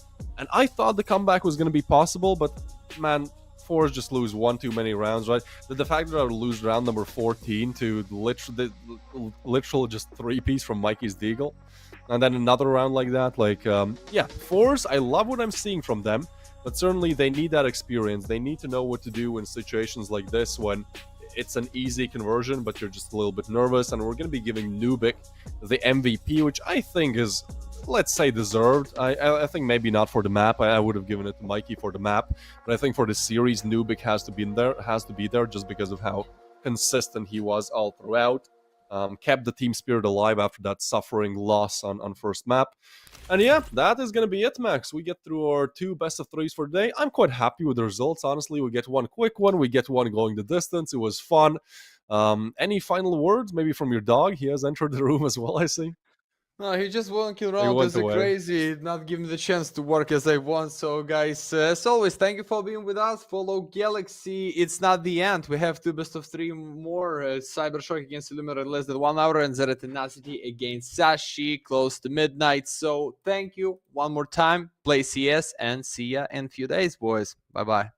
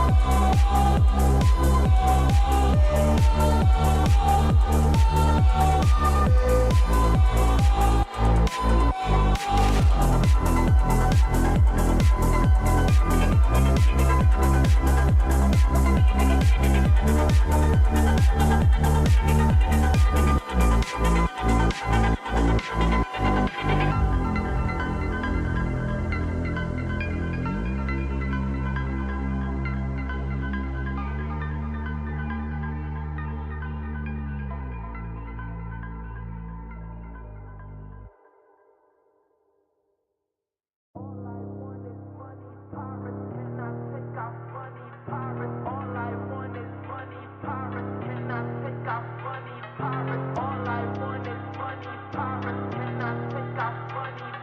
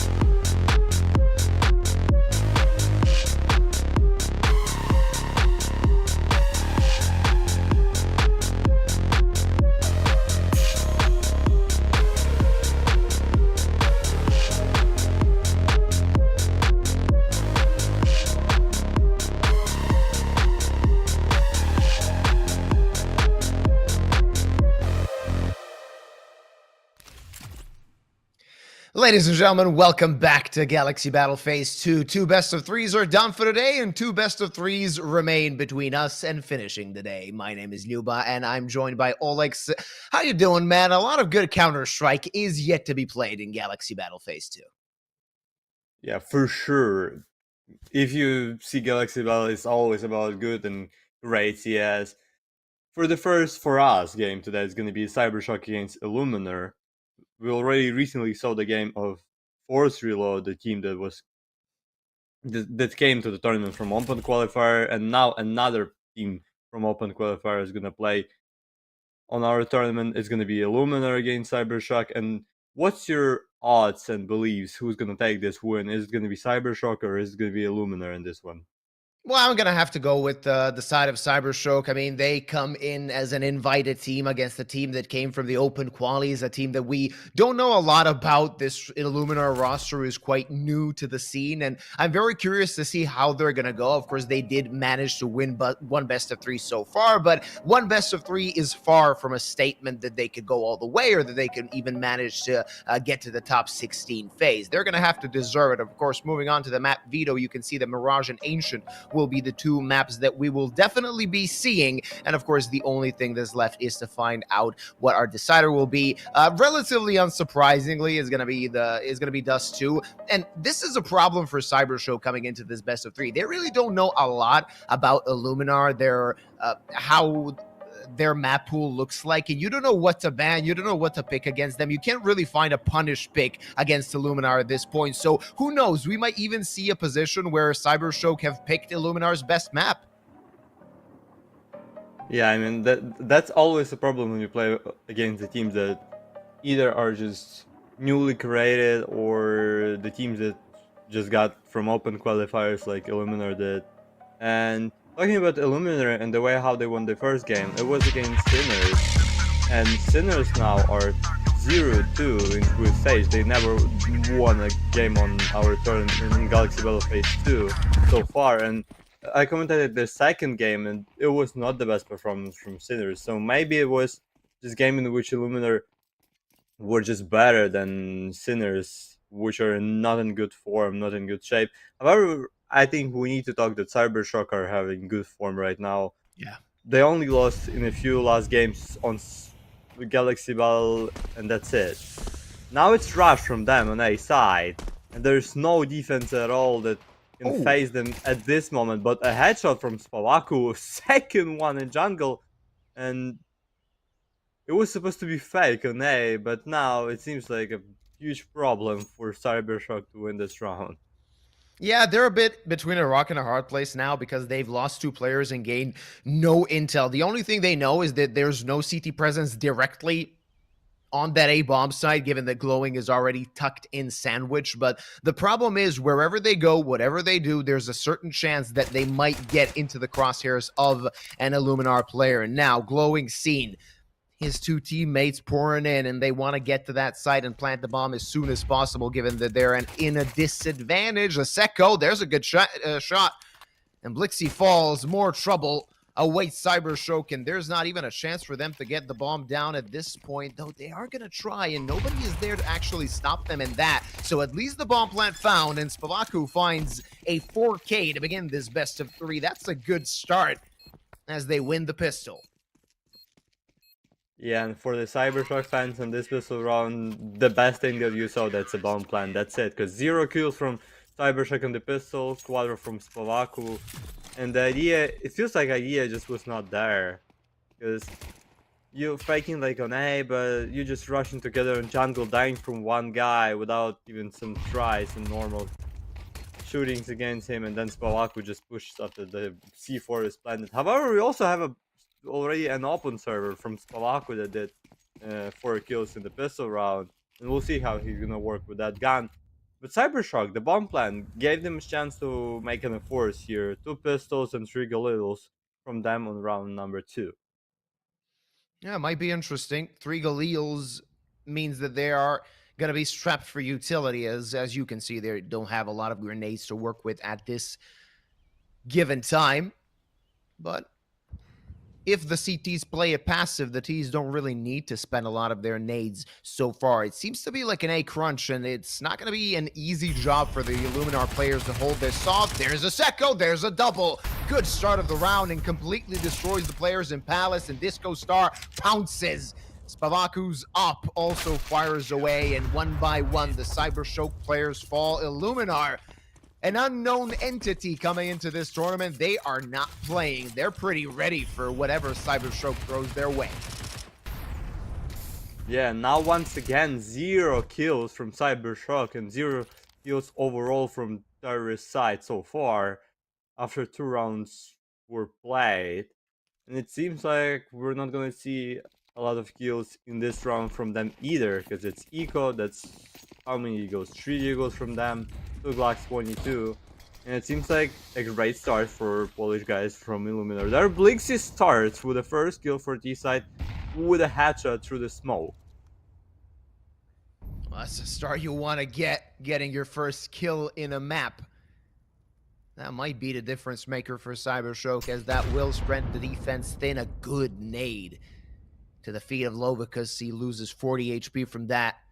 And just status quo for now. They're not deciding to do anything more aggressively so far. They have 3 Eagles to work with. Nothing more than that, but if they find like one more headshot with those digs, could completely change the tide of the round. The T's, or rather the C... Oh, continue, be able to pick up maybe the AK or something like that. There's gonna be a chance for them. I mean, not the AK, just some gun from Illuminar body. That could be of great use. Of course, that first gun out of their grasp so far. They can't really get to it. Might get a chance, though, as it is in connector. So they could scarper that rifle, and Blixie does so. Naughty Neki loses a lot of HP, 17 left on him. And they're ready to split towards B, though the CTs also have gathered on that part of the map, and they are ready with a lot better weaponry. The attack quite slow, and they've decided to change their minds. They're going to go to the other site. Pele finds the first frag, and now Phenomen, first point of contact. He should die. The CT's not even close. Though, I expected a Seku on the quick rotate. That did not happen.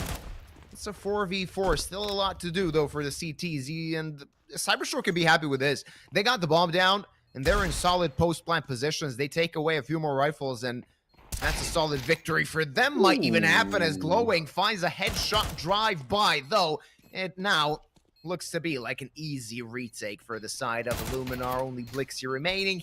They know rather his position, and he can't stop this defuse. It's going to be 3 rounds for Illuminar, but they let a lot of resources go to the way of CYBERSHOKE. Yeah, with a bomb plant twice. To be fair, one was planted by CYBERSHOKE in the first 3 rounds. But however, at the same timing, Illuminar were getting some economy for themselves. As we can see, Disco Star with a 5k, Ahecho with a $6.5k in his pocket. And now we can see an op from CYBERSHOKE Phenomen Opper. And only 2 kills so far from CYBERSHOKE overall in this 3 starting round. Maybe there's gonna be a round win. That's already huge damage against the guy in window, minus around 40 HP with the nade. Good start with the nades from CYBERSHOKE at the start of this round, but it's not 40 HP is not enough. You need to give more, you need to shoot against them, and need to get the headshots here. Absolutely. Illuminar playing it quite passive on the other side. CYBERSHOKE dragging another round out. Just trying to get map control as much as possible. Of course, that incendiary will slow them down just a little bit. Not too much. Smoke on window again. A counter smoke coming from Disco Star. That's going to keep the T's at bay for a while. Still yet undecided is the side of CYBERSHOKE where they want to go. They collected a lot of map control, but not more than that. They're going to need to find an entry toward one of the sites. And Spavaku, that's a quick shot with that op, and there's Pele as well. They find the double. They find a 2-man advantage, and Pele finds the third. Phenomen and Lovicus only ones that remain, and Lovicus couldn't finish the guy off. They know that this round is done. The bomb nowhere near them. They can't fight this. there's not a chance with so little time left on the clock. They would have a lot of angles to cover. And look at this, Furlan, the most experienced Illuminar player, struggles to take care of Low because I expected him to relieve another rifle out of the hands of CYBERSHOKE. That did not happen. But still, 4 on the board for Illuminar. They're going to be quite content with this. Yeah, even experience for Furlan did not help to get that kill, but to be fair, I need to be frank with you that CYBERSHOKE in those 4 rounds, all I saw on map and what I saw by their decision and movements, they always undecided where they're gonna go. You remember the pistol round, it was fake, they just together pushing jungle, dying, then they were saying on B for some sort of time, then rotated A and still lost the round. And it's always undecided situation for CYBERSHOKE, and this round it also felt like they mostly were supposed to go B, but it was just Spavaku getting the first, and then it just was 1-by-1 pick, in which CYBERSHOKE lost all of the fights. And you cannot win alone, you need to go somewhere together if you want to get the win. Absolutely. They're going to have to learn from their mistakes, and I would say they're going to have to do it quite soon. You don't want to give a lot of confidence to a team like Illuminar. Of course, they don't have a lot of experience on their roster. Save for Furlan, of course, he's been in the scene for more than a decade now, so he had his ups and downs in Polish rosters before. But you don't want to give them a chance so early. You want to bite them as soon as possible and really not let go. Find a way to extinguish the flame of Illuminar. So far, that did not happen. Illuminar quite confident on their CT side so far. Lovic is finally an entry for the side of CYBERSHOKE. They have a +1, and now they can dictate the tempo of the round. And now there's also a chance for Natinaki to get an entry, because Hedge is playing in close position. Maybe you can get him off guard with that molly in hand, and get a second kill for yourself in this round, making it a huge advantage in situation 3v5. But now CYBERSHOKE needs to take some decision. They're gonna go into the smoke and connector. However, there is another one in front of them with second coming from CD. Maybe that's a time to push. Yep, Logicus with a huge headshot against Furlan, and Hatcher is the only one inside. And they get only one kill, then Spavaku from City gets an only one kill. 38 HP, and he needs to back up. He needs to back up while Bomb is playing on A side from CYBERSHOKE. It's gonna be 2 against 3 retake from Illuminar with the defuse kits only for Spavaku, and it seems like they're not gonna go for it. They're just gonna save an AK and op. Yep, it's just gonna be a save by Illuminar. Should be the first round for CYBERSHOKE in this game. It is going to be the first round for CYBERSHOKE. A bit more confidence toward their side, but Natinaki, he's not going to let this up. Get saved so easily. Timing for Spavaku just saved him. Oh, as I said that, he falls, and so does the op. Pele is going to try and retrieve that sniper.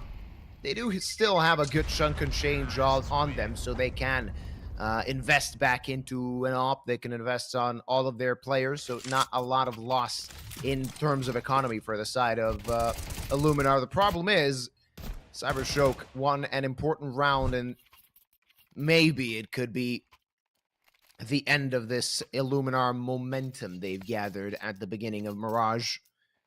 We're going to find out, though. Both teams in this round don't really have the luxury of losing.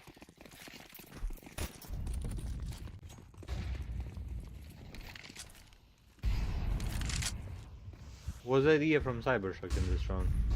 And just look at that. Like, to be honest, they played almost all of the rounds starting from B side or either close to B. It's gonna be just B push, and there's no defense players close to it. It's just one in kitchen, one on short, and that's a problem because there is a first kills for CYBERSHOKE, but only one, and after that Spavaku gets a kill. Some of his teammates got a kill. It's 4v3. Yeah, bomb is planted, but still a disadvantage for boys of CYBERSHOKE, and Lovik is the last one to survive against 3 enemies at this moment. Needs to get a fast headshot, but nah, it's gonna be Spavaku with a triple to finish this round and take another one, 5th for Illuminar on this Mirage. They really hit the ground running. Save for that previous round, they did lose. They're doing quite well so far, finding a way to get an early advantage. Spavaku really crisp on that up. 10 kills already in 6 rounds played.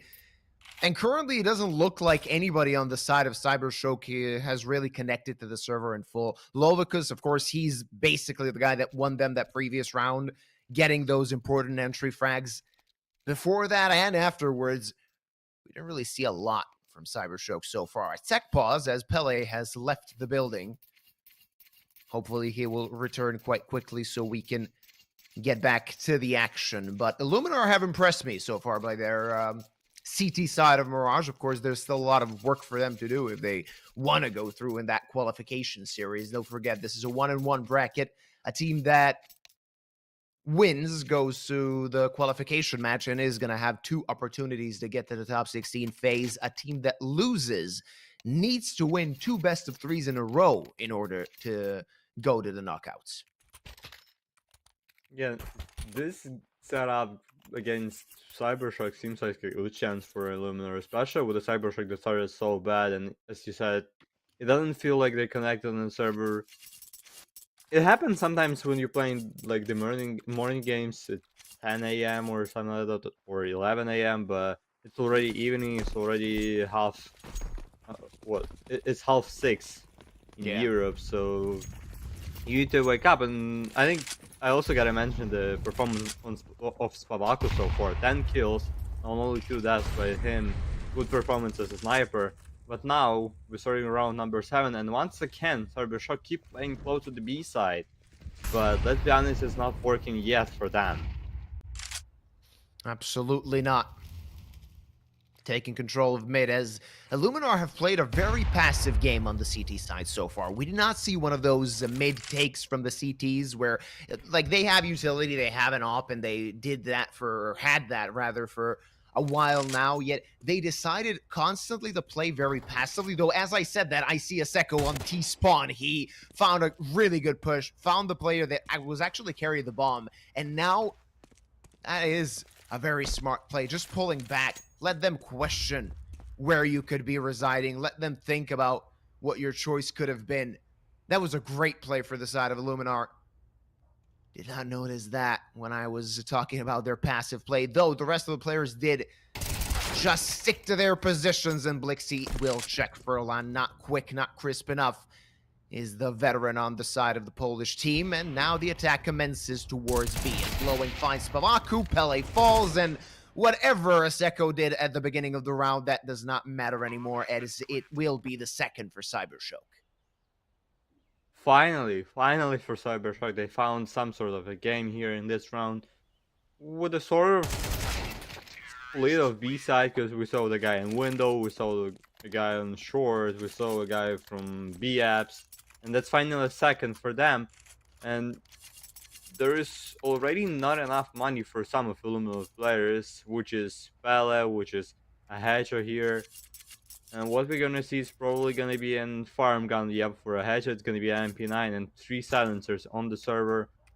And 1 pistol ready for Pele after a good streak for Illuminar of rounds. And if not now, then when for CYBERSHOKE to come back here? Exactly, but this is a good start, 1-for-1. That's actually pretty good for the T's, as they are going to relieve some of the players on their site-holding duties. And after that first contact, they decided to disengage. They got a smoke in Palace, so they're going to have to wait. But Spavaku, he wants to play inside that smoke. What is he going to do? Is he going to go through it? If he does, he could be a dead man, as Naughty will just take his head off. In a 4v4, they needed to do something. They needed an info play, but the only information gathered that led to their teammate dying. And now a lot of trouble for the Polish side as the T's approach that A-bomb site. 2 defenders there in Disco, Star, and Pele, who only has a 5-7. Let's not forget that. So it's still going to be a very difficult hold for the side of Illuminar. Yeah, but at the same time, Pele has a good position with the 5-7, especially with the Disco Star making an entry. Pele was just pushing Palace, but it did not work well for him. What a flashbang against Disco Star. It's all about Furlan, who gets the first, almost got a second here, but misses a lot of shots with a silencer. Yep, and Phenomenon from the not the first time with the shot, but from the second, I believe it was shot from Phenomenon, gets a kill and make the score 5-3, which leads for CYBERSHOKE probably to get so close to Illuminar, especially with Polish team. They need to save right now. Yeah, it should be a save for them. Yeah. Not really a possibility of investing into a buy in this round that could bring CYBERSHOKE only one round away from tying things up, making them a lot more comfortable in this situation. Once you get a few rounds on the board on that T side of Mirage, you're going to be pretty happy with that. One P250 bought for Disco Star, and that's all she wrote. That's basically all they could do, though. Aseko, easy frag. He's going to get traded back, but still managing to find one kill, and that AK is still in connector, so could be of use if they can take down Glowing, and so they do. A lot of fighting now happening. 2 kills going to the side of CYBERSHOKE, but Disco Star pick up the AK, which is leaving his hands quite soon as Spavaku comes from behind. Might actually get a chance to find one, though his head's seen dink through the wall. And he really can't do a lot here. Doesn't even want to give CYBERSHOKE the $300 they get by killing him, which is going to go to the other side of the map. It's going to be 4 for CYBERSHOKE. Maybe the idea for Spavaku is here maybe to find that AK on short. But it's still a long way for him to go from under to short in sort of not a lot of time for him. Maybe he's gonna kill Blixie here. No, it's gonna be big Blixie finishing this round too with a 5-4 score, and that's already 2 in a row for CYBERSHOKE. And it seems like comeback is here, and CYBERSHOKE are back, but it's still, to be honest, for me, it doesn't seem so well as it was for Illuminar at the start. Not as even dominant, now, right? as we saw Eco, did you see that, like, it was still a situation in which CYBERSHOKE had some kills, they had some chances. If the guy with the AK on short could get a kill, it would be a tough situation for Illuminar at the end of this round, but for CYBERSHOKE at the end of this round, but I don't know. Still, they have more time to prove themselves, and a solid result so far on the T side is going to keep them happy. They found a way to kind of shut down, silence at least, Spavaku and Aseko that have been really hard to deal with so far. And the former just behind that smoke. They heard the ticks from the mollies, and he's quite happy to stay alive at this point, as now he can go back and reposition, wait for the attackers to get near the site. Though that's all a fake, that's all a ruse, as the T's really want to go towards A. Rather, Spavaku finds a double on short, and Pele is going to take the third one. Naughty-Neki, he's alone on the site. A quick rotate, though, from Aseko is going to mean that he really needs to find quick heads. Just faking the plant. That is going to lead to 1 frag. Still a lot more work left to be done. 2 nades are at his disposal, though Pele is quick, and from CT spawn he strikes, not letting CYBERSHOKE get to a tied result.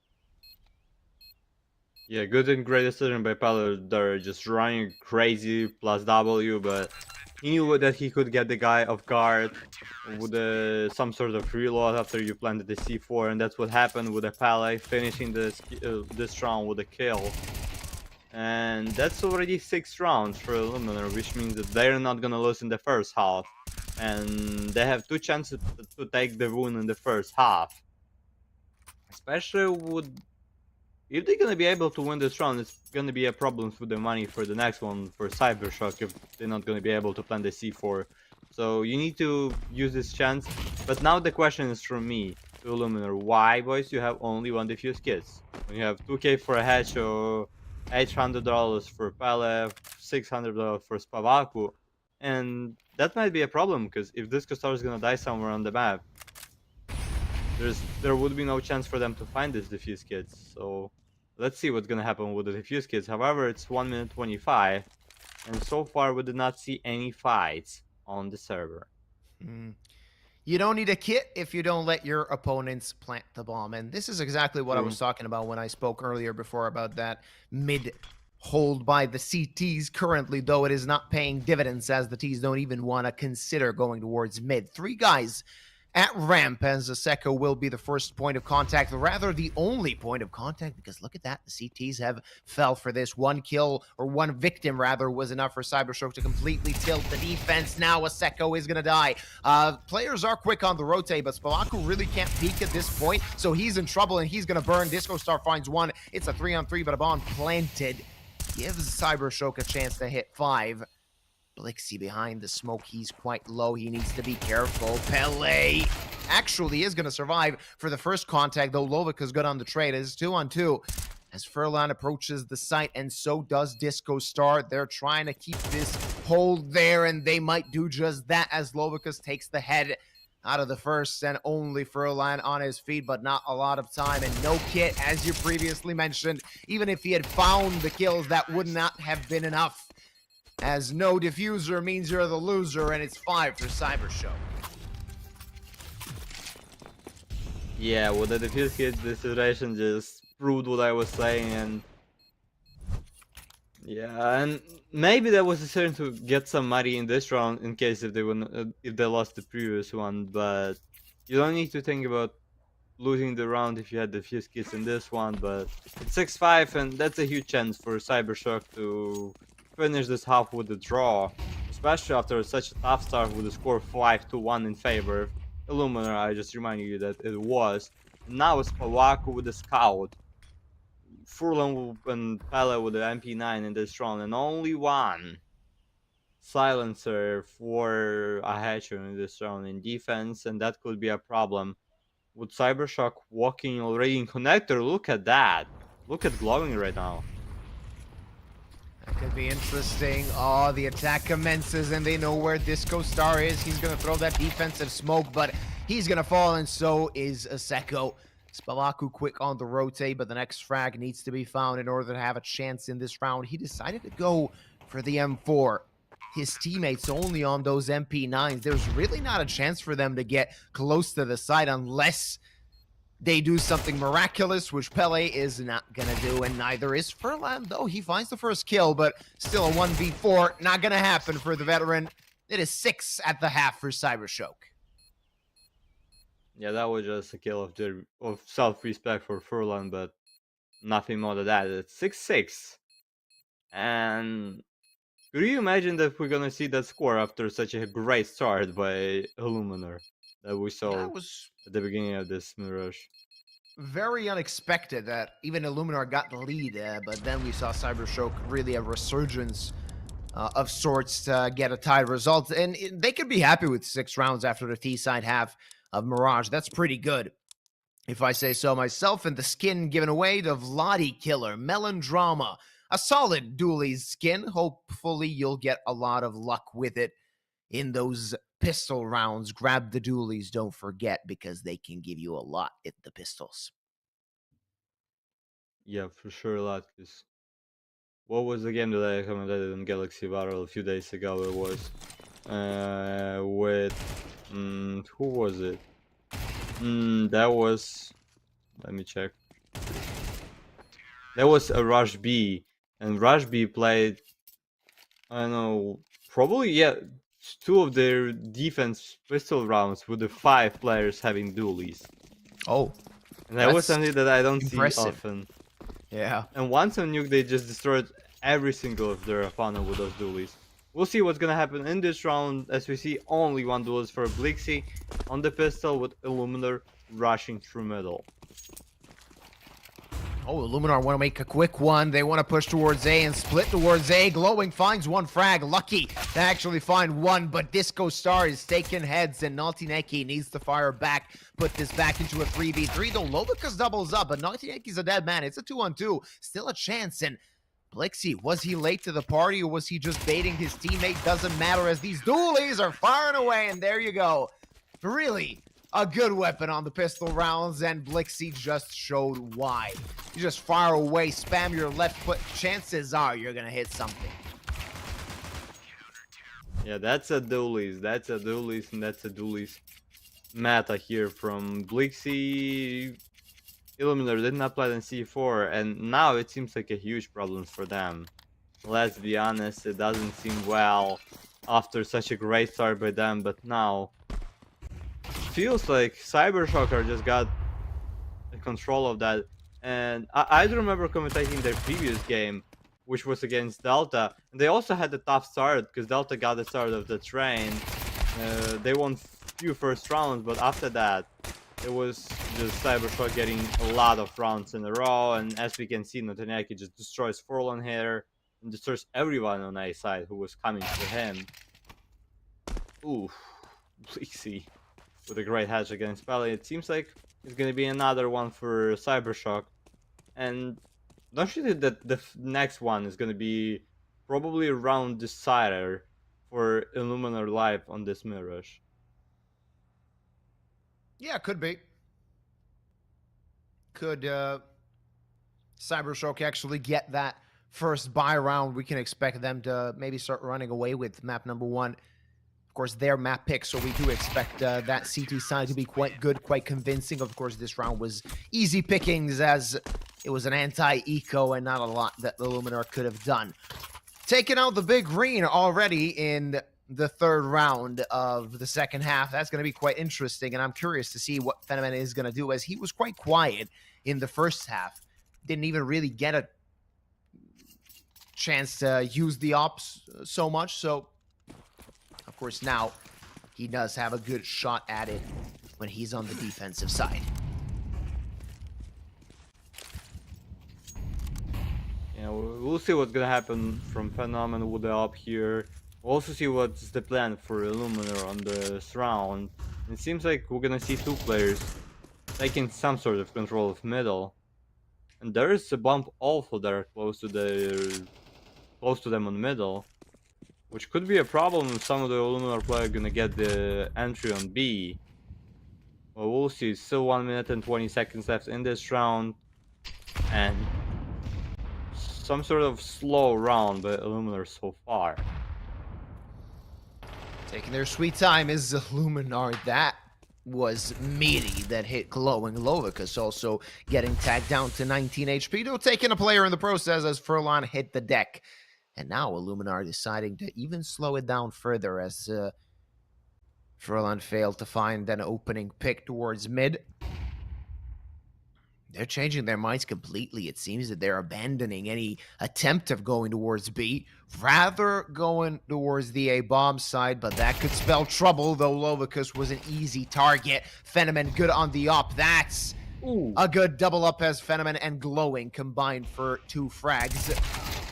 No, Glowing is going to fall right afterwards, but one more player residing on the site. That's Notineki. Phenomen finishing things off and getting 9 on the board for CyberShoke. It really seemed dire in that first half for CyberShoke when they had a big mountain to climb, rather a disadvantage to get back, but now it seems that they are hitting their stride and really doing quite well. Yeah, I mean, just comparing what happened with the CyberShoke in the previous game against Delta, how was the start there? They started their second map with the score 1-3 in favor of their enemy, but after that they just won so much round that the game finished with a 13-6 score. And now it seems like it's a case in this one too, because Illuminar lost probably the most important one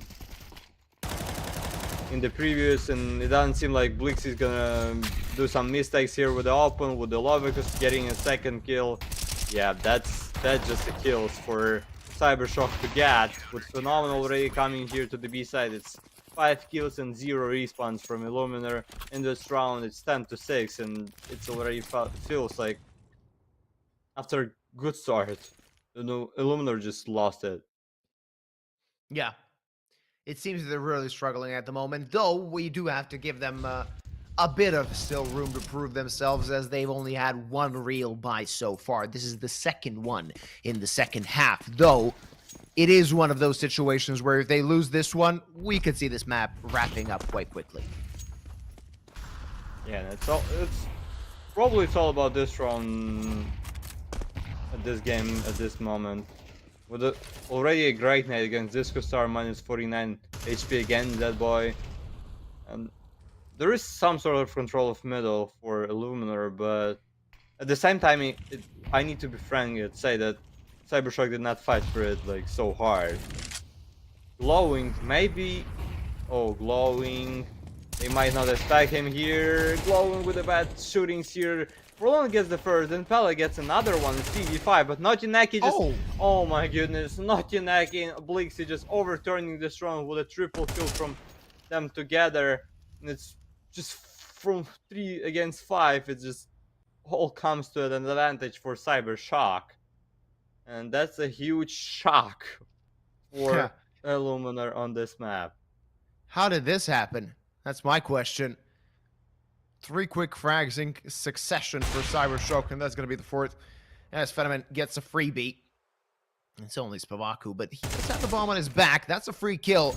A Molotov towards Market. He's still going to have a chance. Fenomen is half HP, and they have no utility. Only Naughty picked up 1 flash, and that is the only thing that they're going to have in order to get close to the side. Going together, which is always, of course, what you prefer when you're trying to retake in an advantage, and that's going to pay dividends as they find a good kill, doubling up, or rather, double peaking. Spavaku getting 11 on the board for CyberShoke, and that was the best chance the Illuminar had so far in the second half. Yeah, that's true, and great idea by Naughty and Phenomenon there, but I didn't get the idea of Spavaku because he got the control of Kitchen, and with that plan he could just sit there and wait. But instead wanted to get a kill, at least one, but instead got killed, and it's 11-6 in favor of CyberShoke with the 2 rounds left for them to win this map, and for Illuminar they need 5 to get a tie here. That's a huge problem for them. A long mountain to climb for the Polish side, and Fenomen is just digging their grave. A 2-for-1 trade, good for the CT side, as they're going to have a man advantage. The attack commencing towards A. It's Naughty at triple box, waiting for the next kill. Now they know his position, but he's going to have support, though he is going to fall, putting it back to a 3v3, and Fenomen whiffing the shot. Gives Illuminar a chance. Some breathing room, some space to work with. Blixie whiffing as well. And individual mistakes costing CyberShoke, not letting them get to 12 just yet, though. Fenomen and Lovica still interested, still sniffing around the site. They do have a smoke and they do have a kit, so combining those two could give them a chance should they find the next frag. But Illuminar players playing quite smart, not giving them a chance, not giving them a duel. And that's exactly what CyberShoke were looking for. They were looking for the next kill, which is not going to arrive. Well, it is, but all too late, as Lovicus and his teammate can only pull back and let Illuminar get to 7. They got this wrong, but at the same time, you look at the economy of Illuminar. For CyberShoke, it even feels like it was better to lose this round comparing to the win it. Because as we can see, oh, they're gonna get all of 5 AKs, however, but still not a lot of money for Illuminar. With the Phenomenon who had $11K just before the start of this round. But we'll see what's gonna happen in this one. Maybe it was just, oh, nice booster, but didn't help at all. We'll see what's gonna happen. Is it just gonna be only 1 round in previous for Illuminar as service side, or is it gonna be some sort of streak for them to make this comeback happen? We'll see. With the Lovicus, Arena Palace, and probably gonna have some fight Shoot in a few seconds.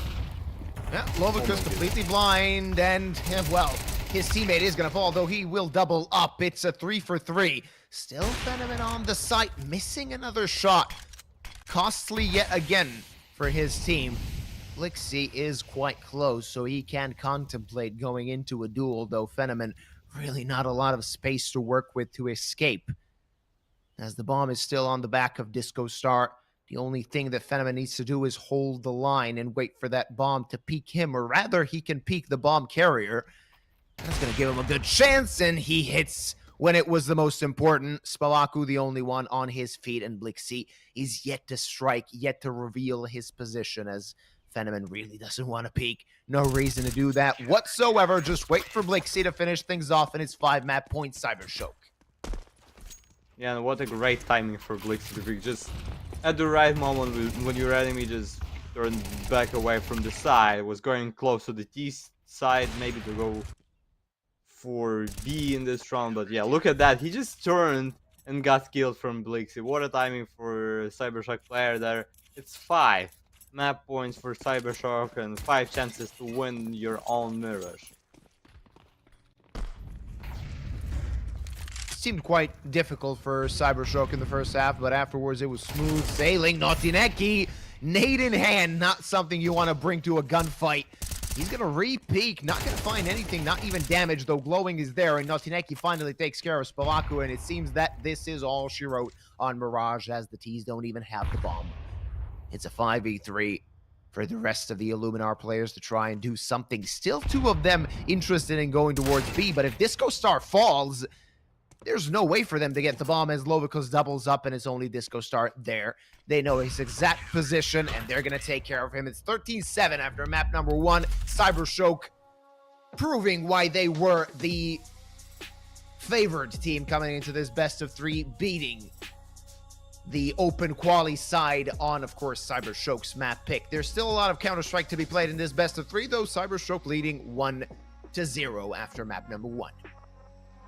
Yeah, and only 1 round for Illuminar's service side. And for me, it just felt like Illuminar had a good start as a city team, but after a few rounds, CYBERSHOKE understood how to play against them. And Illuminar had no chances to get more rounds than those 6 in the first half, then only 1 as a T side. And that was the round in which only 1 or 2 players survived, I believe, for Illuminar, so still not the best game for them on ST side. Lovicos with the MVP of the game. We'll see what's gonna happen on the second map. The second map is gonna be an Illuminar peak, maybe some sort of a chance for Polish guys on Ancient. But we'll see with Iluba and with all of our fellow viewers from Galaxy Ball what's gonna happen on the second map. But now we're heading to some sort of a break and see you in 10 or 15 minutes on the second.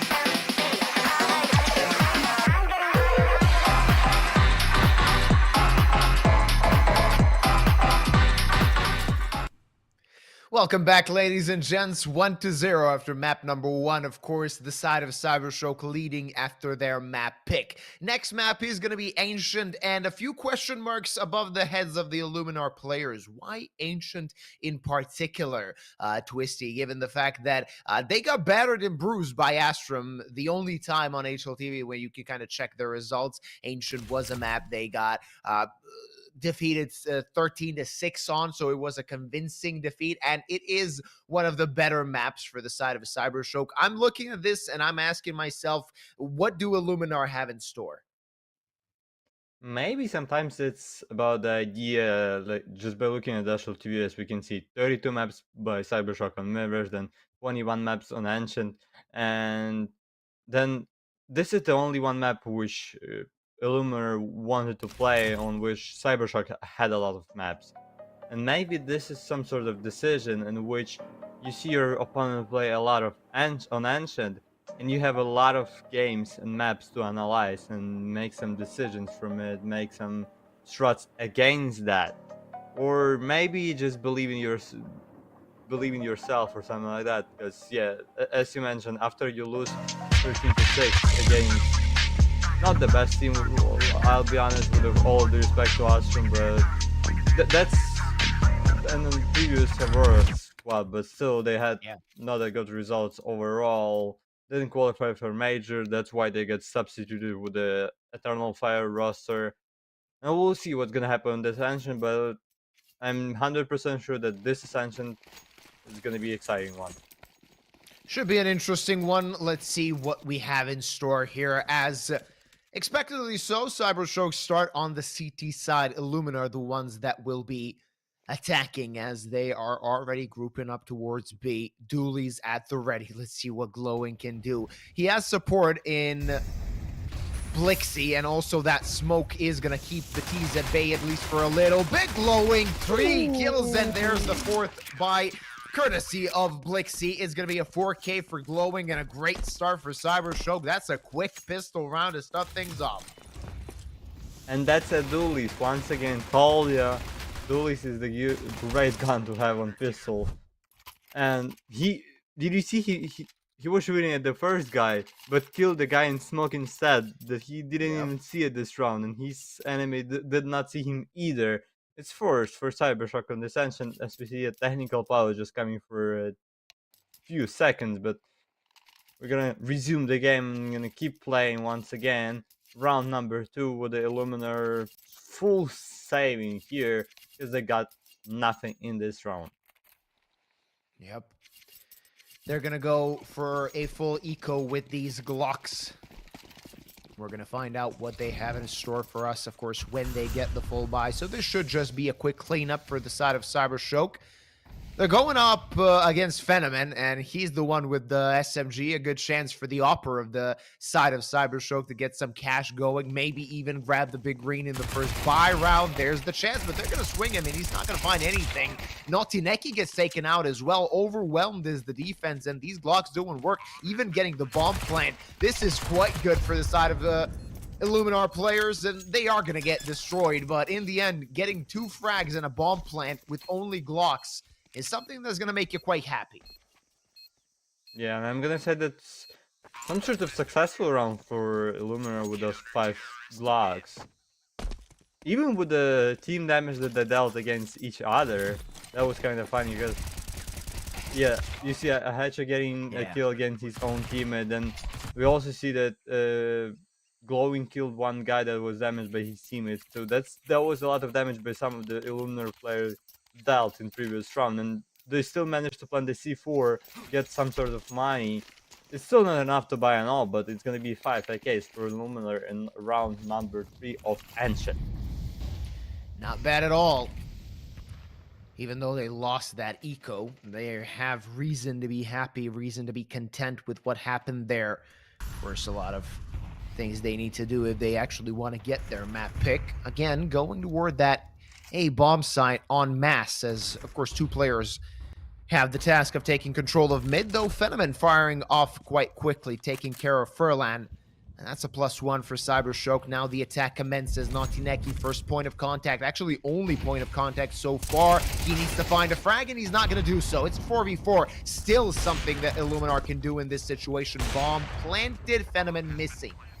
And now the retake needs to happen. They still have 3 flashes and a smoke to use, though no diffuse kit on any of their players, so that could play a part here. Spavaku finds one, gets traded right away. He did his part. Now it's time for his teammates to come alive, but they're not finding anything. Smoke used, smoked on the bomb. They want to maybe touch it, maybe tap it, maybe even hold it. Not going to happen just yet. 1 for 1 yet again, and Pele, he needs to stop this defuse. He's trying to do so, and he's going to do just that. Oh, now big trouble for Phenomenon. He knows it's over. They did not have a kit, and that's what cost them in the end. It's the first round on the board for the Polish team.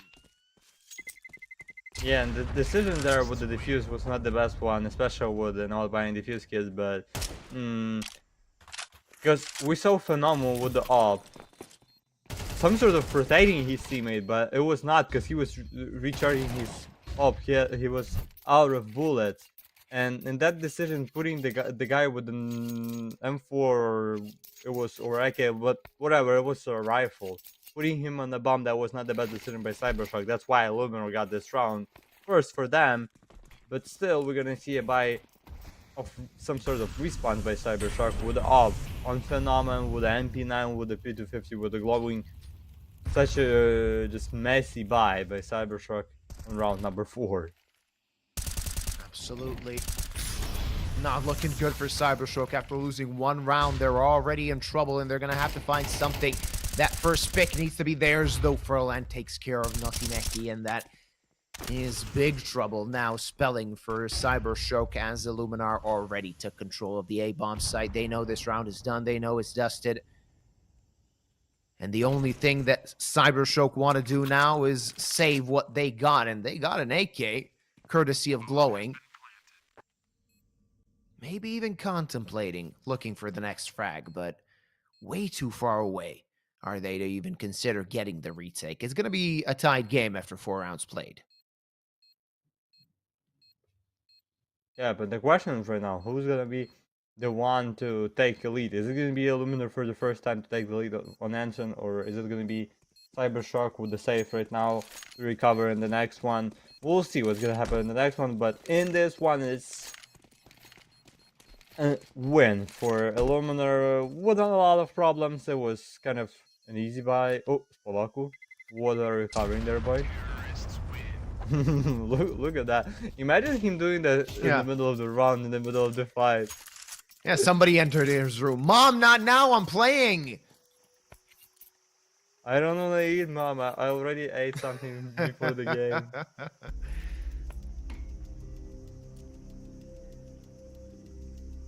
That was fun to watch. All right. A tie game and attack timeout for CYBERSHOKE. They need to think about this, as they do have 3 rifles, but investing in this round, I think that would be just shooting themselves in the foot. So they're going to play behind that AK M4 and an AWP, look for the first pick, and should they find it, that could complicate the round. Yeah, but it would have been funnier if we saw why he was covering his webcam, but that was not the case. And we're going underway on round number 5. And what's the idea for CYBERSHOKE here? Oh, they're gonna save. Okay.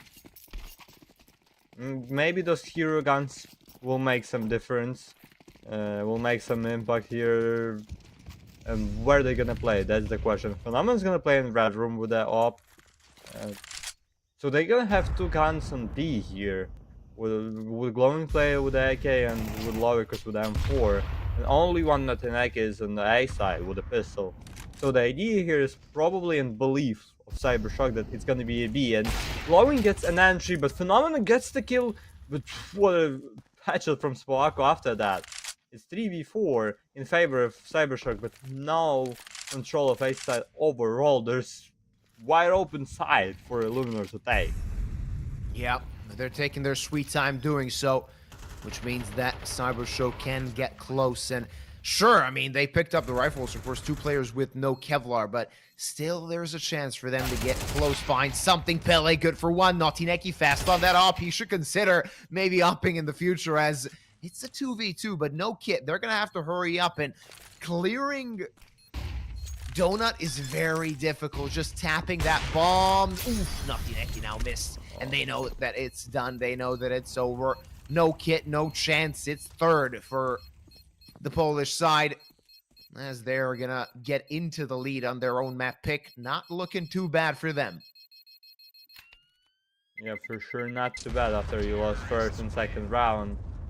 But let's be honest, it was in all of those 5 rounds we only saw 1 round that was very easy for CYBERSHOKE. But then second with the pistols, with the Glocks, they planted the C4, had some fight there. So Illuminar are fighting really well on this engine, and that's might be a case why they picked this map, because they know how to do some things right on engine. But now we will finally see, technically not finally a good buy for CYBERSHOKE, because it's still MP9 for Blixie, Famous for Lovicus, but some sort of normal guns for them to have. Naughty tries to get the kill. However, yeah, Lovicus gonna get the double kill here. Oh. The triple kill by Lovicus into the smoke with a headshot from Famous. It's 2v5 in the 1 minute and 30 seconds of this round for Illuminar. Well, that's a good start for CYBERSHOKE as the FAMAS did its job. And of course, Lovica's got an AK for his trouble, a triple kill to start things out and completely destroy any plan that Illuminar had.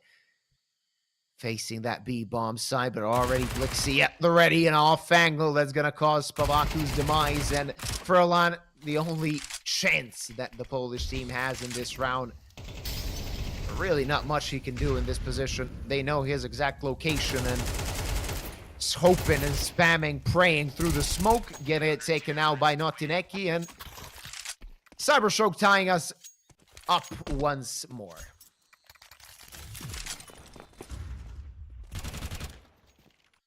Yeah, when Lovicus, his performance was crucial in this round with the triple there, with the Famous. Not the best gun, to be honest, comparing to the guns that his teammate had. There was AK, there was M4 on the server, but that guy was just on another level to get this round. Now that's a problem for Illuminar, because we see Fulham with a Tech 9, we don't even see an AK in this round, we see 3 Galils, and of course Spavaku. So Spavaku is the main character in this round, and the guy that needs to be a hero for Illuminar to win this round. Absolutely. Gonna have to be the main man, first point of contact, though the CYBERSHOKE player is not even contemplating of peeking towards ramp, as they know that the Opera had enough time to post up, and Spavaku did just that. They're gonna try and split towards B. We'll see how that's gonna pan out, as not something you see every day. CYBERSHOKE committing 3 players toward this bomb site, still have enough utility to keep the T's at bay should the attack commence. And of course, a lot of grenades on the side of the Polish team, as they are preparing a set piece right now, just making some noise towards mid, baiting out utility, baiting out a rotate as well. You can see on the minimap, Lovicus just rotated back towards Red Room. And that's going to keep this site a bit less guarded. Still 2 players there.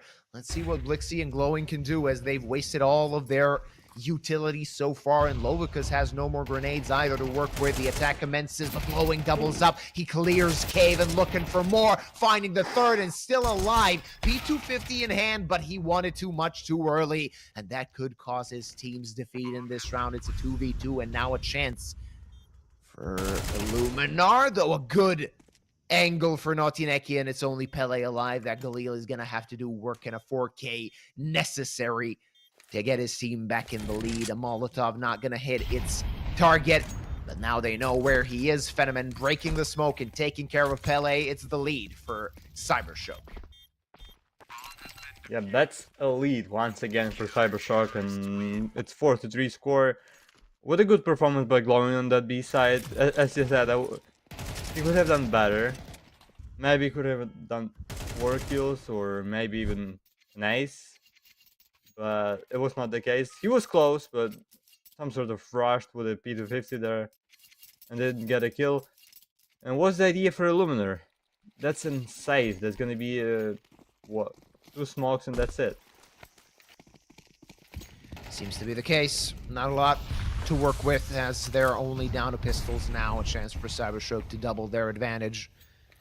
The T's going through the smoke on elbow. No presence from the defenders on mid. So that is a lot of map control to have when you're only down to pistols. Now you can go to those close quarters duels where anything could happen. Double the defense towards Red Room. Now they're going to try and swarm them, but it's going to be a cleanup. Only finding one is Spavaku. He should be taken care of soon enough. There you go. And the last player standing just sees a player. He's gone between the lines, but what can he do in this situation? To be honest, it doesn't seem like he can do a lot here. If he had a C4, that would be a chance for him maybe to plant the bomb, get some extra money, but it's just going to be a fight against Glowing, which Glowing's going to take easily here. I'm going to get this kill, I'm going to get this round finished with a score of 5, so 3 in favor of CyberShoke. And if they're going to be able to win this round, it's going to be already secured tie for them. But it's not only about the tie, it's all about situation on which Illuminar is going to be after loss in this round. If it's going to be the case, if it's going to happen, it's going to be a great situation for CyberShoke to be in. Oh yeah, a really good position for CyberShoke starting on this CT side. Of course, we're far from the start at this point. Let's see what they can do. Let's see if Illuminar can fight back and show us something we didn't see before. That's something. But just something. Hacho with a kill. And only one for Illuminar. Okay, that's a second against Slovak, who was some sort of loss on mid here. 3v5, and now that's a chance if CyberShoke are not going to be able to push, maybe here get some aggressive pushes, or... Oh, that's an idea, just to go 3 on B and forget about A side, but...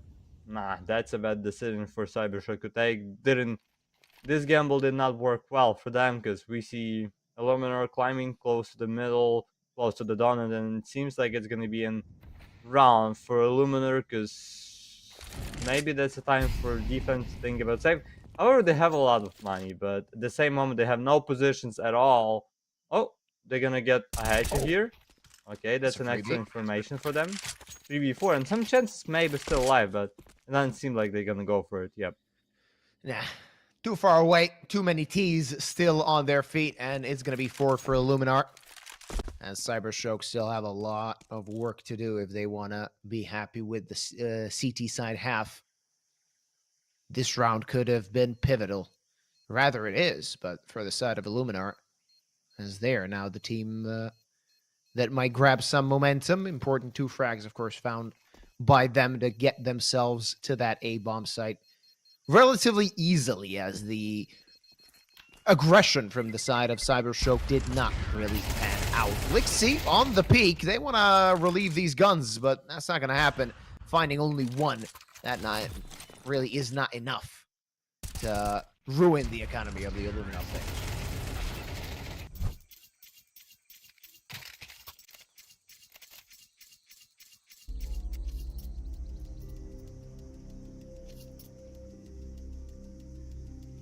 That's a tactical pause by CyberShoke taken here. That's already a second tactical pause by them, so they have only one left. Wouldn't first half not even finished, with only 9 rounds played. That's a kind of decision that you don't see a lot and often, but maybe that's gonna work for them, because if they're gonna win this round, it's gonna be 6-4, still a good situation for them. But at the same hand, I mean, at the other hand, if they're gonna lose this round, Illuminar gonna get a lead here, and that might be a situation in which CyberShoke gonna need to take another pause, the last and final pause on this map for them. We'll see what's gonna happen with Illuminar and CyberShoke starting round number 10. Never really happy to see the CT side taking too many tack pauses. As you know that on the T side, you might need them more. Simply to talk about the positioning of the opponents, how their play style looks on the CT side. Of course, CyberShoke are going to have one possibly in that second half, but is one enough if they get into some trouble? A good start, though. Finding that first frag is going to give them a lot of space, and mid control completely gathered. Also, Phenomen taking care of Pele, the attack crumbling from the side of Illuminar. They want to walk toward the B-bomb side, and so far it is a good decision as Glowing is going to go ahead of the fire. Not going to find anything, though, a bar from info. And now the bomb is going to get planted. Lovicus quite quick. He finds a frag. He gets traded back, but there's Blixie, and it's a 1v2. Disco Star not able to convert onto Phenomen, and they have a smoke. They have a Molly, and they know his location. Though Molly thrown to the site. So do they know? The answer seems to be negative, though Naughty Neki still finds the kill, and it's 6 on the board for CyberShoke. Yeah, and Disco Star had a chance to win this round with a phenomenal missing an out shot, but Disco Star just left him 19 HP, couldn't manage to finish him, and B1v1 in 1v1 situation against Naughty Neki, and it's gonna be 6-4 for CyberShoke. Enough money for Illuminar, especially with the bomb planted, but still not the best duration for Illuminar as T side on Ancient on your own pick. And I mean, this information is probably not going to be important, but it's kind of interesting how they played on this map. How many rounds did they got for T side against Astrum? It was only 3 rounds for them as terrorists against Astrum on Ancient. So we'll see what's going to happen on CD side, but Blixie gets an entry against Disco Star in round number 11. Yeah, good start once more for CyberShoke. Of course, they did not get into this round with large expectations, with that AK being currently the only thing that is a good part of their weaponry. Still hoping to find something and playing it quite slow.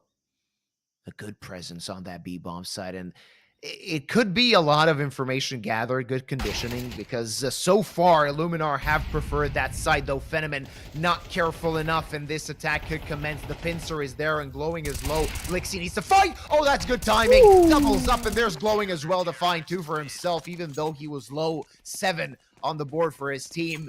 And CyberShoke, when it was most important, the individual shine, the timing there. And look at that, so unfortunate for Illuminar.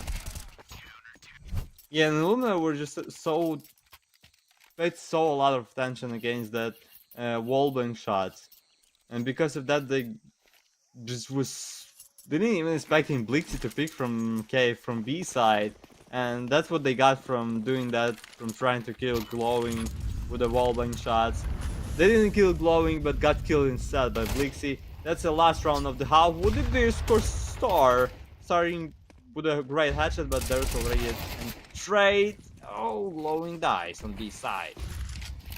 Yeah, not something you want. Bomb planted, Blixie trying to come up with something, and there's a frag. Also, nade damage dealt, looking for more. Spavaku, though, crisp. That was quick, that was fast.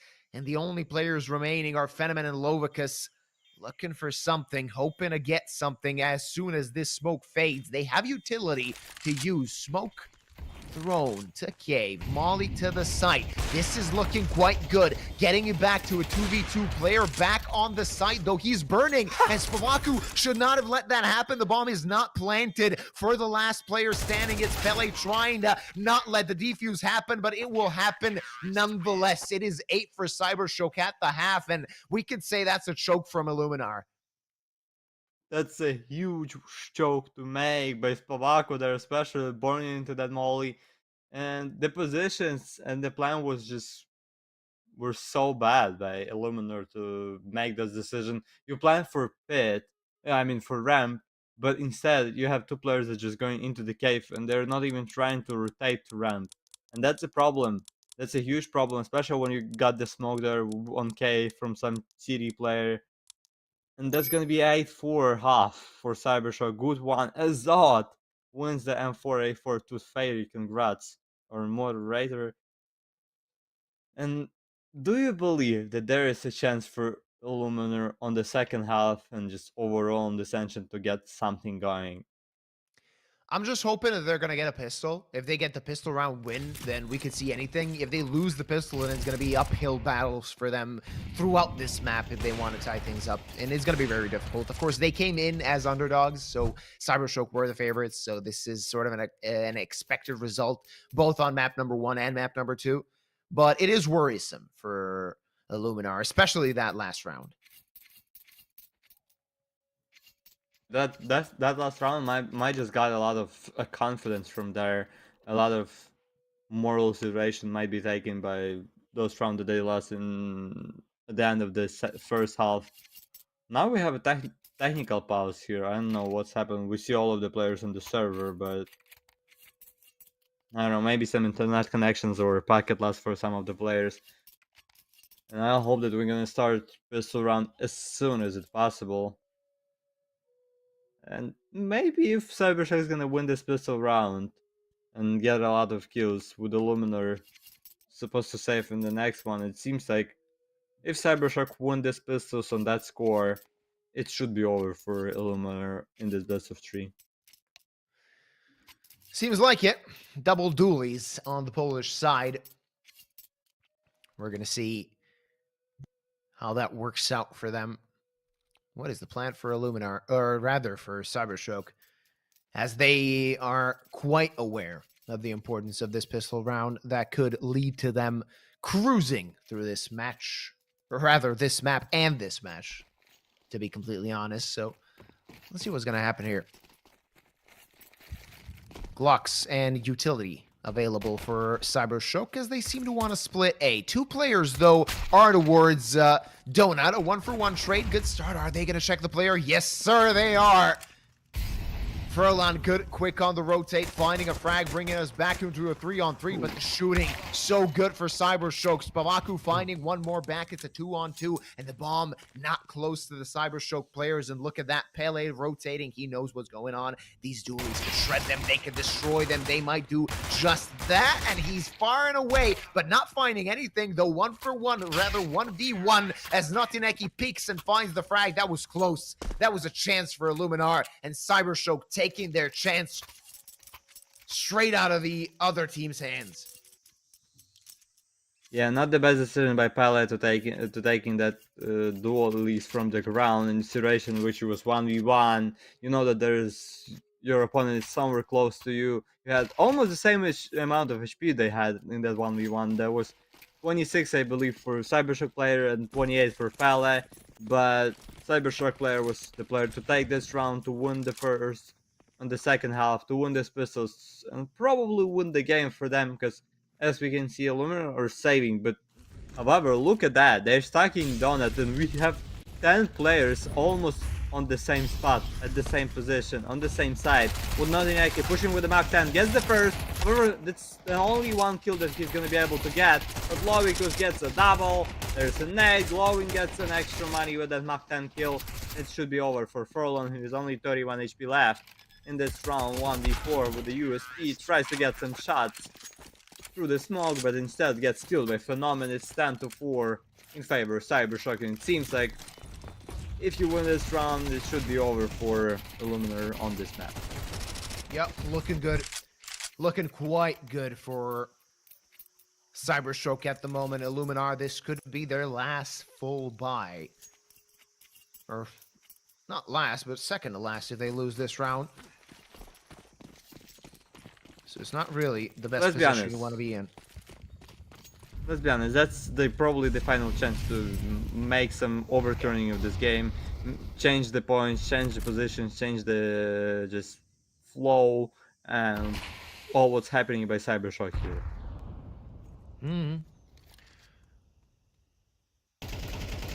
What is CYBERSHOKE gonna do? Furlan left on 20 HP. Really struggling at the moment is the side of Illuminar. Everything that happens goes against them, it would seem. Complete mid control from the T side. They can even rotate to the other side should they wish, but it seems like they want to enter towards B with 3 players defending. Still a chance now for the Polish team, but they're going to have to fight. They're going to have to click quite well as the attack commences. Smoke breaks and finding 2 kills. Pele finds 1, but that's only a consolation frag on the other side of the map. He's going to kill Phenomen as well, putting us back to a 3-on-3. The bomb can't get planted just yet. That incendiary gave the CTs a chance. Bomb planted now. Pele looking for something but not finding it, and Spavaku will follow him to the grave. Last player, 3 HP, just lucky to be alive. It's 11 for the T side.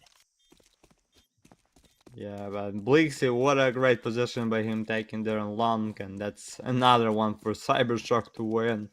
Good stuff by them. Even they had so much problems to plant the bomb with the kills, with the molly thrown by Illuminar, but that was still not a problem for them. Oh, Glowing might have heard a Hatcher here, he saw him, and a Hatcher might raise the problem for himself. But probably they don't even know that he's only 33 HP left.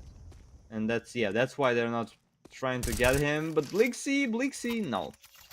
I'm not gonna be able to kill the last guy, but still, it's only 2 rounds for Illuminar, for CYBERSHOKE to take a victory over Illuminar on this Ancient. Only 2 rounds necessary for the side of CYBERSHOKE. Looking good by them, as they are quite happy with what is going on here. Have a lot of reason to be content.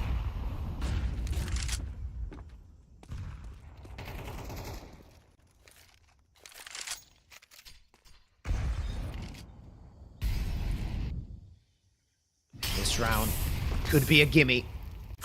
Could be a given. Furlan far and away, not finding anything. Blixie doubling up. Ooh. And a lot more pressure piled on towards Disco Star. That dig is gonna miss. Glowing. Good on the headshot. Though still a player there. Let's see what Spavaku can do. Though only a P250 might still give him a chance to find a frag. Nope. Glowing through the smoke goes, and goes the life out of Spavaku's body. Only Aseko again remaining. Did Spavaku see him? I was sure he did. I but believe Spavaku apparently saw not. him. But no.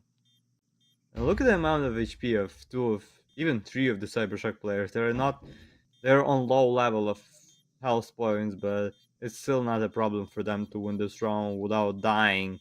Yeah, it's once again a Hatcher who's gonna say that I'm for the 2nd round in a row, but it's just 4-12. It's 8 rounds for Illuminar, 8 chances for them to win, and Blix even gonna get the kill against a Hatcher at the end of this round. 5 kills from CYBERSHOKE, 0 response by Illuminar at the round of 16, and in round 17 it seems like CYBERSHOKE are gonna be able to finish this game strong with only 4 rounds given on the 2nd map on Illuminar map, which is kind of crazy because we saw 7 rounds from Polish team on enemy pick, but only 4 on your own pick, which is Ancient. Not good at all, and I asked why did Illuminar pick this map, as it's quite good for CYBERSHOKE, and CYBERSHOKE showing us why they like Ancient, as they're cruising currently. 1-for-1 trade gathered. Opper needs to pull back. That Molly is going to bring him back. Furlan quite low, gets taken down by Blixie. And this seems to be the end. It seems to be over. Somebody's going to have to make a heroic play. Will that be the op of Spavaku? The answer is no. Aseko, the up team time. He's in a 1vx situation. 1 player on the flank, though quite far away, so there might still be a chance. Phenomen scoped up, set up to finish this map and this best of 3 to send his team into that qualification match. Only a matter of time. Can he deliver? Can he find something? He finds 1. Looking for more. That ancient grenade is going to soften him up, followed by more utility toward his position. With 50 seconds on the clock, I mean, the side of CYBERSHOKE have no reason to hurry, no reason to worry, as they cruise on through to the 2-1 bracket. Yeah, but good finish by CYBERSHOKE there, good patience by Phenomen without sitting there just waiting for that kill instead of planning C4, and a Hatcher was just the guy to stay alive, the last guy to stay alive for 3 or 4 rounds in a row, which is kind of funny, which kind of reminds me of Blame Math. But okay, that's 13-4, that's 2-0 for CYBERSHOKE, an easy one to take after they had some problems And the only problem that they had, that was the start of the Mirage, but after that, there was no problems for them to win this game. With the Blixie probably being a star player of this map too, yeah. 20 kills for him, 6 assists, almost 2k damage, 115 IDR for that buy. That's a good performance by him to win, and for all of guys of CyberShoke to win this game. It's 2-0, and it seems like we're gonna have some pause with Duba here.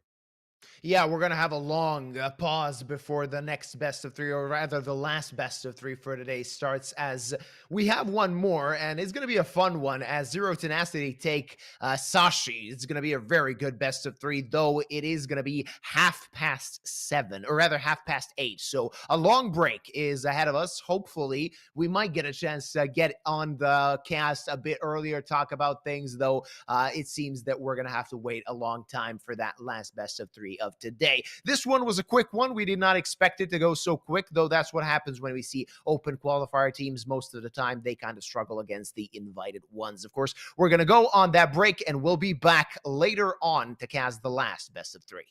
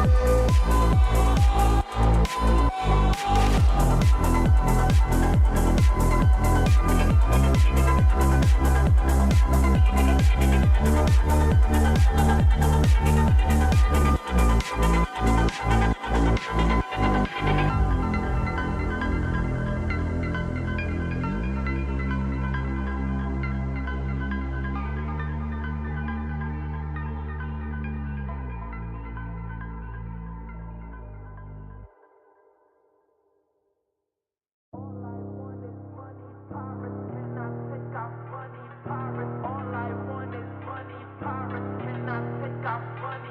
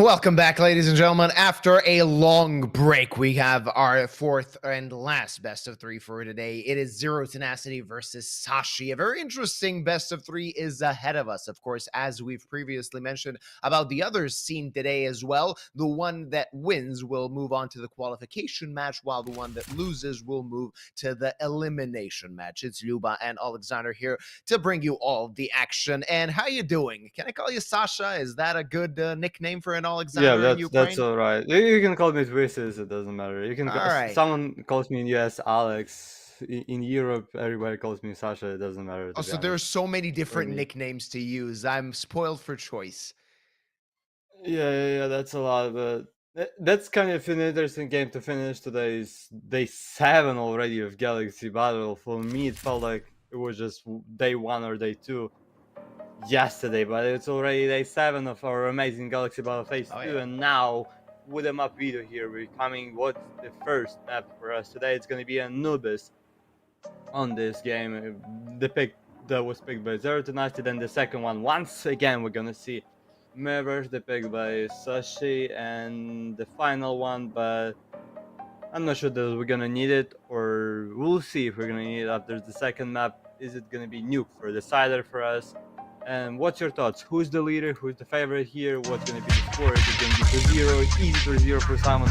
Or is it going to be 3 maps for us at the last game? Oh, well, honestly, of course, Zero Tenacity, their organization is based in Belgrade, where I live, so I might be a little biased, but I give them the slight edge, given that they played quite well last time I've seen them against Partizan, their local rivals, and especially on Anubis, where they kind of got the edge over them. So it could be that this was really a punish pick by Z10, chance to use a map that is not really the best for Sashi in the previous period. So we're going to see what the Danes rather can do now that they're starting on their T side. I see, of course, AVN starting quite well, and Brute Monster getting the second frag. A good start for Z10, though Cabby brings one back and maybe opens up the round now for Sashi as they can pounce toward the site, but they don't have the bomb. It's all the way over towards B, and they have a long way to go before they can even get close to it. Yeah, that was not the best decision to lose the bomb like that on B side, especially with 3 players so far away from B side. And now it's going to be a huge problem for that Sashi trio, which is Zyphon, which is Iceberg, which is Kabi, and it should be a round for Zero Tenacity if there will be no surprise or miracles. Zyphon gets a kill, but before it, there was a kill for Z10, so it's 3v2 still an advantage for... Yeah, can I call them Serbian team? Because on RCG it's like European. Before they were Serbian, Yeah. but now it's two Serbian guys with Serbian organization, I'll call them like that. That's... In the end, that's well said. Serbian organization, I think we can call it quite well as well. Let's see what they're going to do, as Sashi have managed to finally gather that C4, and AVN and Simke still have a lot to do, as AVN has been... Simke could not have let himself die, and now the pistol might be going through their fingers away from them, as AVN can't hit the shot, and Sashi have just enough time to plant the bomb. Nemanja rather... He's going to try and stop that plan. He's going to do just that, and that was enough. That could be enough. Can Cabby plant the bomb? No, because his leg is sticking out. No, the bomb is planted. What a crazy round. What a chaotic round. It's a 1v1, and anything can happen now. Cabby needs to shoot, but Nemanja good on the flick, and that is 1-0 to 0-10, though that was very, very close, and I would say unnecessarily so, right? Yeah, for sure. What a crazy start and what a dramatic end of this first round here. With Nemanja, I thought that he already killed the second guy who was planting the bomb for a second time, but it was not the case. He killed him after the bomb was planted, so that gives an extra money for Sashi. Yeah, I mean, we're just gonna have a replay of that moment. Look at that. Oh, no, we're not gonna have the replay of the exact moment when the bomb was planting, but we saw the moment when Nemanja did a flick and won the first round for Zero Tenacity. I think it's also important to mention that Zero Tenacity now in break at 1-1, but however they played only once on Galaxy Battle Phase 2, because their first game against Spirit Academy was the game that they forfeited, so it's technically only one game in which they won, and now they're going for second win, and especially for second round here with the draw from Brutmonster getting an entry on A side. Yeah, good start, Nemanja. Good chance, though. Lucky good with the D again, trying to double up. Not gonna happen just yet, though. Cabby takes care of Brute Monster. Though still Chofo in the sight, just lurking behind the pillar, waiting for some intel, and he has all the information necessary. Again, Z10 trying to stop the plant. Not gonna happen. The plant is gonna happen. Chofo's gonna die. That was a bit of a whiff, and it's a 2v2. Still a chance for Sashi to do something here, but they're so low, and AVN goes through the smoke, or rather still stays in it. Simke with the utility trying to flash in for his teammate, and he's going to do just that, though AVN still blind. Another completely chaotic round. AVN taking control of it, though, and it is going to be the second round for Z10. However, a plant for Sashi could bring them a bye in the next round as well. Yeah, once again, they planted the C4. That was, as you said, just chaotic situation. So funny when we saw just... I don't remember who was it from Z10, but... Oh, that was AVN. When he was just jumping and there was two enemies in front of him, but both of them were blind. His enemies, himself. And that was so funny to see. And now we have a technical issues on Cabby's side here. Just right before round 3 we're supposed to start. And that may be time for Sashi to discuss something, especially they planted the bomb in previous one. Is it gonna be a force for them, or is it just gonna be safe and then let's buy a next one? If they're gonna save in this one, Kabi can afford the off for his teammate in the future one, but it doesn't seem like they're gonna save. Yep, it's gonna be an AK for Kabi, it's gonna be an AK also for Lucky, Maktan, Galil, and Zyphon might buy it. What's gonna... Oh, he bought an Maktan but dropped it to the iceberg. That's the plan for Sashi for this third round. And it's understandable, right? They know that Z10 can get reset, and if they win one round, they can get right back into this game. So Sashi, playing it clever, playing it smart, as they're going to try and take control of the A main position. Chofo in trouble. He gets dinked insta, and no chance for him to survive. Brute Monster bringing that frag back, but still a 4v4 means that it is an advantageous position for the teams. Nemanja could get overwhelmed, finding one and the other, and Brute Monster there to support him, and crumbling is the attack of Sashi, completely stopped in their tracks by a 4K from Brute. And it is the third round for Z10. Now the Danish boys are going to have to go for an eco. Yeah, and Brute Monster is the real monster in this round, especially with him. He was just everywhere. He was controlling A main. At the same time, he just a few seconds before he got the last one, he got the double on middle. So Brute Monster was just everywhere, and we can see it with the 8 kills already, only with the 3 rounds played, and it's 8-2 stats for Brute Monster, who is the real monster here on the server. And I mean, yeah, that's an eco for Sashi, but still, it's not in Glock. There is a few pistols that's already working, because Becky gets an entry with the Tech 9. Yeah, always feared the Tech 9, as it is very dangerous when it starts to run you down. It is a 4v4.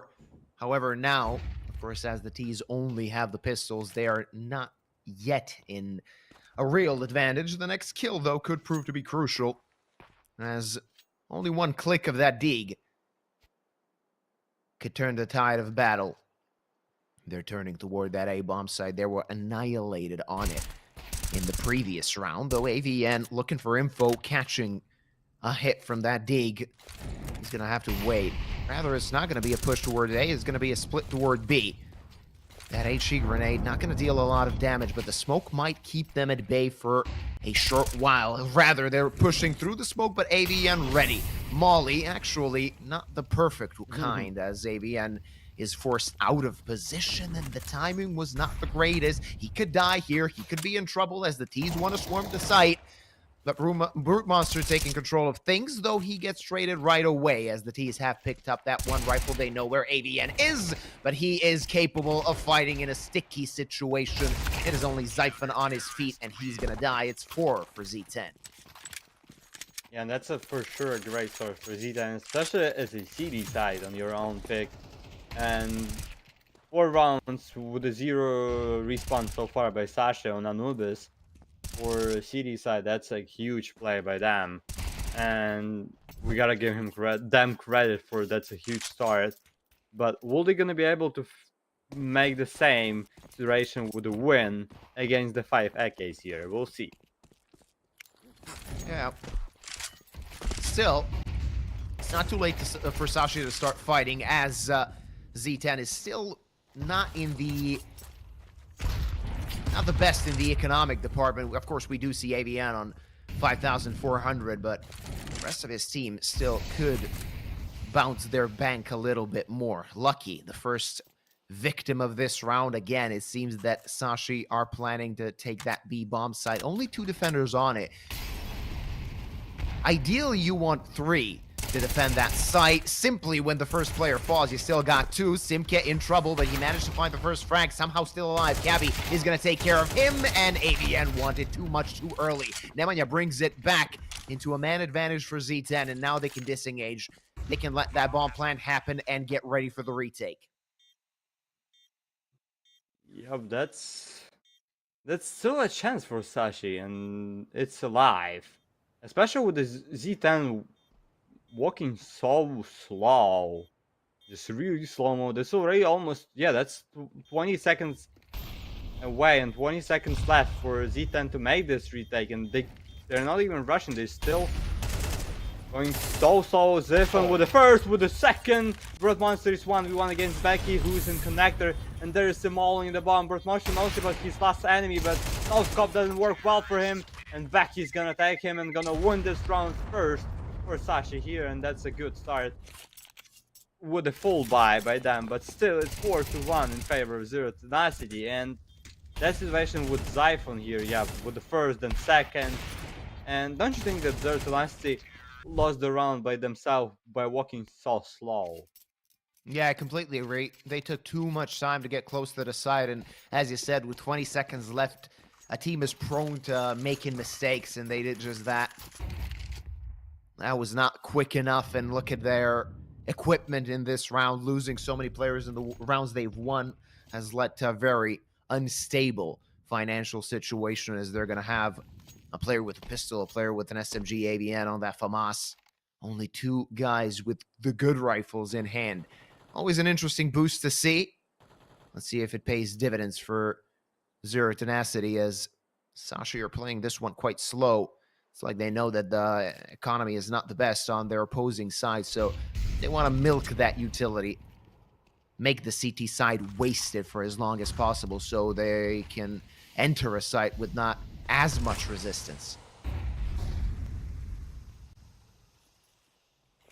What's the plan for Sashi for this round? That's a question. AVN gets the first. It seems like it should be B by them, but they had no control over it at all. Brute Monster with the push. He's gonna be able to find Becky. What a timing! Just the worst timings for Brute Monster there, with a Zyphon special picking mid, making his 4v4 situation. Now that's a huge problem for Simke, who's with 5-7 close to connector. But still some sort of a chance is still alive. With the 35 seconds left, Sashi are going to push B side. Simke needs to get into the connector. He needs to fight with that 5-7. And look at that. They didn't face him. He finds only 1, though, and AVN falls as well. The site belongs to Sashi, but Chofo not out of this round just yet. Bomb planted, but he might get a freebie here. He might get 2, but he's not going to get even 1 as he falls, and Nemanja completely helpless in this scenario with 7 HP on him. He's not even going to survive this round, as Lucky is already on the hunt. What an unlucky for Zero Tenacity here. Just with the timing for Broad Monster first of all on mid. Now that's a situation on B side where Zyphon gets saved by God twice.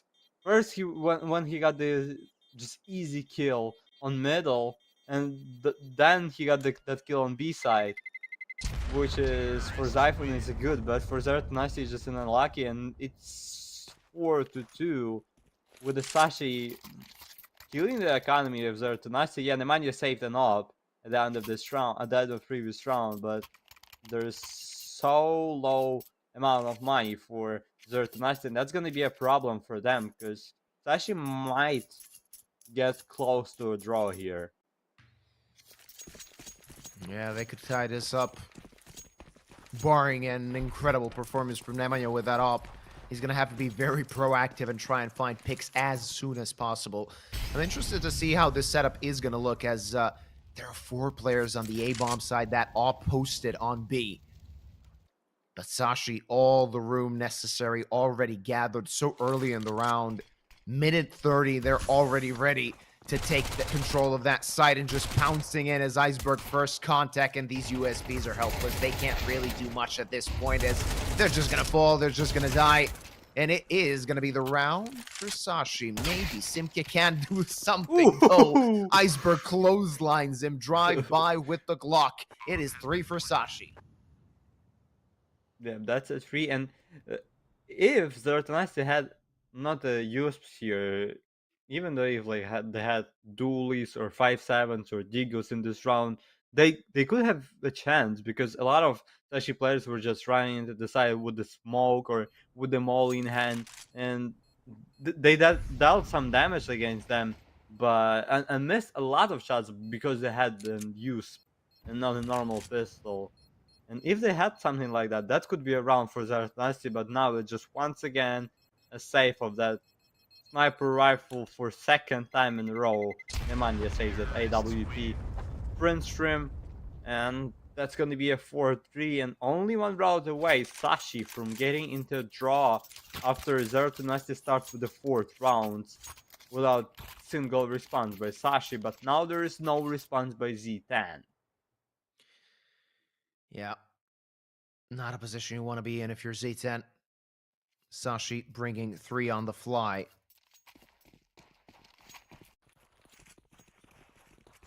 They're hoping to tie this up here and now. Not going to be the easiest situation for them, though. Let's see what they have in store for us. Of course, full utility on the T side. Of course, the CT's trapped for rather lacking a few grenades. A good angle from AVN as Cabby hits the deck.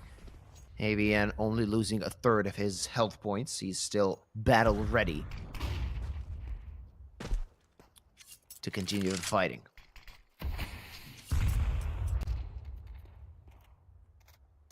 That's a slowdown from Sashi after they got Hobby out from server from this round. They need to think about what's the plan and idea for this round. It seems like they're gonna have 2 players coming from B long and then 2 players coming from connector, which is probably gonna be a problem for AVN here. Or either Simke. Yep, Simke is gonna get on the floor, and AVN gonna do the same.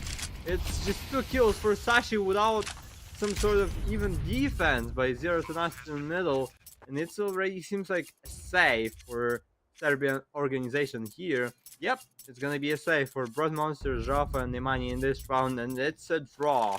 We're gonna see it after this round. And 4 rounds at the start from Z10 now. 4 rounds in a row by Sashi, and this looks kind of an interesting situation for Z10 as they start losing a lot of rounds against T side. Yeah, you always want to get as many rounds as possible on CT side, and they started quite well with the pistol conversion, everything looking good. Now things are not looking so great, as Sashi are the ones that are in the driver's seat of this map, taking control of the opposing team's map pick.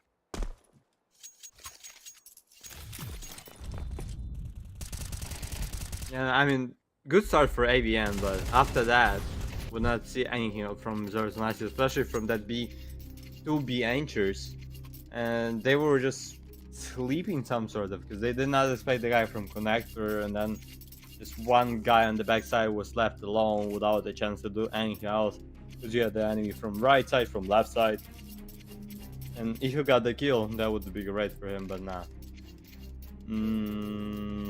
That's the first tactical pause for Z10 here, which is an interesting one, because they understand that there is some sort of a problem for them. Yeah. I've been in a bit of a slump, losing 4 rounds in a row. Necessary to patch things up as soon as possible. Make this a bit of an easier time for them. Chofa only on a single frag during this map. If I recall correctly, when they played Partizan, he and Simke were actually fragging out. So it is necessary for him to get his head back in the game and start firing away. Otherwise, we might see Sashi really taking control of things, as the Danes do like the momentum being on their side. Missed shot, not hitting it just yet. Brute Monster happy to stay alive as he wants to take control of A main alongside Chofo. Not gonna happen just yet. Again, the attack commencing towards B. They need to go back and pick up the bomb, so that's gonna spend a little bit of time, but the time is not their enemy right now. It's 0-10 that lost one player, and there's the other. The site seems to be a lot easier to take now. AVN only brings one back, but Brute Monster fell as well. And this B-side hold is not doing too good. As they've failed to keep it once more, they're going to need to save their guns. That's not the best feeling to be a Z10 fan with them at this moment. After you won 4 rounds in a row, it feels like, wow, maybe you're going to get a fast win here. But after that, after you played 5 rounds after this FORZE that you won in a row, it doesn't feel so good as it was at the beginning. Now it feels so bad for Z10 with Sashi taking a lead for the first time in this best of 3, but what a great lead and what a dominant rounds by them. Zyphon. Even AVN had a great position, but it was still not enough to kill Zyphon here. Nemanja gonna get killed against Becky, but it was just an exit kills and only one for him. No save for Z10, the last player, which means that there's gonna be probably an eco or either not the best buy for Z10 in round number 10. Yeah, they're going to have to go for an eco. They're going to have a few pistols as the loss bonus, is maxed out. But not really. That is their problem. The economy is far from the biggest trouble they got. Sashi are on a romp. Now when you manage to find one frag, traded back right away, and Simke, does he even have where to go? As his teammates are falling one by one, he will soon join them, it would seem. Chofo could be a lifeline in this round if he finds Iceberg, but that's not going to happen as Iceberg is ready. Simke finds the kill. But now, with so much time left on the clock, Sashi don't even need to commit to B. They can go to the other side, and Simke is going to have to make a great play if he wants to stop them getting with the bomb to the site. Not going to happen. It's 6 for Sashi as Z10 have been quiet for the past 6 rounds. Sashi getting a 2-round advantage. What a headshot by Sashi so far. Like, after they lost those first 4 rounds, it felt like they just got insane and so mad at that situation. That every single round we see some crazy headshot. Now it was one tap by Becky. A few rounds ago it was Zyphon just running with a Glock, hitting a crazy headshot. And I mean the aim level of Sashi at this moment with the one taps or just headshots is just on another level comparing to the Z10 situation. Oh, there's a molly for Becky, minus 40 HP for him at the start of this round, but at the same time Z10 did not push, and that probably was the right decision to make, because there is 3 guys close to the water, 4 to be fair, and the plan is probably to go towards A side for Sashi here. They might throw some utils soon, and they also have a Zyphon who's gonna be a lurker for this round. With an Nemanja taking the first fight on water, gets the first, and Joffo also gets another one. That's a huge start for Z10, but now you need to win this advantage for yourself. Zyphon's just waiting for that smoke to fade. AVN is going to smoke him once more, and Zyphon, it seems, is going to have to go through it if he wants to approach the site. Finally, Z10 taking the battle to Sashi. Although AVN wants to go through the smoke, that could propose to be horrible for Z10 as Zyphon is unchecked, unchallenged, and he might find a good entry toward this side. AVN goes to the smoke again, and Zyphon might get a double here. Trigger discipline not there, but finding one was enough. It was a lot in this round. Now a very slow one, but the T's have approached the site. Zyphon finding one more. Does he know about Nemanja? The answer seems to be no. Finally, they take care of Zyphon, but the bomb is planted, and now Sashi have a chance. A definitely good one should they find the next frag. Nemanja in trouble. Cabby finds his head and both players coming from camera. Now Z10 will rue the mistakes made. As Simkit tries to find the next kill, he will not be successful. Brute Monster alone, and he knows that his chances are slim. Almost blows Lucky away with that nade, but needs to pull back, tuck tail, and run. Concede 7 in a row. Yeah, and that's once again, that was a huge chance for Z10 starting 3v5 after they got 2 first kills on water, but after that, all of the confidence disappeared with the Zyphon hiding in smoke for how many, 30 or 40 seconds. He was just hiding there in almost entire round. Yeah, you see Nemanja and Joffo gain an entry, but after that, you see Zyphon gets the first, and after the Zyphon got the first kill, it all felt so bad. With every single second and moment, it was becoming worse and worse for Z10 in this round. They taking second pause already before round 12 even starts, and that's their own pick, which is not the great way how you want to play the first half. And that's, as you said, 7 rounds in a row by Sashi. Most of them were won in dominant way. Quite dominant.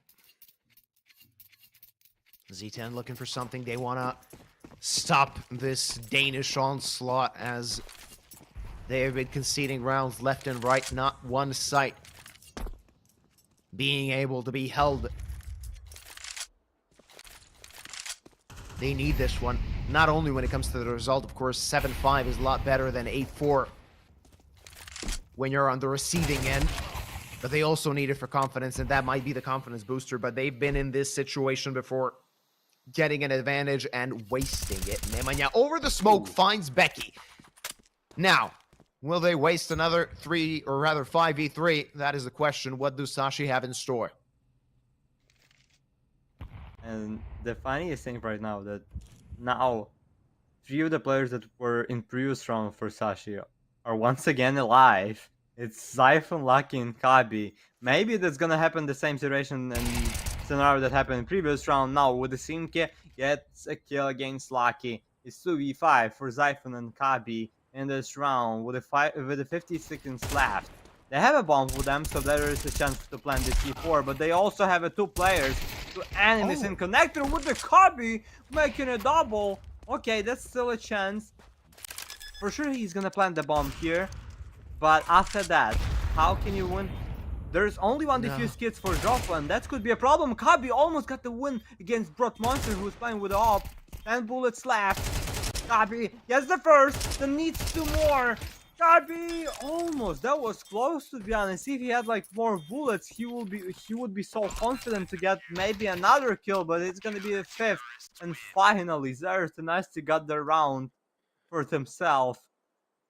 They want to start 4 rounds and then they won the final round of this half, but the half was not for them. It's 7-5 in favor of Sashi as we're going into the city side for Denmark team, and now we'll see how Z10 gonna play on their own map pick as T side.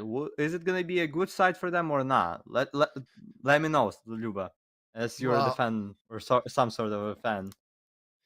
Let's see. I'm hoping that at least it's going to be a fun one, that they're not going to get slaughtered. Their T side looks good, at least from what I've seen so far, so we might get something there. A big sigh of relief by the side of Z10, winning that 12th round. Last round of the half makes them still have a good chance in the second half, and we're waiting for this case to start rolling, but for some reason it still did not. I'm curious to see what's going to happen there. Oh, there we go. There's only Finally. like 2 people there, you see? You see that there's only a few people who entered the point, and I almost got... Oh, let's go! Oh, there you go. All right. You can say that it's rigged, but good job. Finally, Actually, I got some skin after won, 3 seasons or something like that. Oh, that's funny. And now we're starting the pistol round, which is important for Z10 here, and important also for Sashi, because it's gonna for sure dictates a few first rounds of this Anubis, and maybe it's gonna decide the flow special of all Anubis. Maybe we'll see. With the lucky, look at that push. Oh, that could be a huge one. Oh, That's what a a headshot by clean him. headshot from Lucky. Nemanja fires back, puts it back to a 4v4. 0-10, still a lot of ground to gain, helped by another 2 frags, and now in trouble is the side of Sashi as they really need to fight back. They need to find the next frag. Let's see what Cabby can do with those dualies. Missing, not hitting enough, and Simka clotheslines him. It's going to be 6 for Z10 as I can say it already, Becky does not stand a chance in a 1v4. Caster Curse? Maybe. Yeah, if he had the fuse kits, maybe that would be a chance for him. He gets the first, but 3 more to go, yeah, and the money is gonna finish him. If he had the defuse kits there, yeah, there would be a chance, because he had a smoke, but in 1v4, let's be honest, 1v4 with no defuse kits, with 10 seconds required to defuse to win this round, it's almost impossible, so yeah. Only a 1-round game now. As Z10 got that all-important pistol round. They got both pistols. And to those who say the pistols are not really important, well, we'll see. If Z10 manages to get this over the line, that's definitely off the back of winning both pistol rounds. That first one, of course, got them the 4-0 lead. The second one, we'll see what it brings them. Cholfo, a chance to build some bank, only finding 1, but there's Simka. Gets traded after 1 as well, and not really the best situation for Z10 as they've already lost 2 guns. Nemanja needs to stay alive. He does not have the luxury of losing this AK, and no, he is going to lose it as Cabby takes him down, upgrades to an AK-47, and he's going to be happy just to save this rifle. A lot of economic damage dealt to Z10. Yeah, a lot of, to be honest. That could be huge for Sashi, especially with Kabi saving that AK. And I feel like that might be a case in which Sashi gonna, if they wanna win next round, with that AK, it's gonna be a problem for Z10, especially with them losing 3 enemies, with 3 of your own teammates, and we'll see what's gonna happen, because Kabi even technically cannot drop an AWP here, but yeah, he's gonna be without an armor, so it's not the decision to make. But still, a good situation for Danish team here as we go in 7-7 score. All tied up on map number 1 of this best of 3. Let's not forget, we've mentioned that before. The team that wins moves on to the promotion match, or rather the qualification match for the top 16 playoff phase, and the team that loses goes to the elimination match. They're going to have to win 2 in a row to go to the playoffs. Ooh, a lot of damage dealt. Look at that. Lucky and Cabby around 50 HP, though. Cabby running and gunning and destroying the head of Nemanja. So that's an early advantage for the Danes. Yeah, not early, but still, we're looking at the HP of Lucky, HP of Kabi. It's not the best situation for them. Lucky is only 1 or 2 bullets away from getting killed, so that's might be a case for Z10 to get him down. But now, if Z10 is slowing down, what's the idea for them? Look at that triple pick, and Joffa gets all of them in connector. Wow! From situation which was 3v5, it just all comes to 2v2 with a Joffa making a triple there. And Lucky's only 16 HP, and that's a problem, especially look at the map right now. Yep. Becky's deep on A side, with Lucky's, which is in connector. Oh, he's walking towards water, and at the same timing, his opponents, which is Blood Monster and AVN, are coming close to the B side to maybe plant C4 in a few seconds. Oh, Lucky's just gonna go like that. Oh, that's gonna be a huge play from behind. But still, they're gonna plant the C4 here. Lucky's gonna take a long time to rotate. He can't run when he gets close to B main, so it's gonna take a really long time. That is inconsequential if they look at him, and Brute Monster is gonna check that angle, finding that first frag, and sealing the deal for Z10 as Becky needs to pull back, save his gun, armor, and utility. Z10 back in the lead for the first time in a long time. Don't forget, they had a lead of 4-0, after which we saw 7 consecutive rounds for Sashi, but now Zero Tenacity chaining a few together, and good play from Z10. Of course, especially Chofo, that was really, really quiet so far throughout this map, getting that big 3-piece, and that kind of sealed the deal. He also dealt damage to Lucky that in the end was crucial for Z10 getting it over the line. Yeah, look at that moment there in connector for Joffo. He almost got the forward with them, and if he could make the quadro there, that would be just insane. With the Galil especially also. Not the best gun, but on the long distance, the Galil is a good gun. Probably, sometimes maybe it's even better than AK, I don't know. And now, for Tenacity, the question is, are they gonna have the same problem as they faced on this first half when they won a start? But then it was 7 rounds in a row by Sashi. Maybe this is the same situation for them because they already won 3 rounds. You might see them taking this one, and then it's gonna be a full buy. We'll see. Is it gonna be some sort of a movie by Zero Tenacity in which they're taking 4 rounds and then they have problems, or they finally gonna wake up and finish this map with a strong win? All right, time to wake up. Time to wake up and smell the ashes, as is said in Half-Life. Zyphon finding first blood as Nemanja hits the deck. And this is not the first time that happens. He's going to get an AK for his troubles, and he's going to get away with murder. Missed shot by Brute Monster means that they're going to maintain that man advantage, though Lucky quite low. Becky on half HP, and Z10 already taken control of that site. They still have a few pieces of utility to maintain that control, not let the Danes get close, but they're approaching. Oh, that's the Danish attack, if I've ever seen one. AVN only finding one, and now the retake commences. The bomb has not been planted for long. Chofo finding one, and he's in the smoke, still tucked away, still safe for a while now. It's a 3v2. They need to find the next kill if they want to maintain this bomb on the site. Becky finds the frag. It's all down to Chofo. He finds only one, and that one is not enough. It's going to be a tied result as Sashi strike back. Yeah, Sashi gets this round, and they had...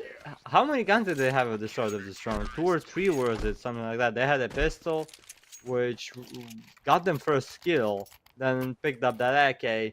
And after that, Sashi managed to win this round.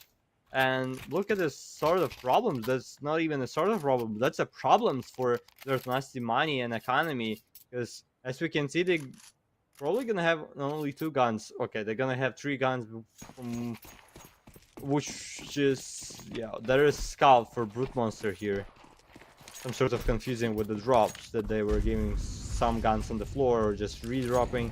Joff is gonna play with the Galil and Nemanja with the AK, and 2 attack 9s for Zero Tenacity already after they lost only once in the second half. This is gonna be a slow one, it would seem, as Z10 know how much is on the line. They lose this one. We can see Sashi taking the driver's seat in this map for the time being. And to be honest, Sashi don't really have the luxury of losing this either. Of course, they have a bit of money saved on their players. It's not going to be perfect if they lose all their guns.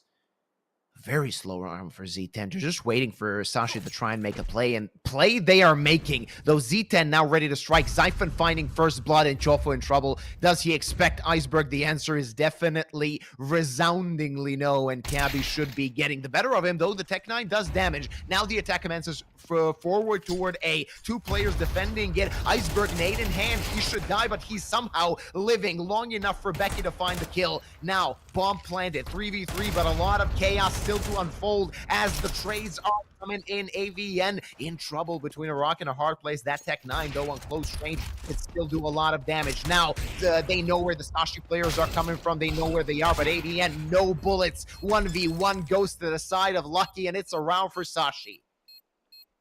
Yeah, what his reaction was for AVN. He was so... I can't even explain what happened in his head, like, when he had no bullets. He was just running like, what am I supposed to do? I have no bullets. I'm just in front of my enemy with the knife. What's the idea? What's the plan? And AVN just died there. With the Sashi taking a lead once again. And it would be really crazy if the same scenario that we saw in the first half is gonna happen right now in the second. Do you would believe be that quite there odd. is a chance for that? Oh, I can see this going so many places. I think that this map is yet to deliver something, as both teams have been making mistakes, but also have been making good individual plays, and that's always a good opportunity to see a lot of fun Counter-Strike. Of course, the quality of which may vary, though. That's always the case when it comes to Tier 2, always fun to see. Cabby, though, this should be just a cleanup by Sashi, and they should be able to double their advantage without losing too many guns. Though Zyphon gets destroyed, but Cabby finds the trade. AVN, an M4, but now he's the last one alive. Just trying to scramble toward that A bomb site. Should he be able to plant the bomb? Could be a different story, but Becky there to take him out. It is 10 for Sashi. Z10, though, already with a buy in the next round. We'll see if Anubis has a few twists and turns left for us. Yeah, and that's an interesting situation right now. With the Z10 making it probably... This is the crucial round for Z10 Live here on this Anubis, on their own pick, on which they're facing a lot of problems, a lot of mistakes, and a lot of situations in which they're not feeling well, in which they're not feeling like they picked this map. With the Sashi showing a great response to all of their play. And this is the round for Zero Tenacity to win if you want to win this game. Because after that, they will have not a lot of money. It's going to be 8-8, 11-8. And this is the round in which you need to focus and get a success here. Absolutely.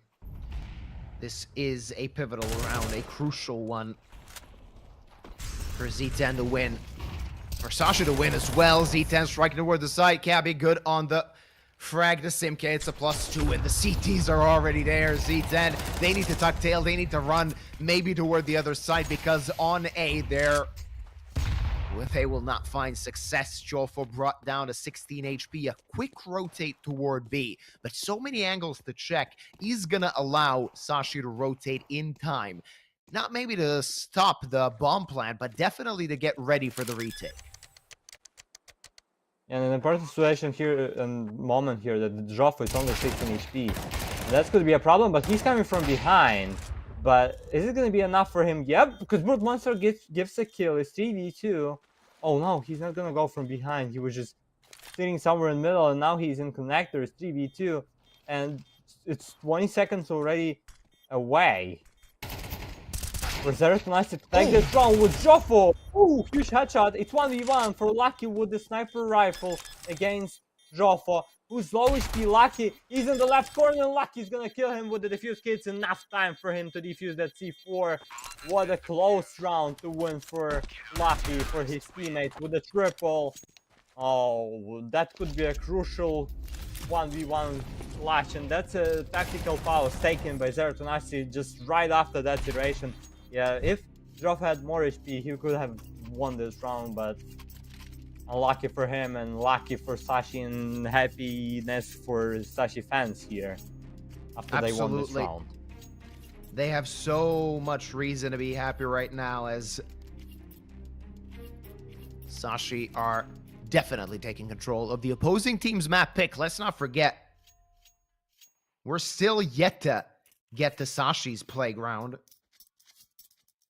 So if you have a bet on Z10, or if you're a fan of them, you have reason to be worried, my friend, as they are back on the pistols. They will definitely have another buy, even if they lose this round, but in that case, they're going to have to string together 4 in a row just to hit OT.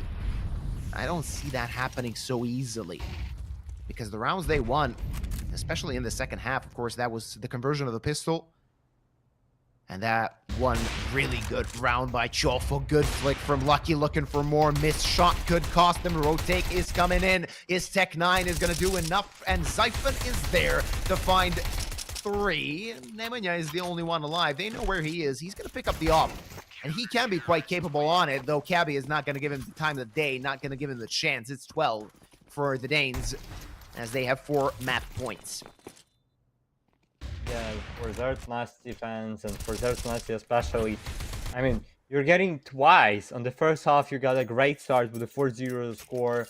After that, you won 3 first rounds of the second half, but you're just losing everything after that. There's no response. It feels like we had Z10 for the first 4 rounds of the first half, then they just disappeared. Then they once again appeared on the start of the second half, and now we cannot see them on the server. Yeah, they trying, they got some sort of close iteration, but I mean, it's not about the close iteration, it's about the score, which is 12-8 in favor of Sashi. And Kabi and Iceberg with the push gets the double, but Simke, a great response by him. However, still an advantage, but not for long. It's 2v2 in 1 minute and 20 seconds only for this round to be played. Becky gets a push and gets a kill against Nemanja, and that's a bomb. That's a problem for Brute Monster, who's already on B side. Oh, he already opened that side. But, oh, what a huge problem for him. Oh, Brute Monster just running wide open. Oh, Zyphon did not get a kill and did not push in that smoke. It's 1 minute left for Brute Monster to win this round or either lose this map. Brute Monster needs to clutch this. Becky is half HP, though. Brute Monster still with that op. That is inconsequential. They're double peeking him, and he has no chance here. He would need to pull off something miraculous, which is not going to happen. It is 1-0 Sashi as they win the opposing team's map pick. Sashi looking quite good on Anubis. That T side with 7 rounds consecutively won was very important, but don't forget 6 rounds on the CT side. So Sashi really taking the momentum when it was necessary, and Z10, they're gonna have to go back to the drawing board, think about what happened in this map, as there were more than a few mistakes made that led to them losing. Individual mistakes, I don't want to say that it was some bad calling. I would say that mostly the players kind of weren't zoned in enough. Hopefully Mirage will bring us a bit more action. Otherwise, Sashi will be going to that qualification match and Z10 into the elimination series. Yeah, those mistakes were not worth of winning for Z10. Even though Nemanja got an most valuable player, even they lost. But yeah, that's an unlucky for Z10. But I'll be honest, that was game that Sashi deserved to win. Let's be honest with that, because what was the performance by Z10 here? They winning the pistol round, and they winning an eco round, maybe 1 FORZE, and that's after that, what just happened with Z10 was just like that. We did not see them at all. We just did not see them at all. That was. I respect them, but that's the truth. I gotta be frank with you, but that's a win for Sashi, 13-8, and now we're heading to some sort of a break for 15 minutes with Luba. We'll chill. We'll have maybe some coffee, some rest. We'll get back to you on Mirage. Maybe the final map for today.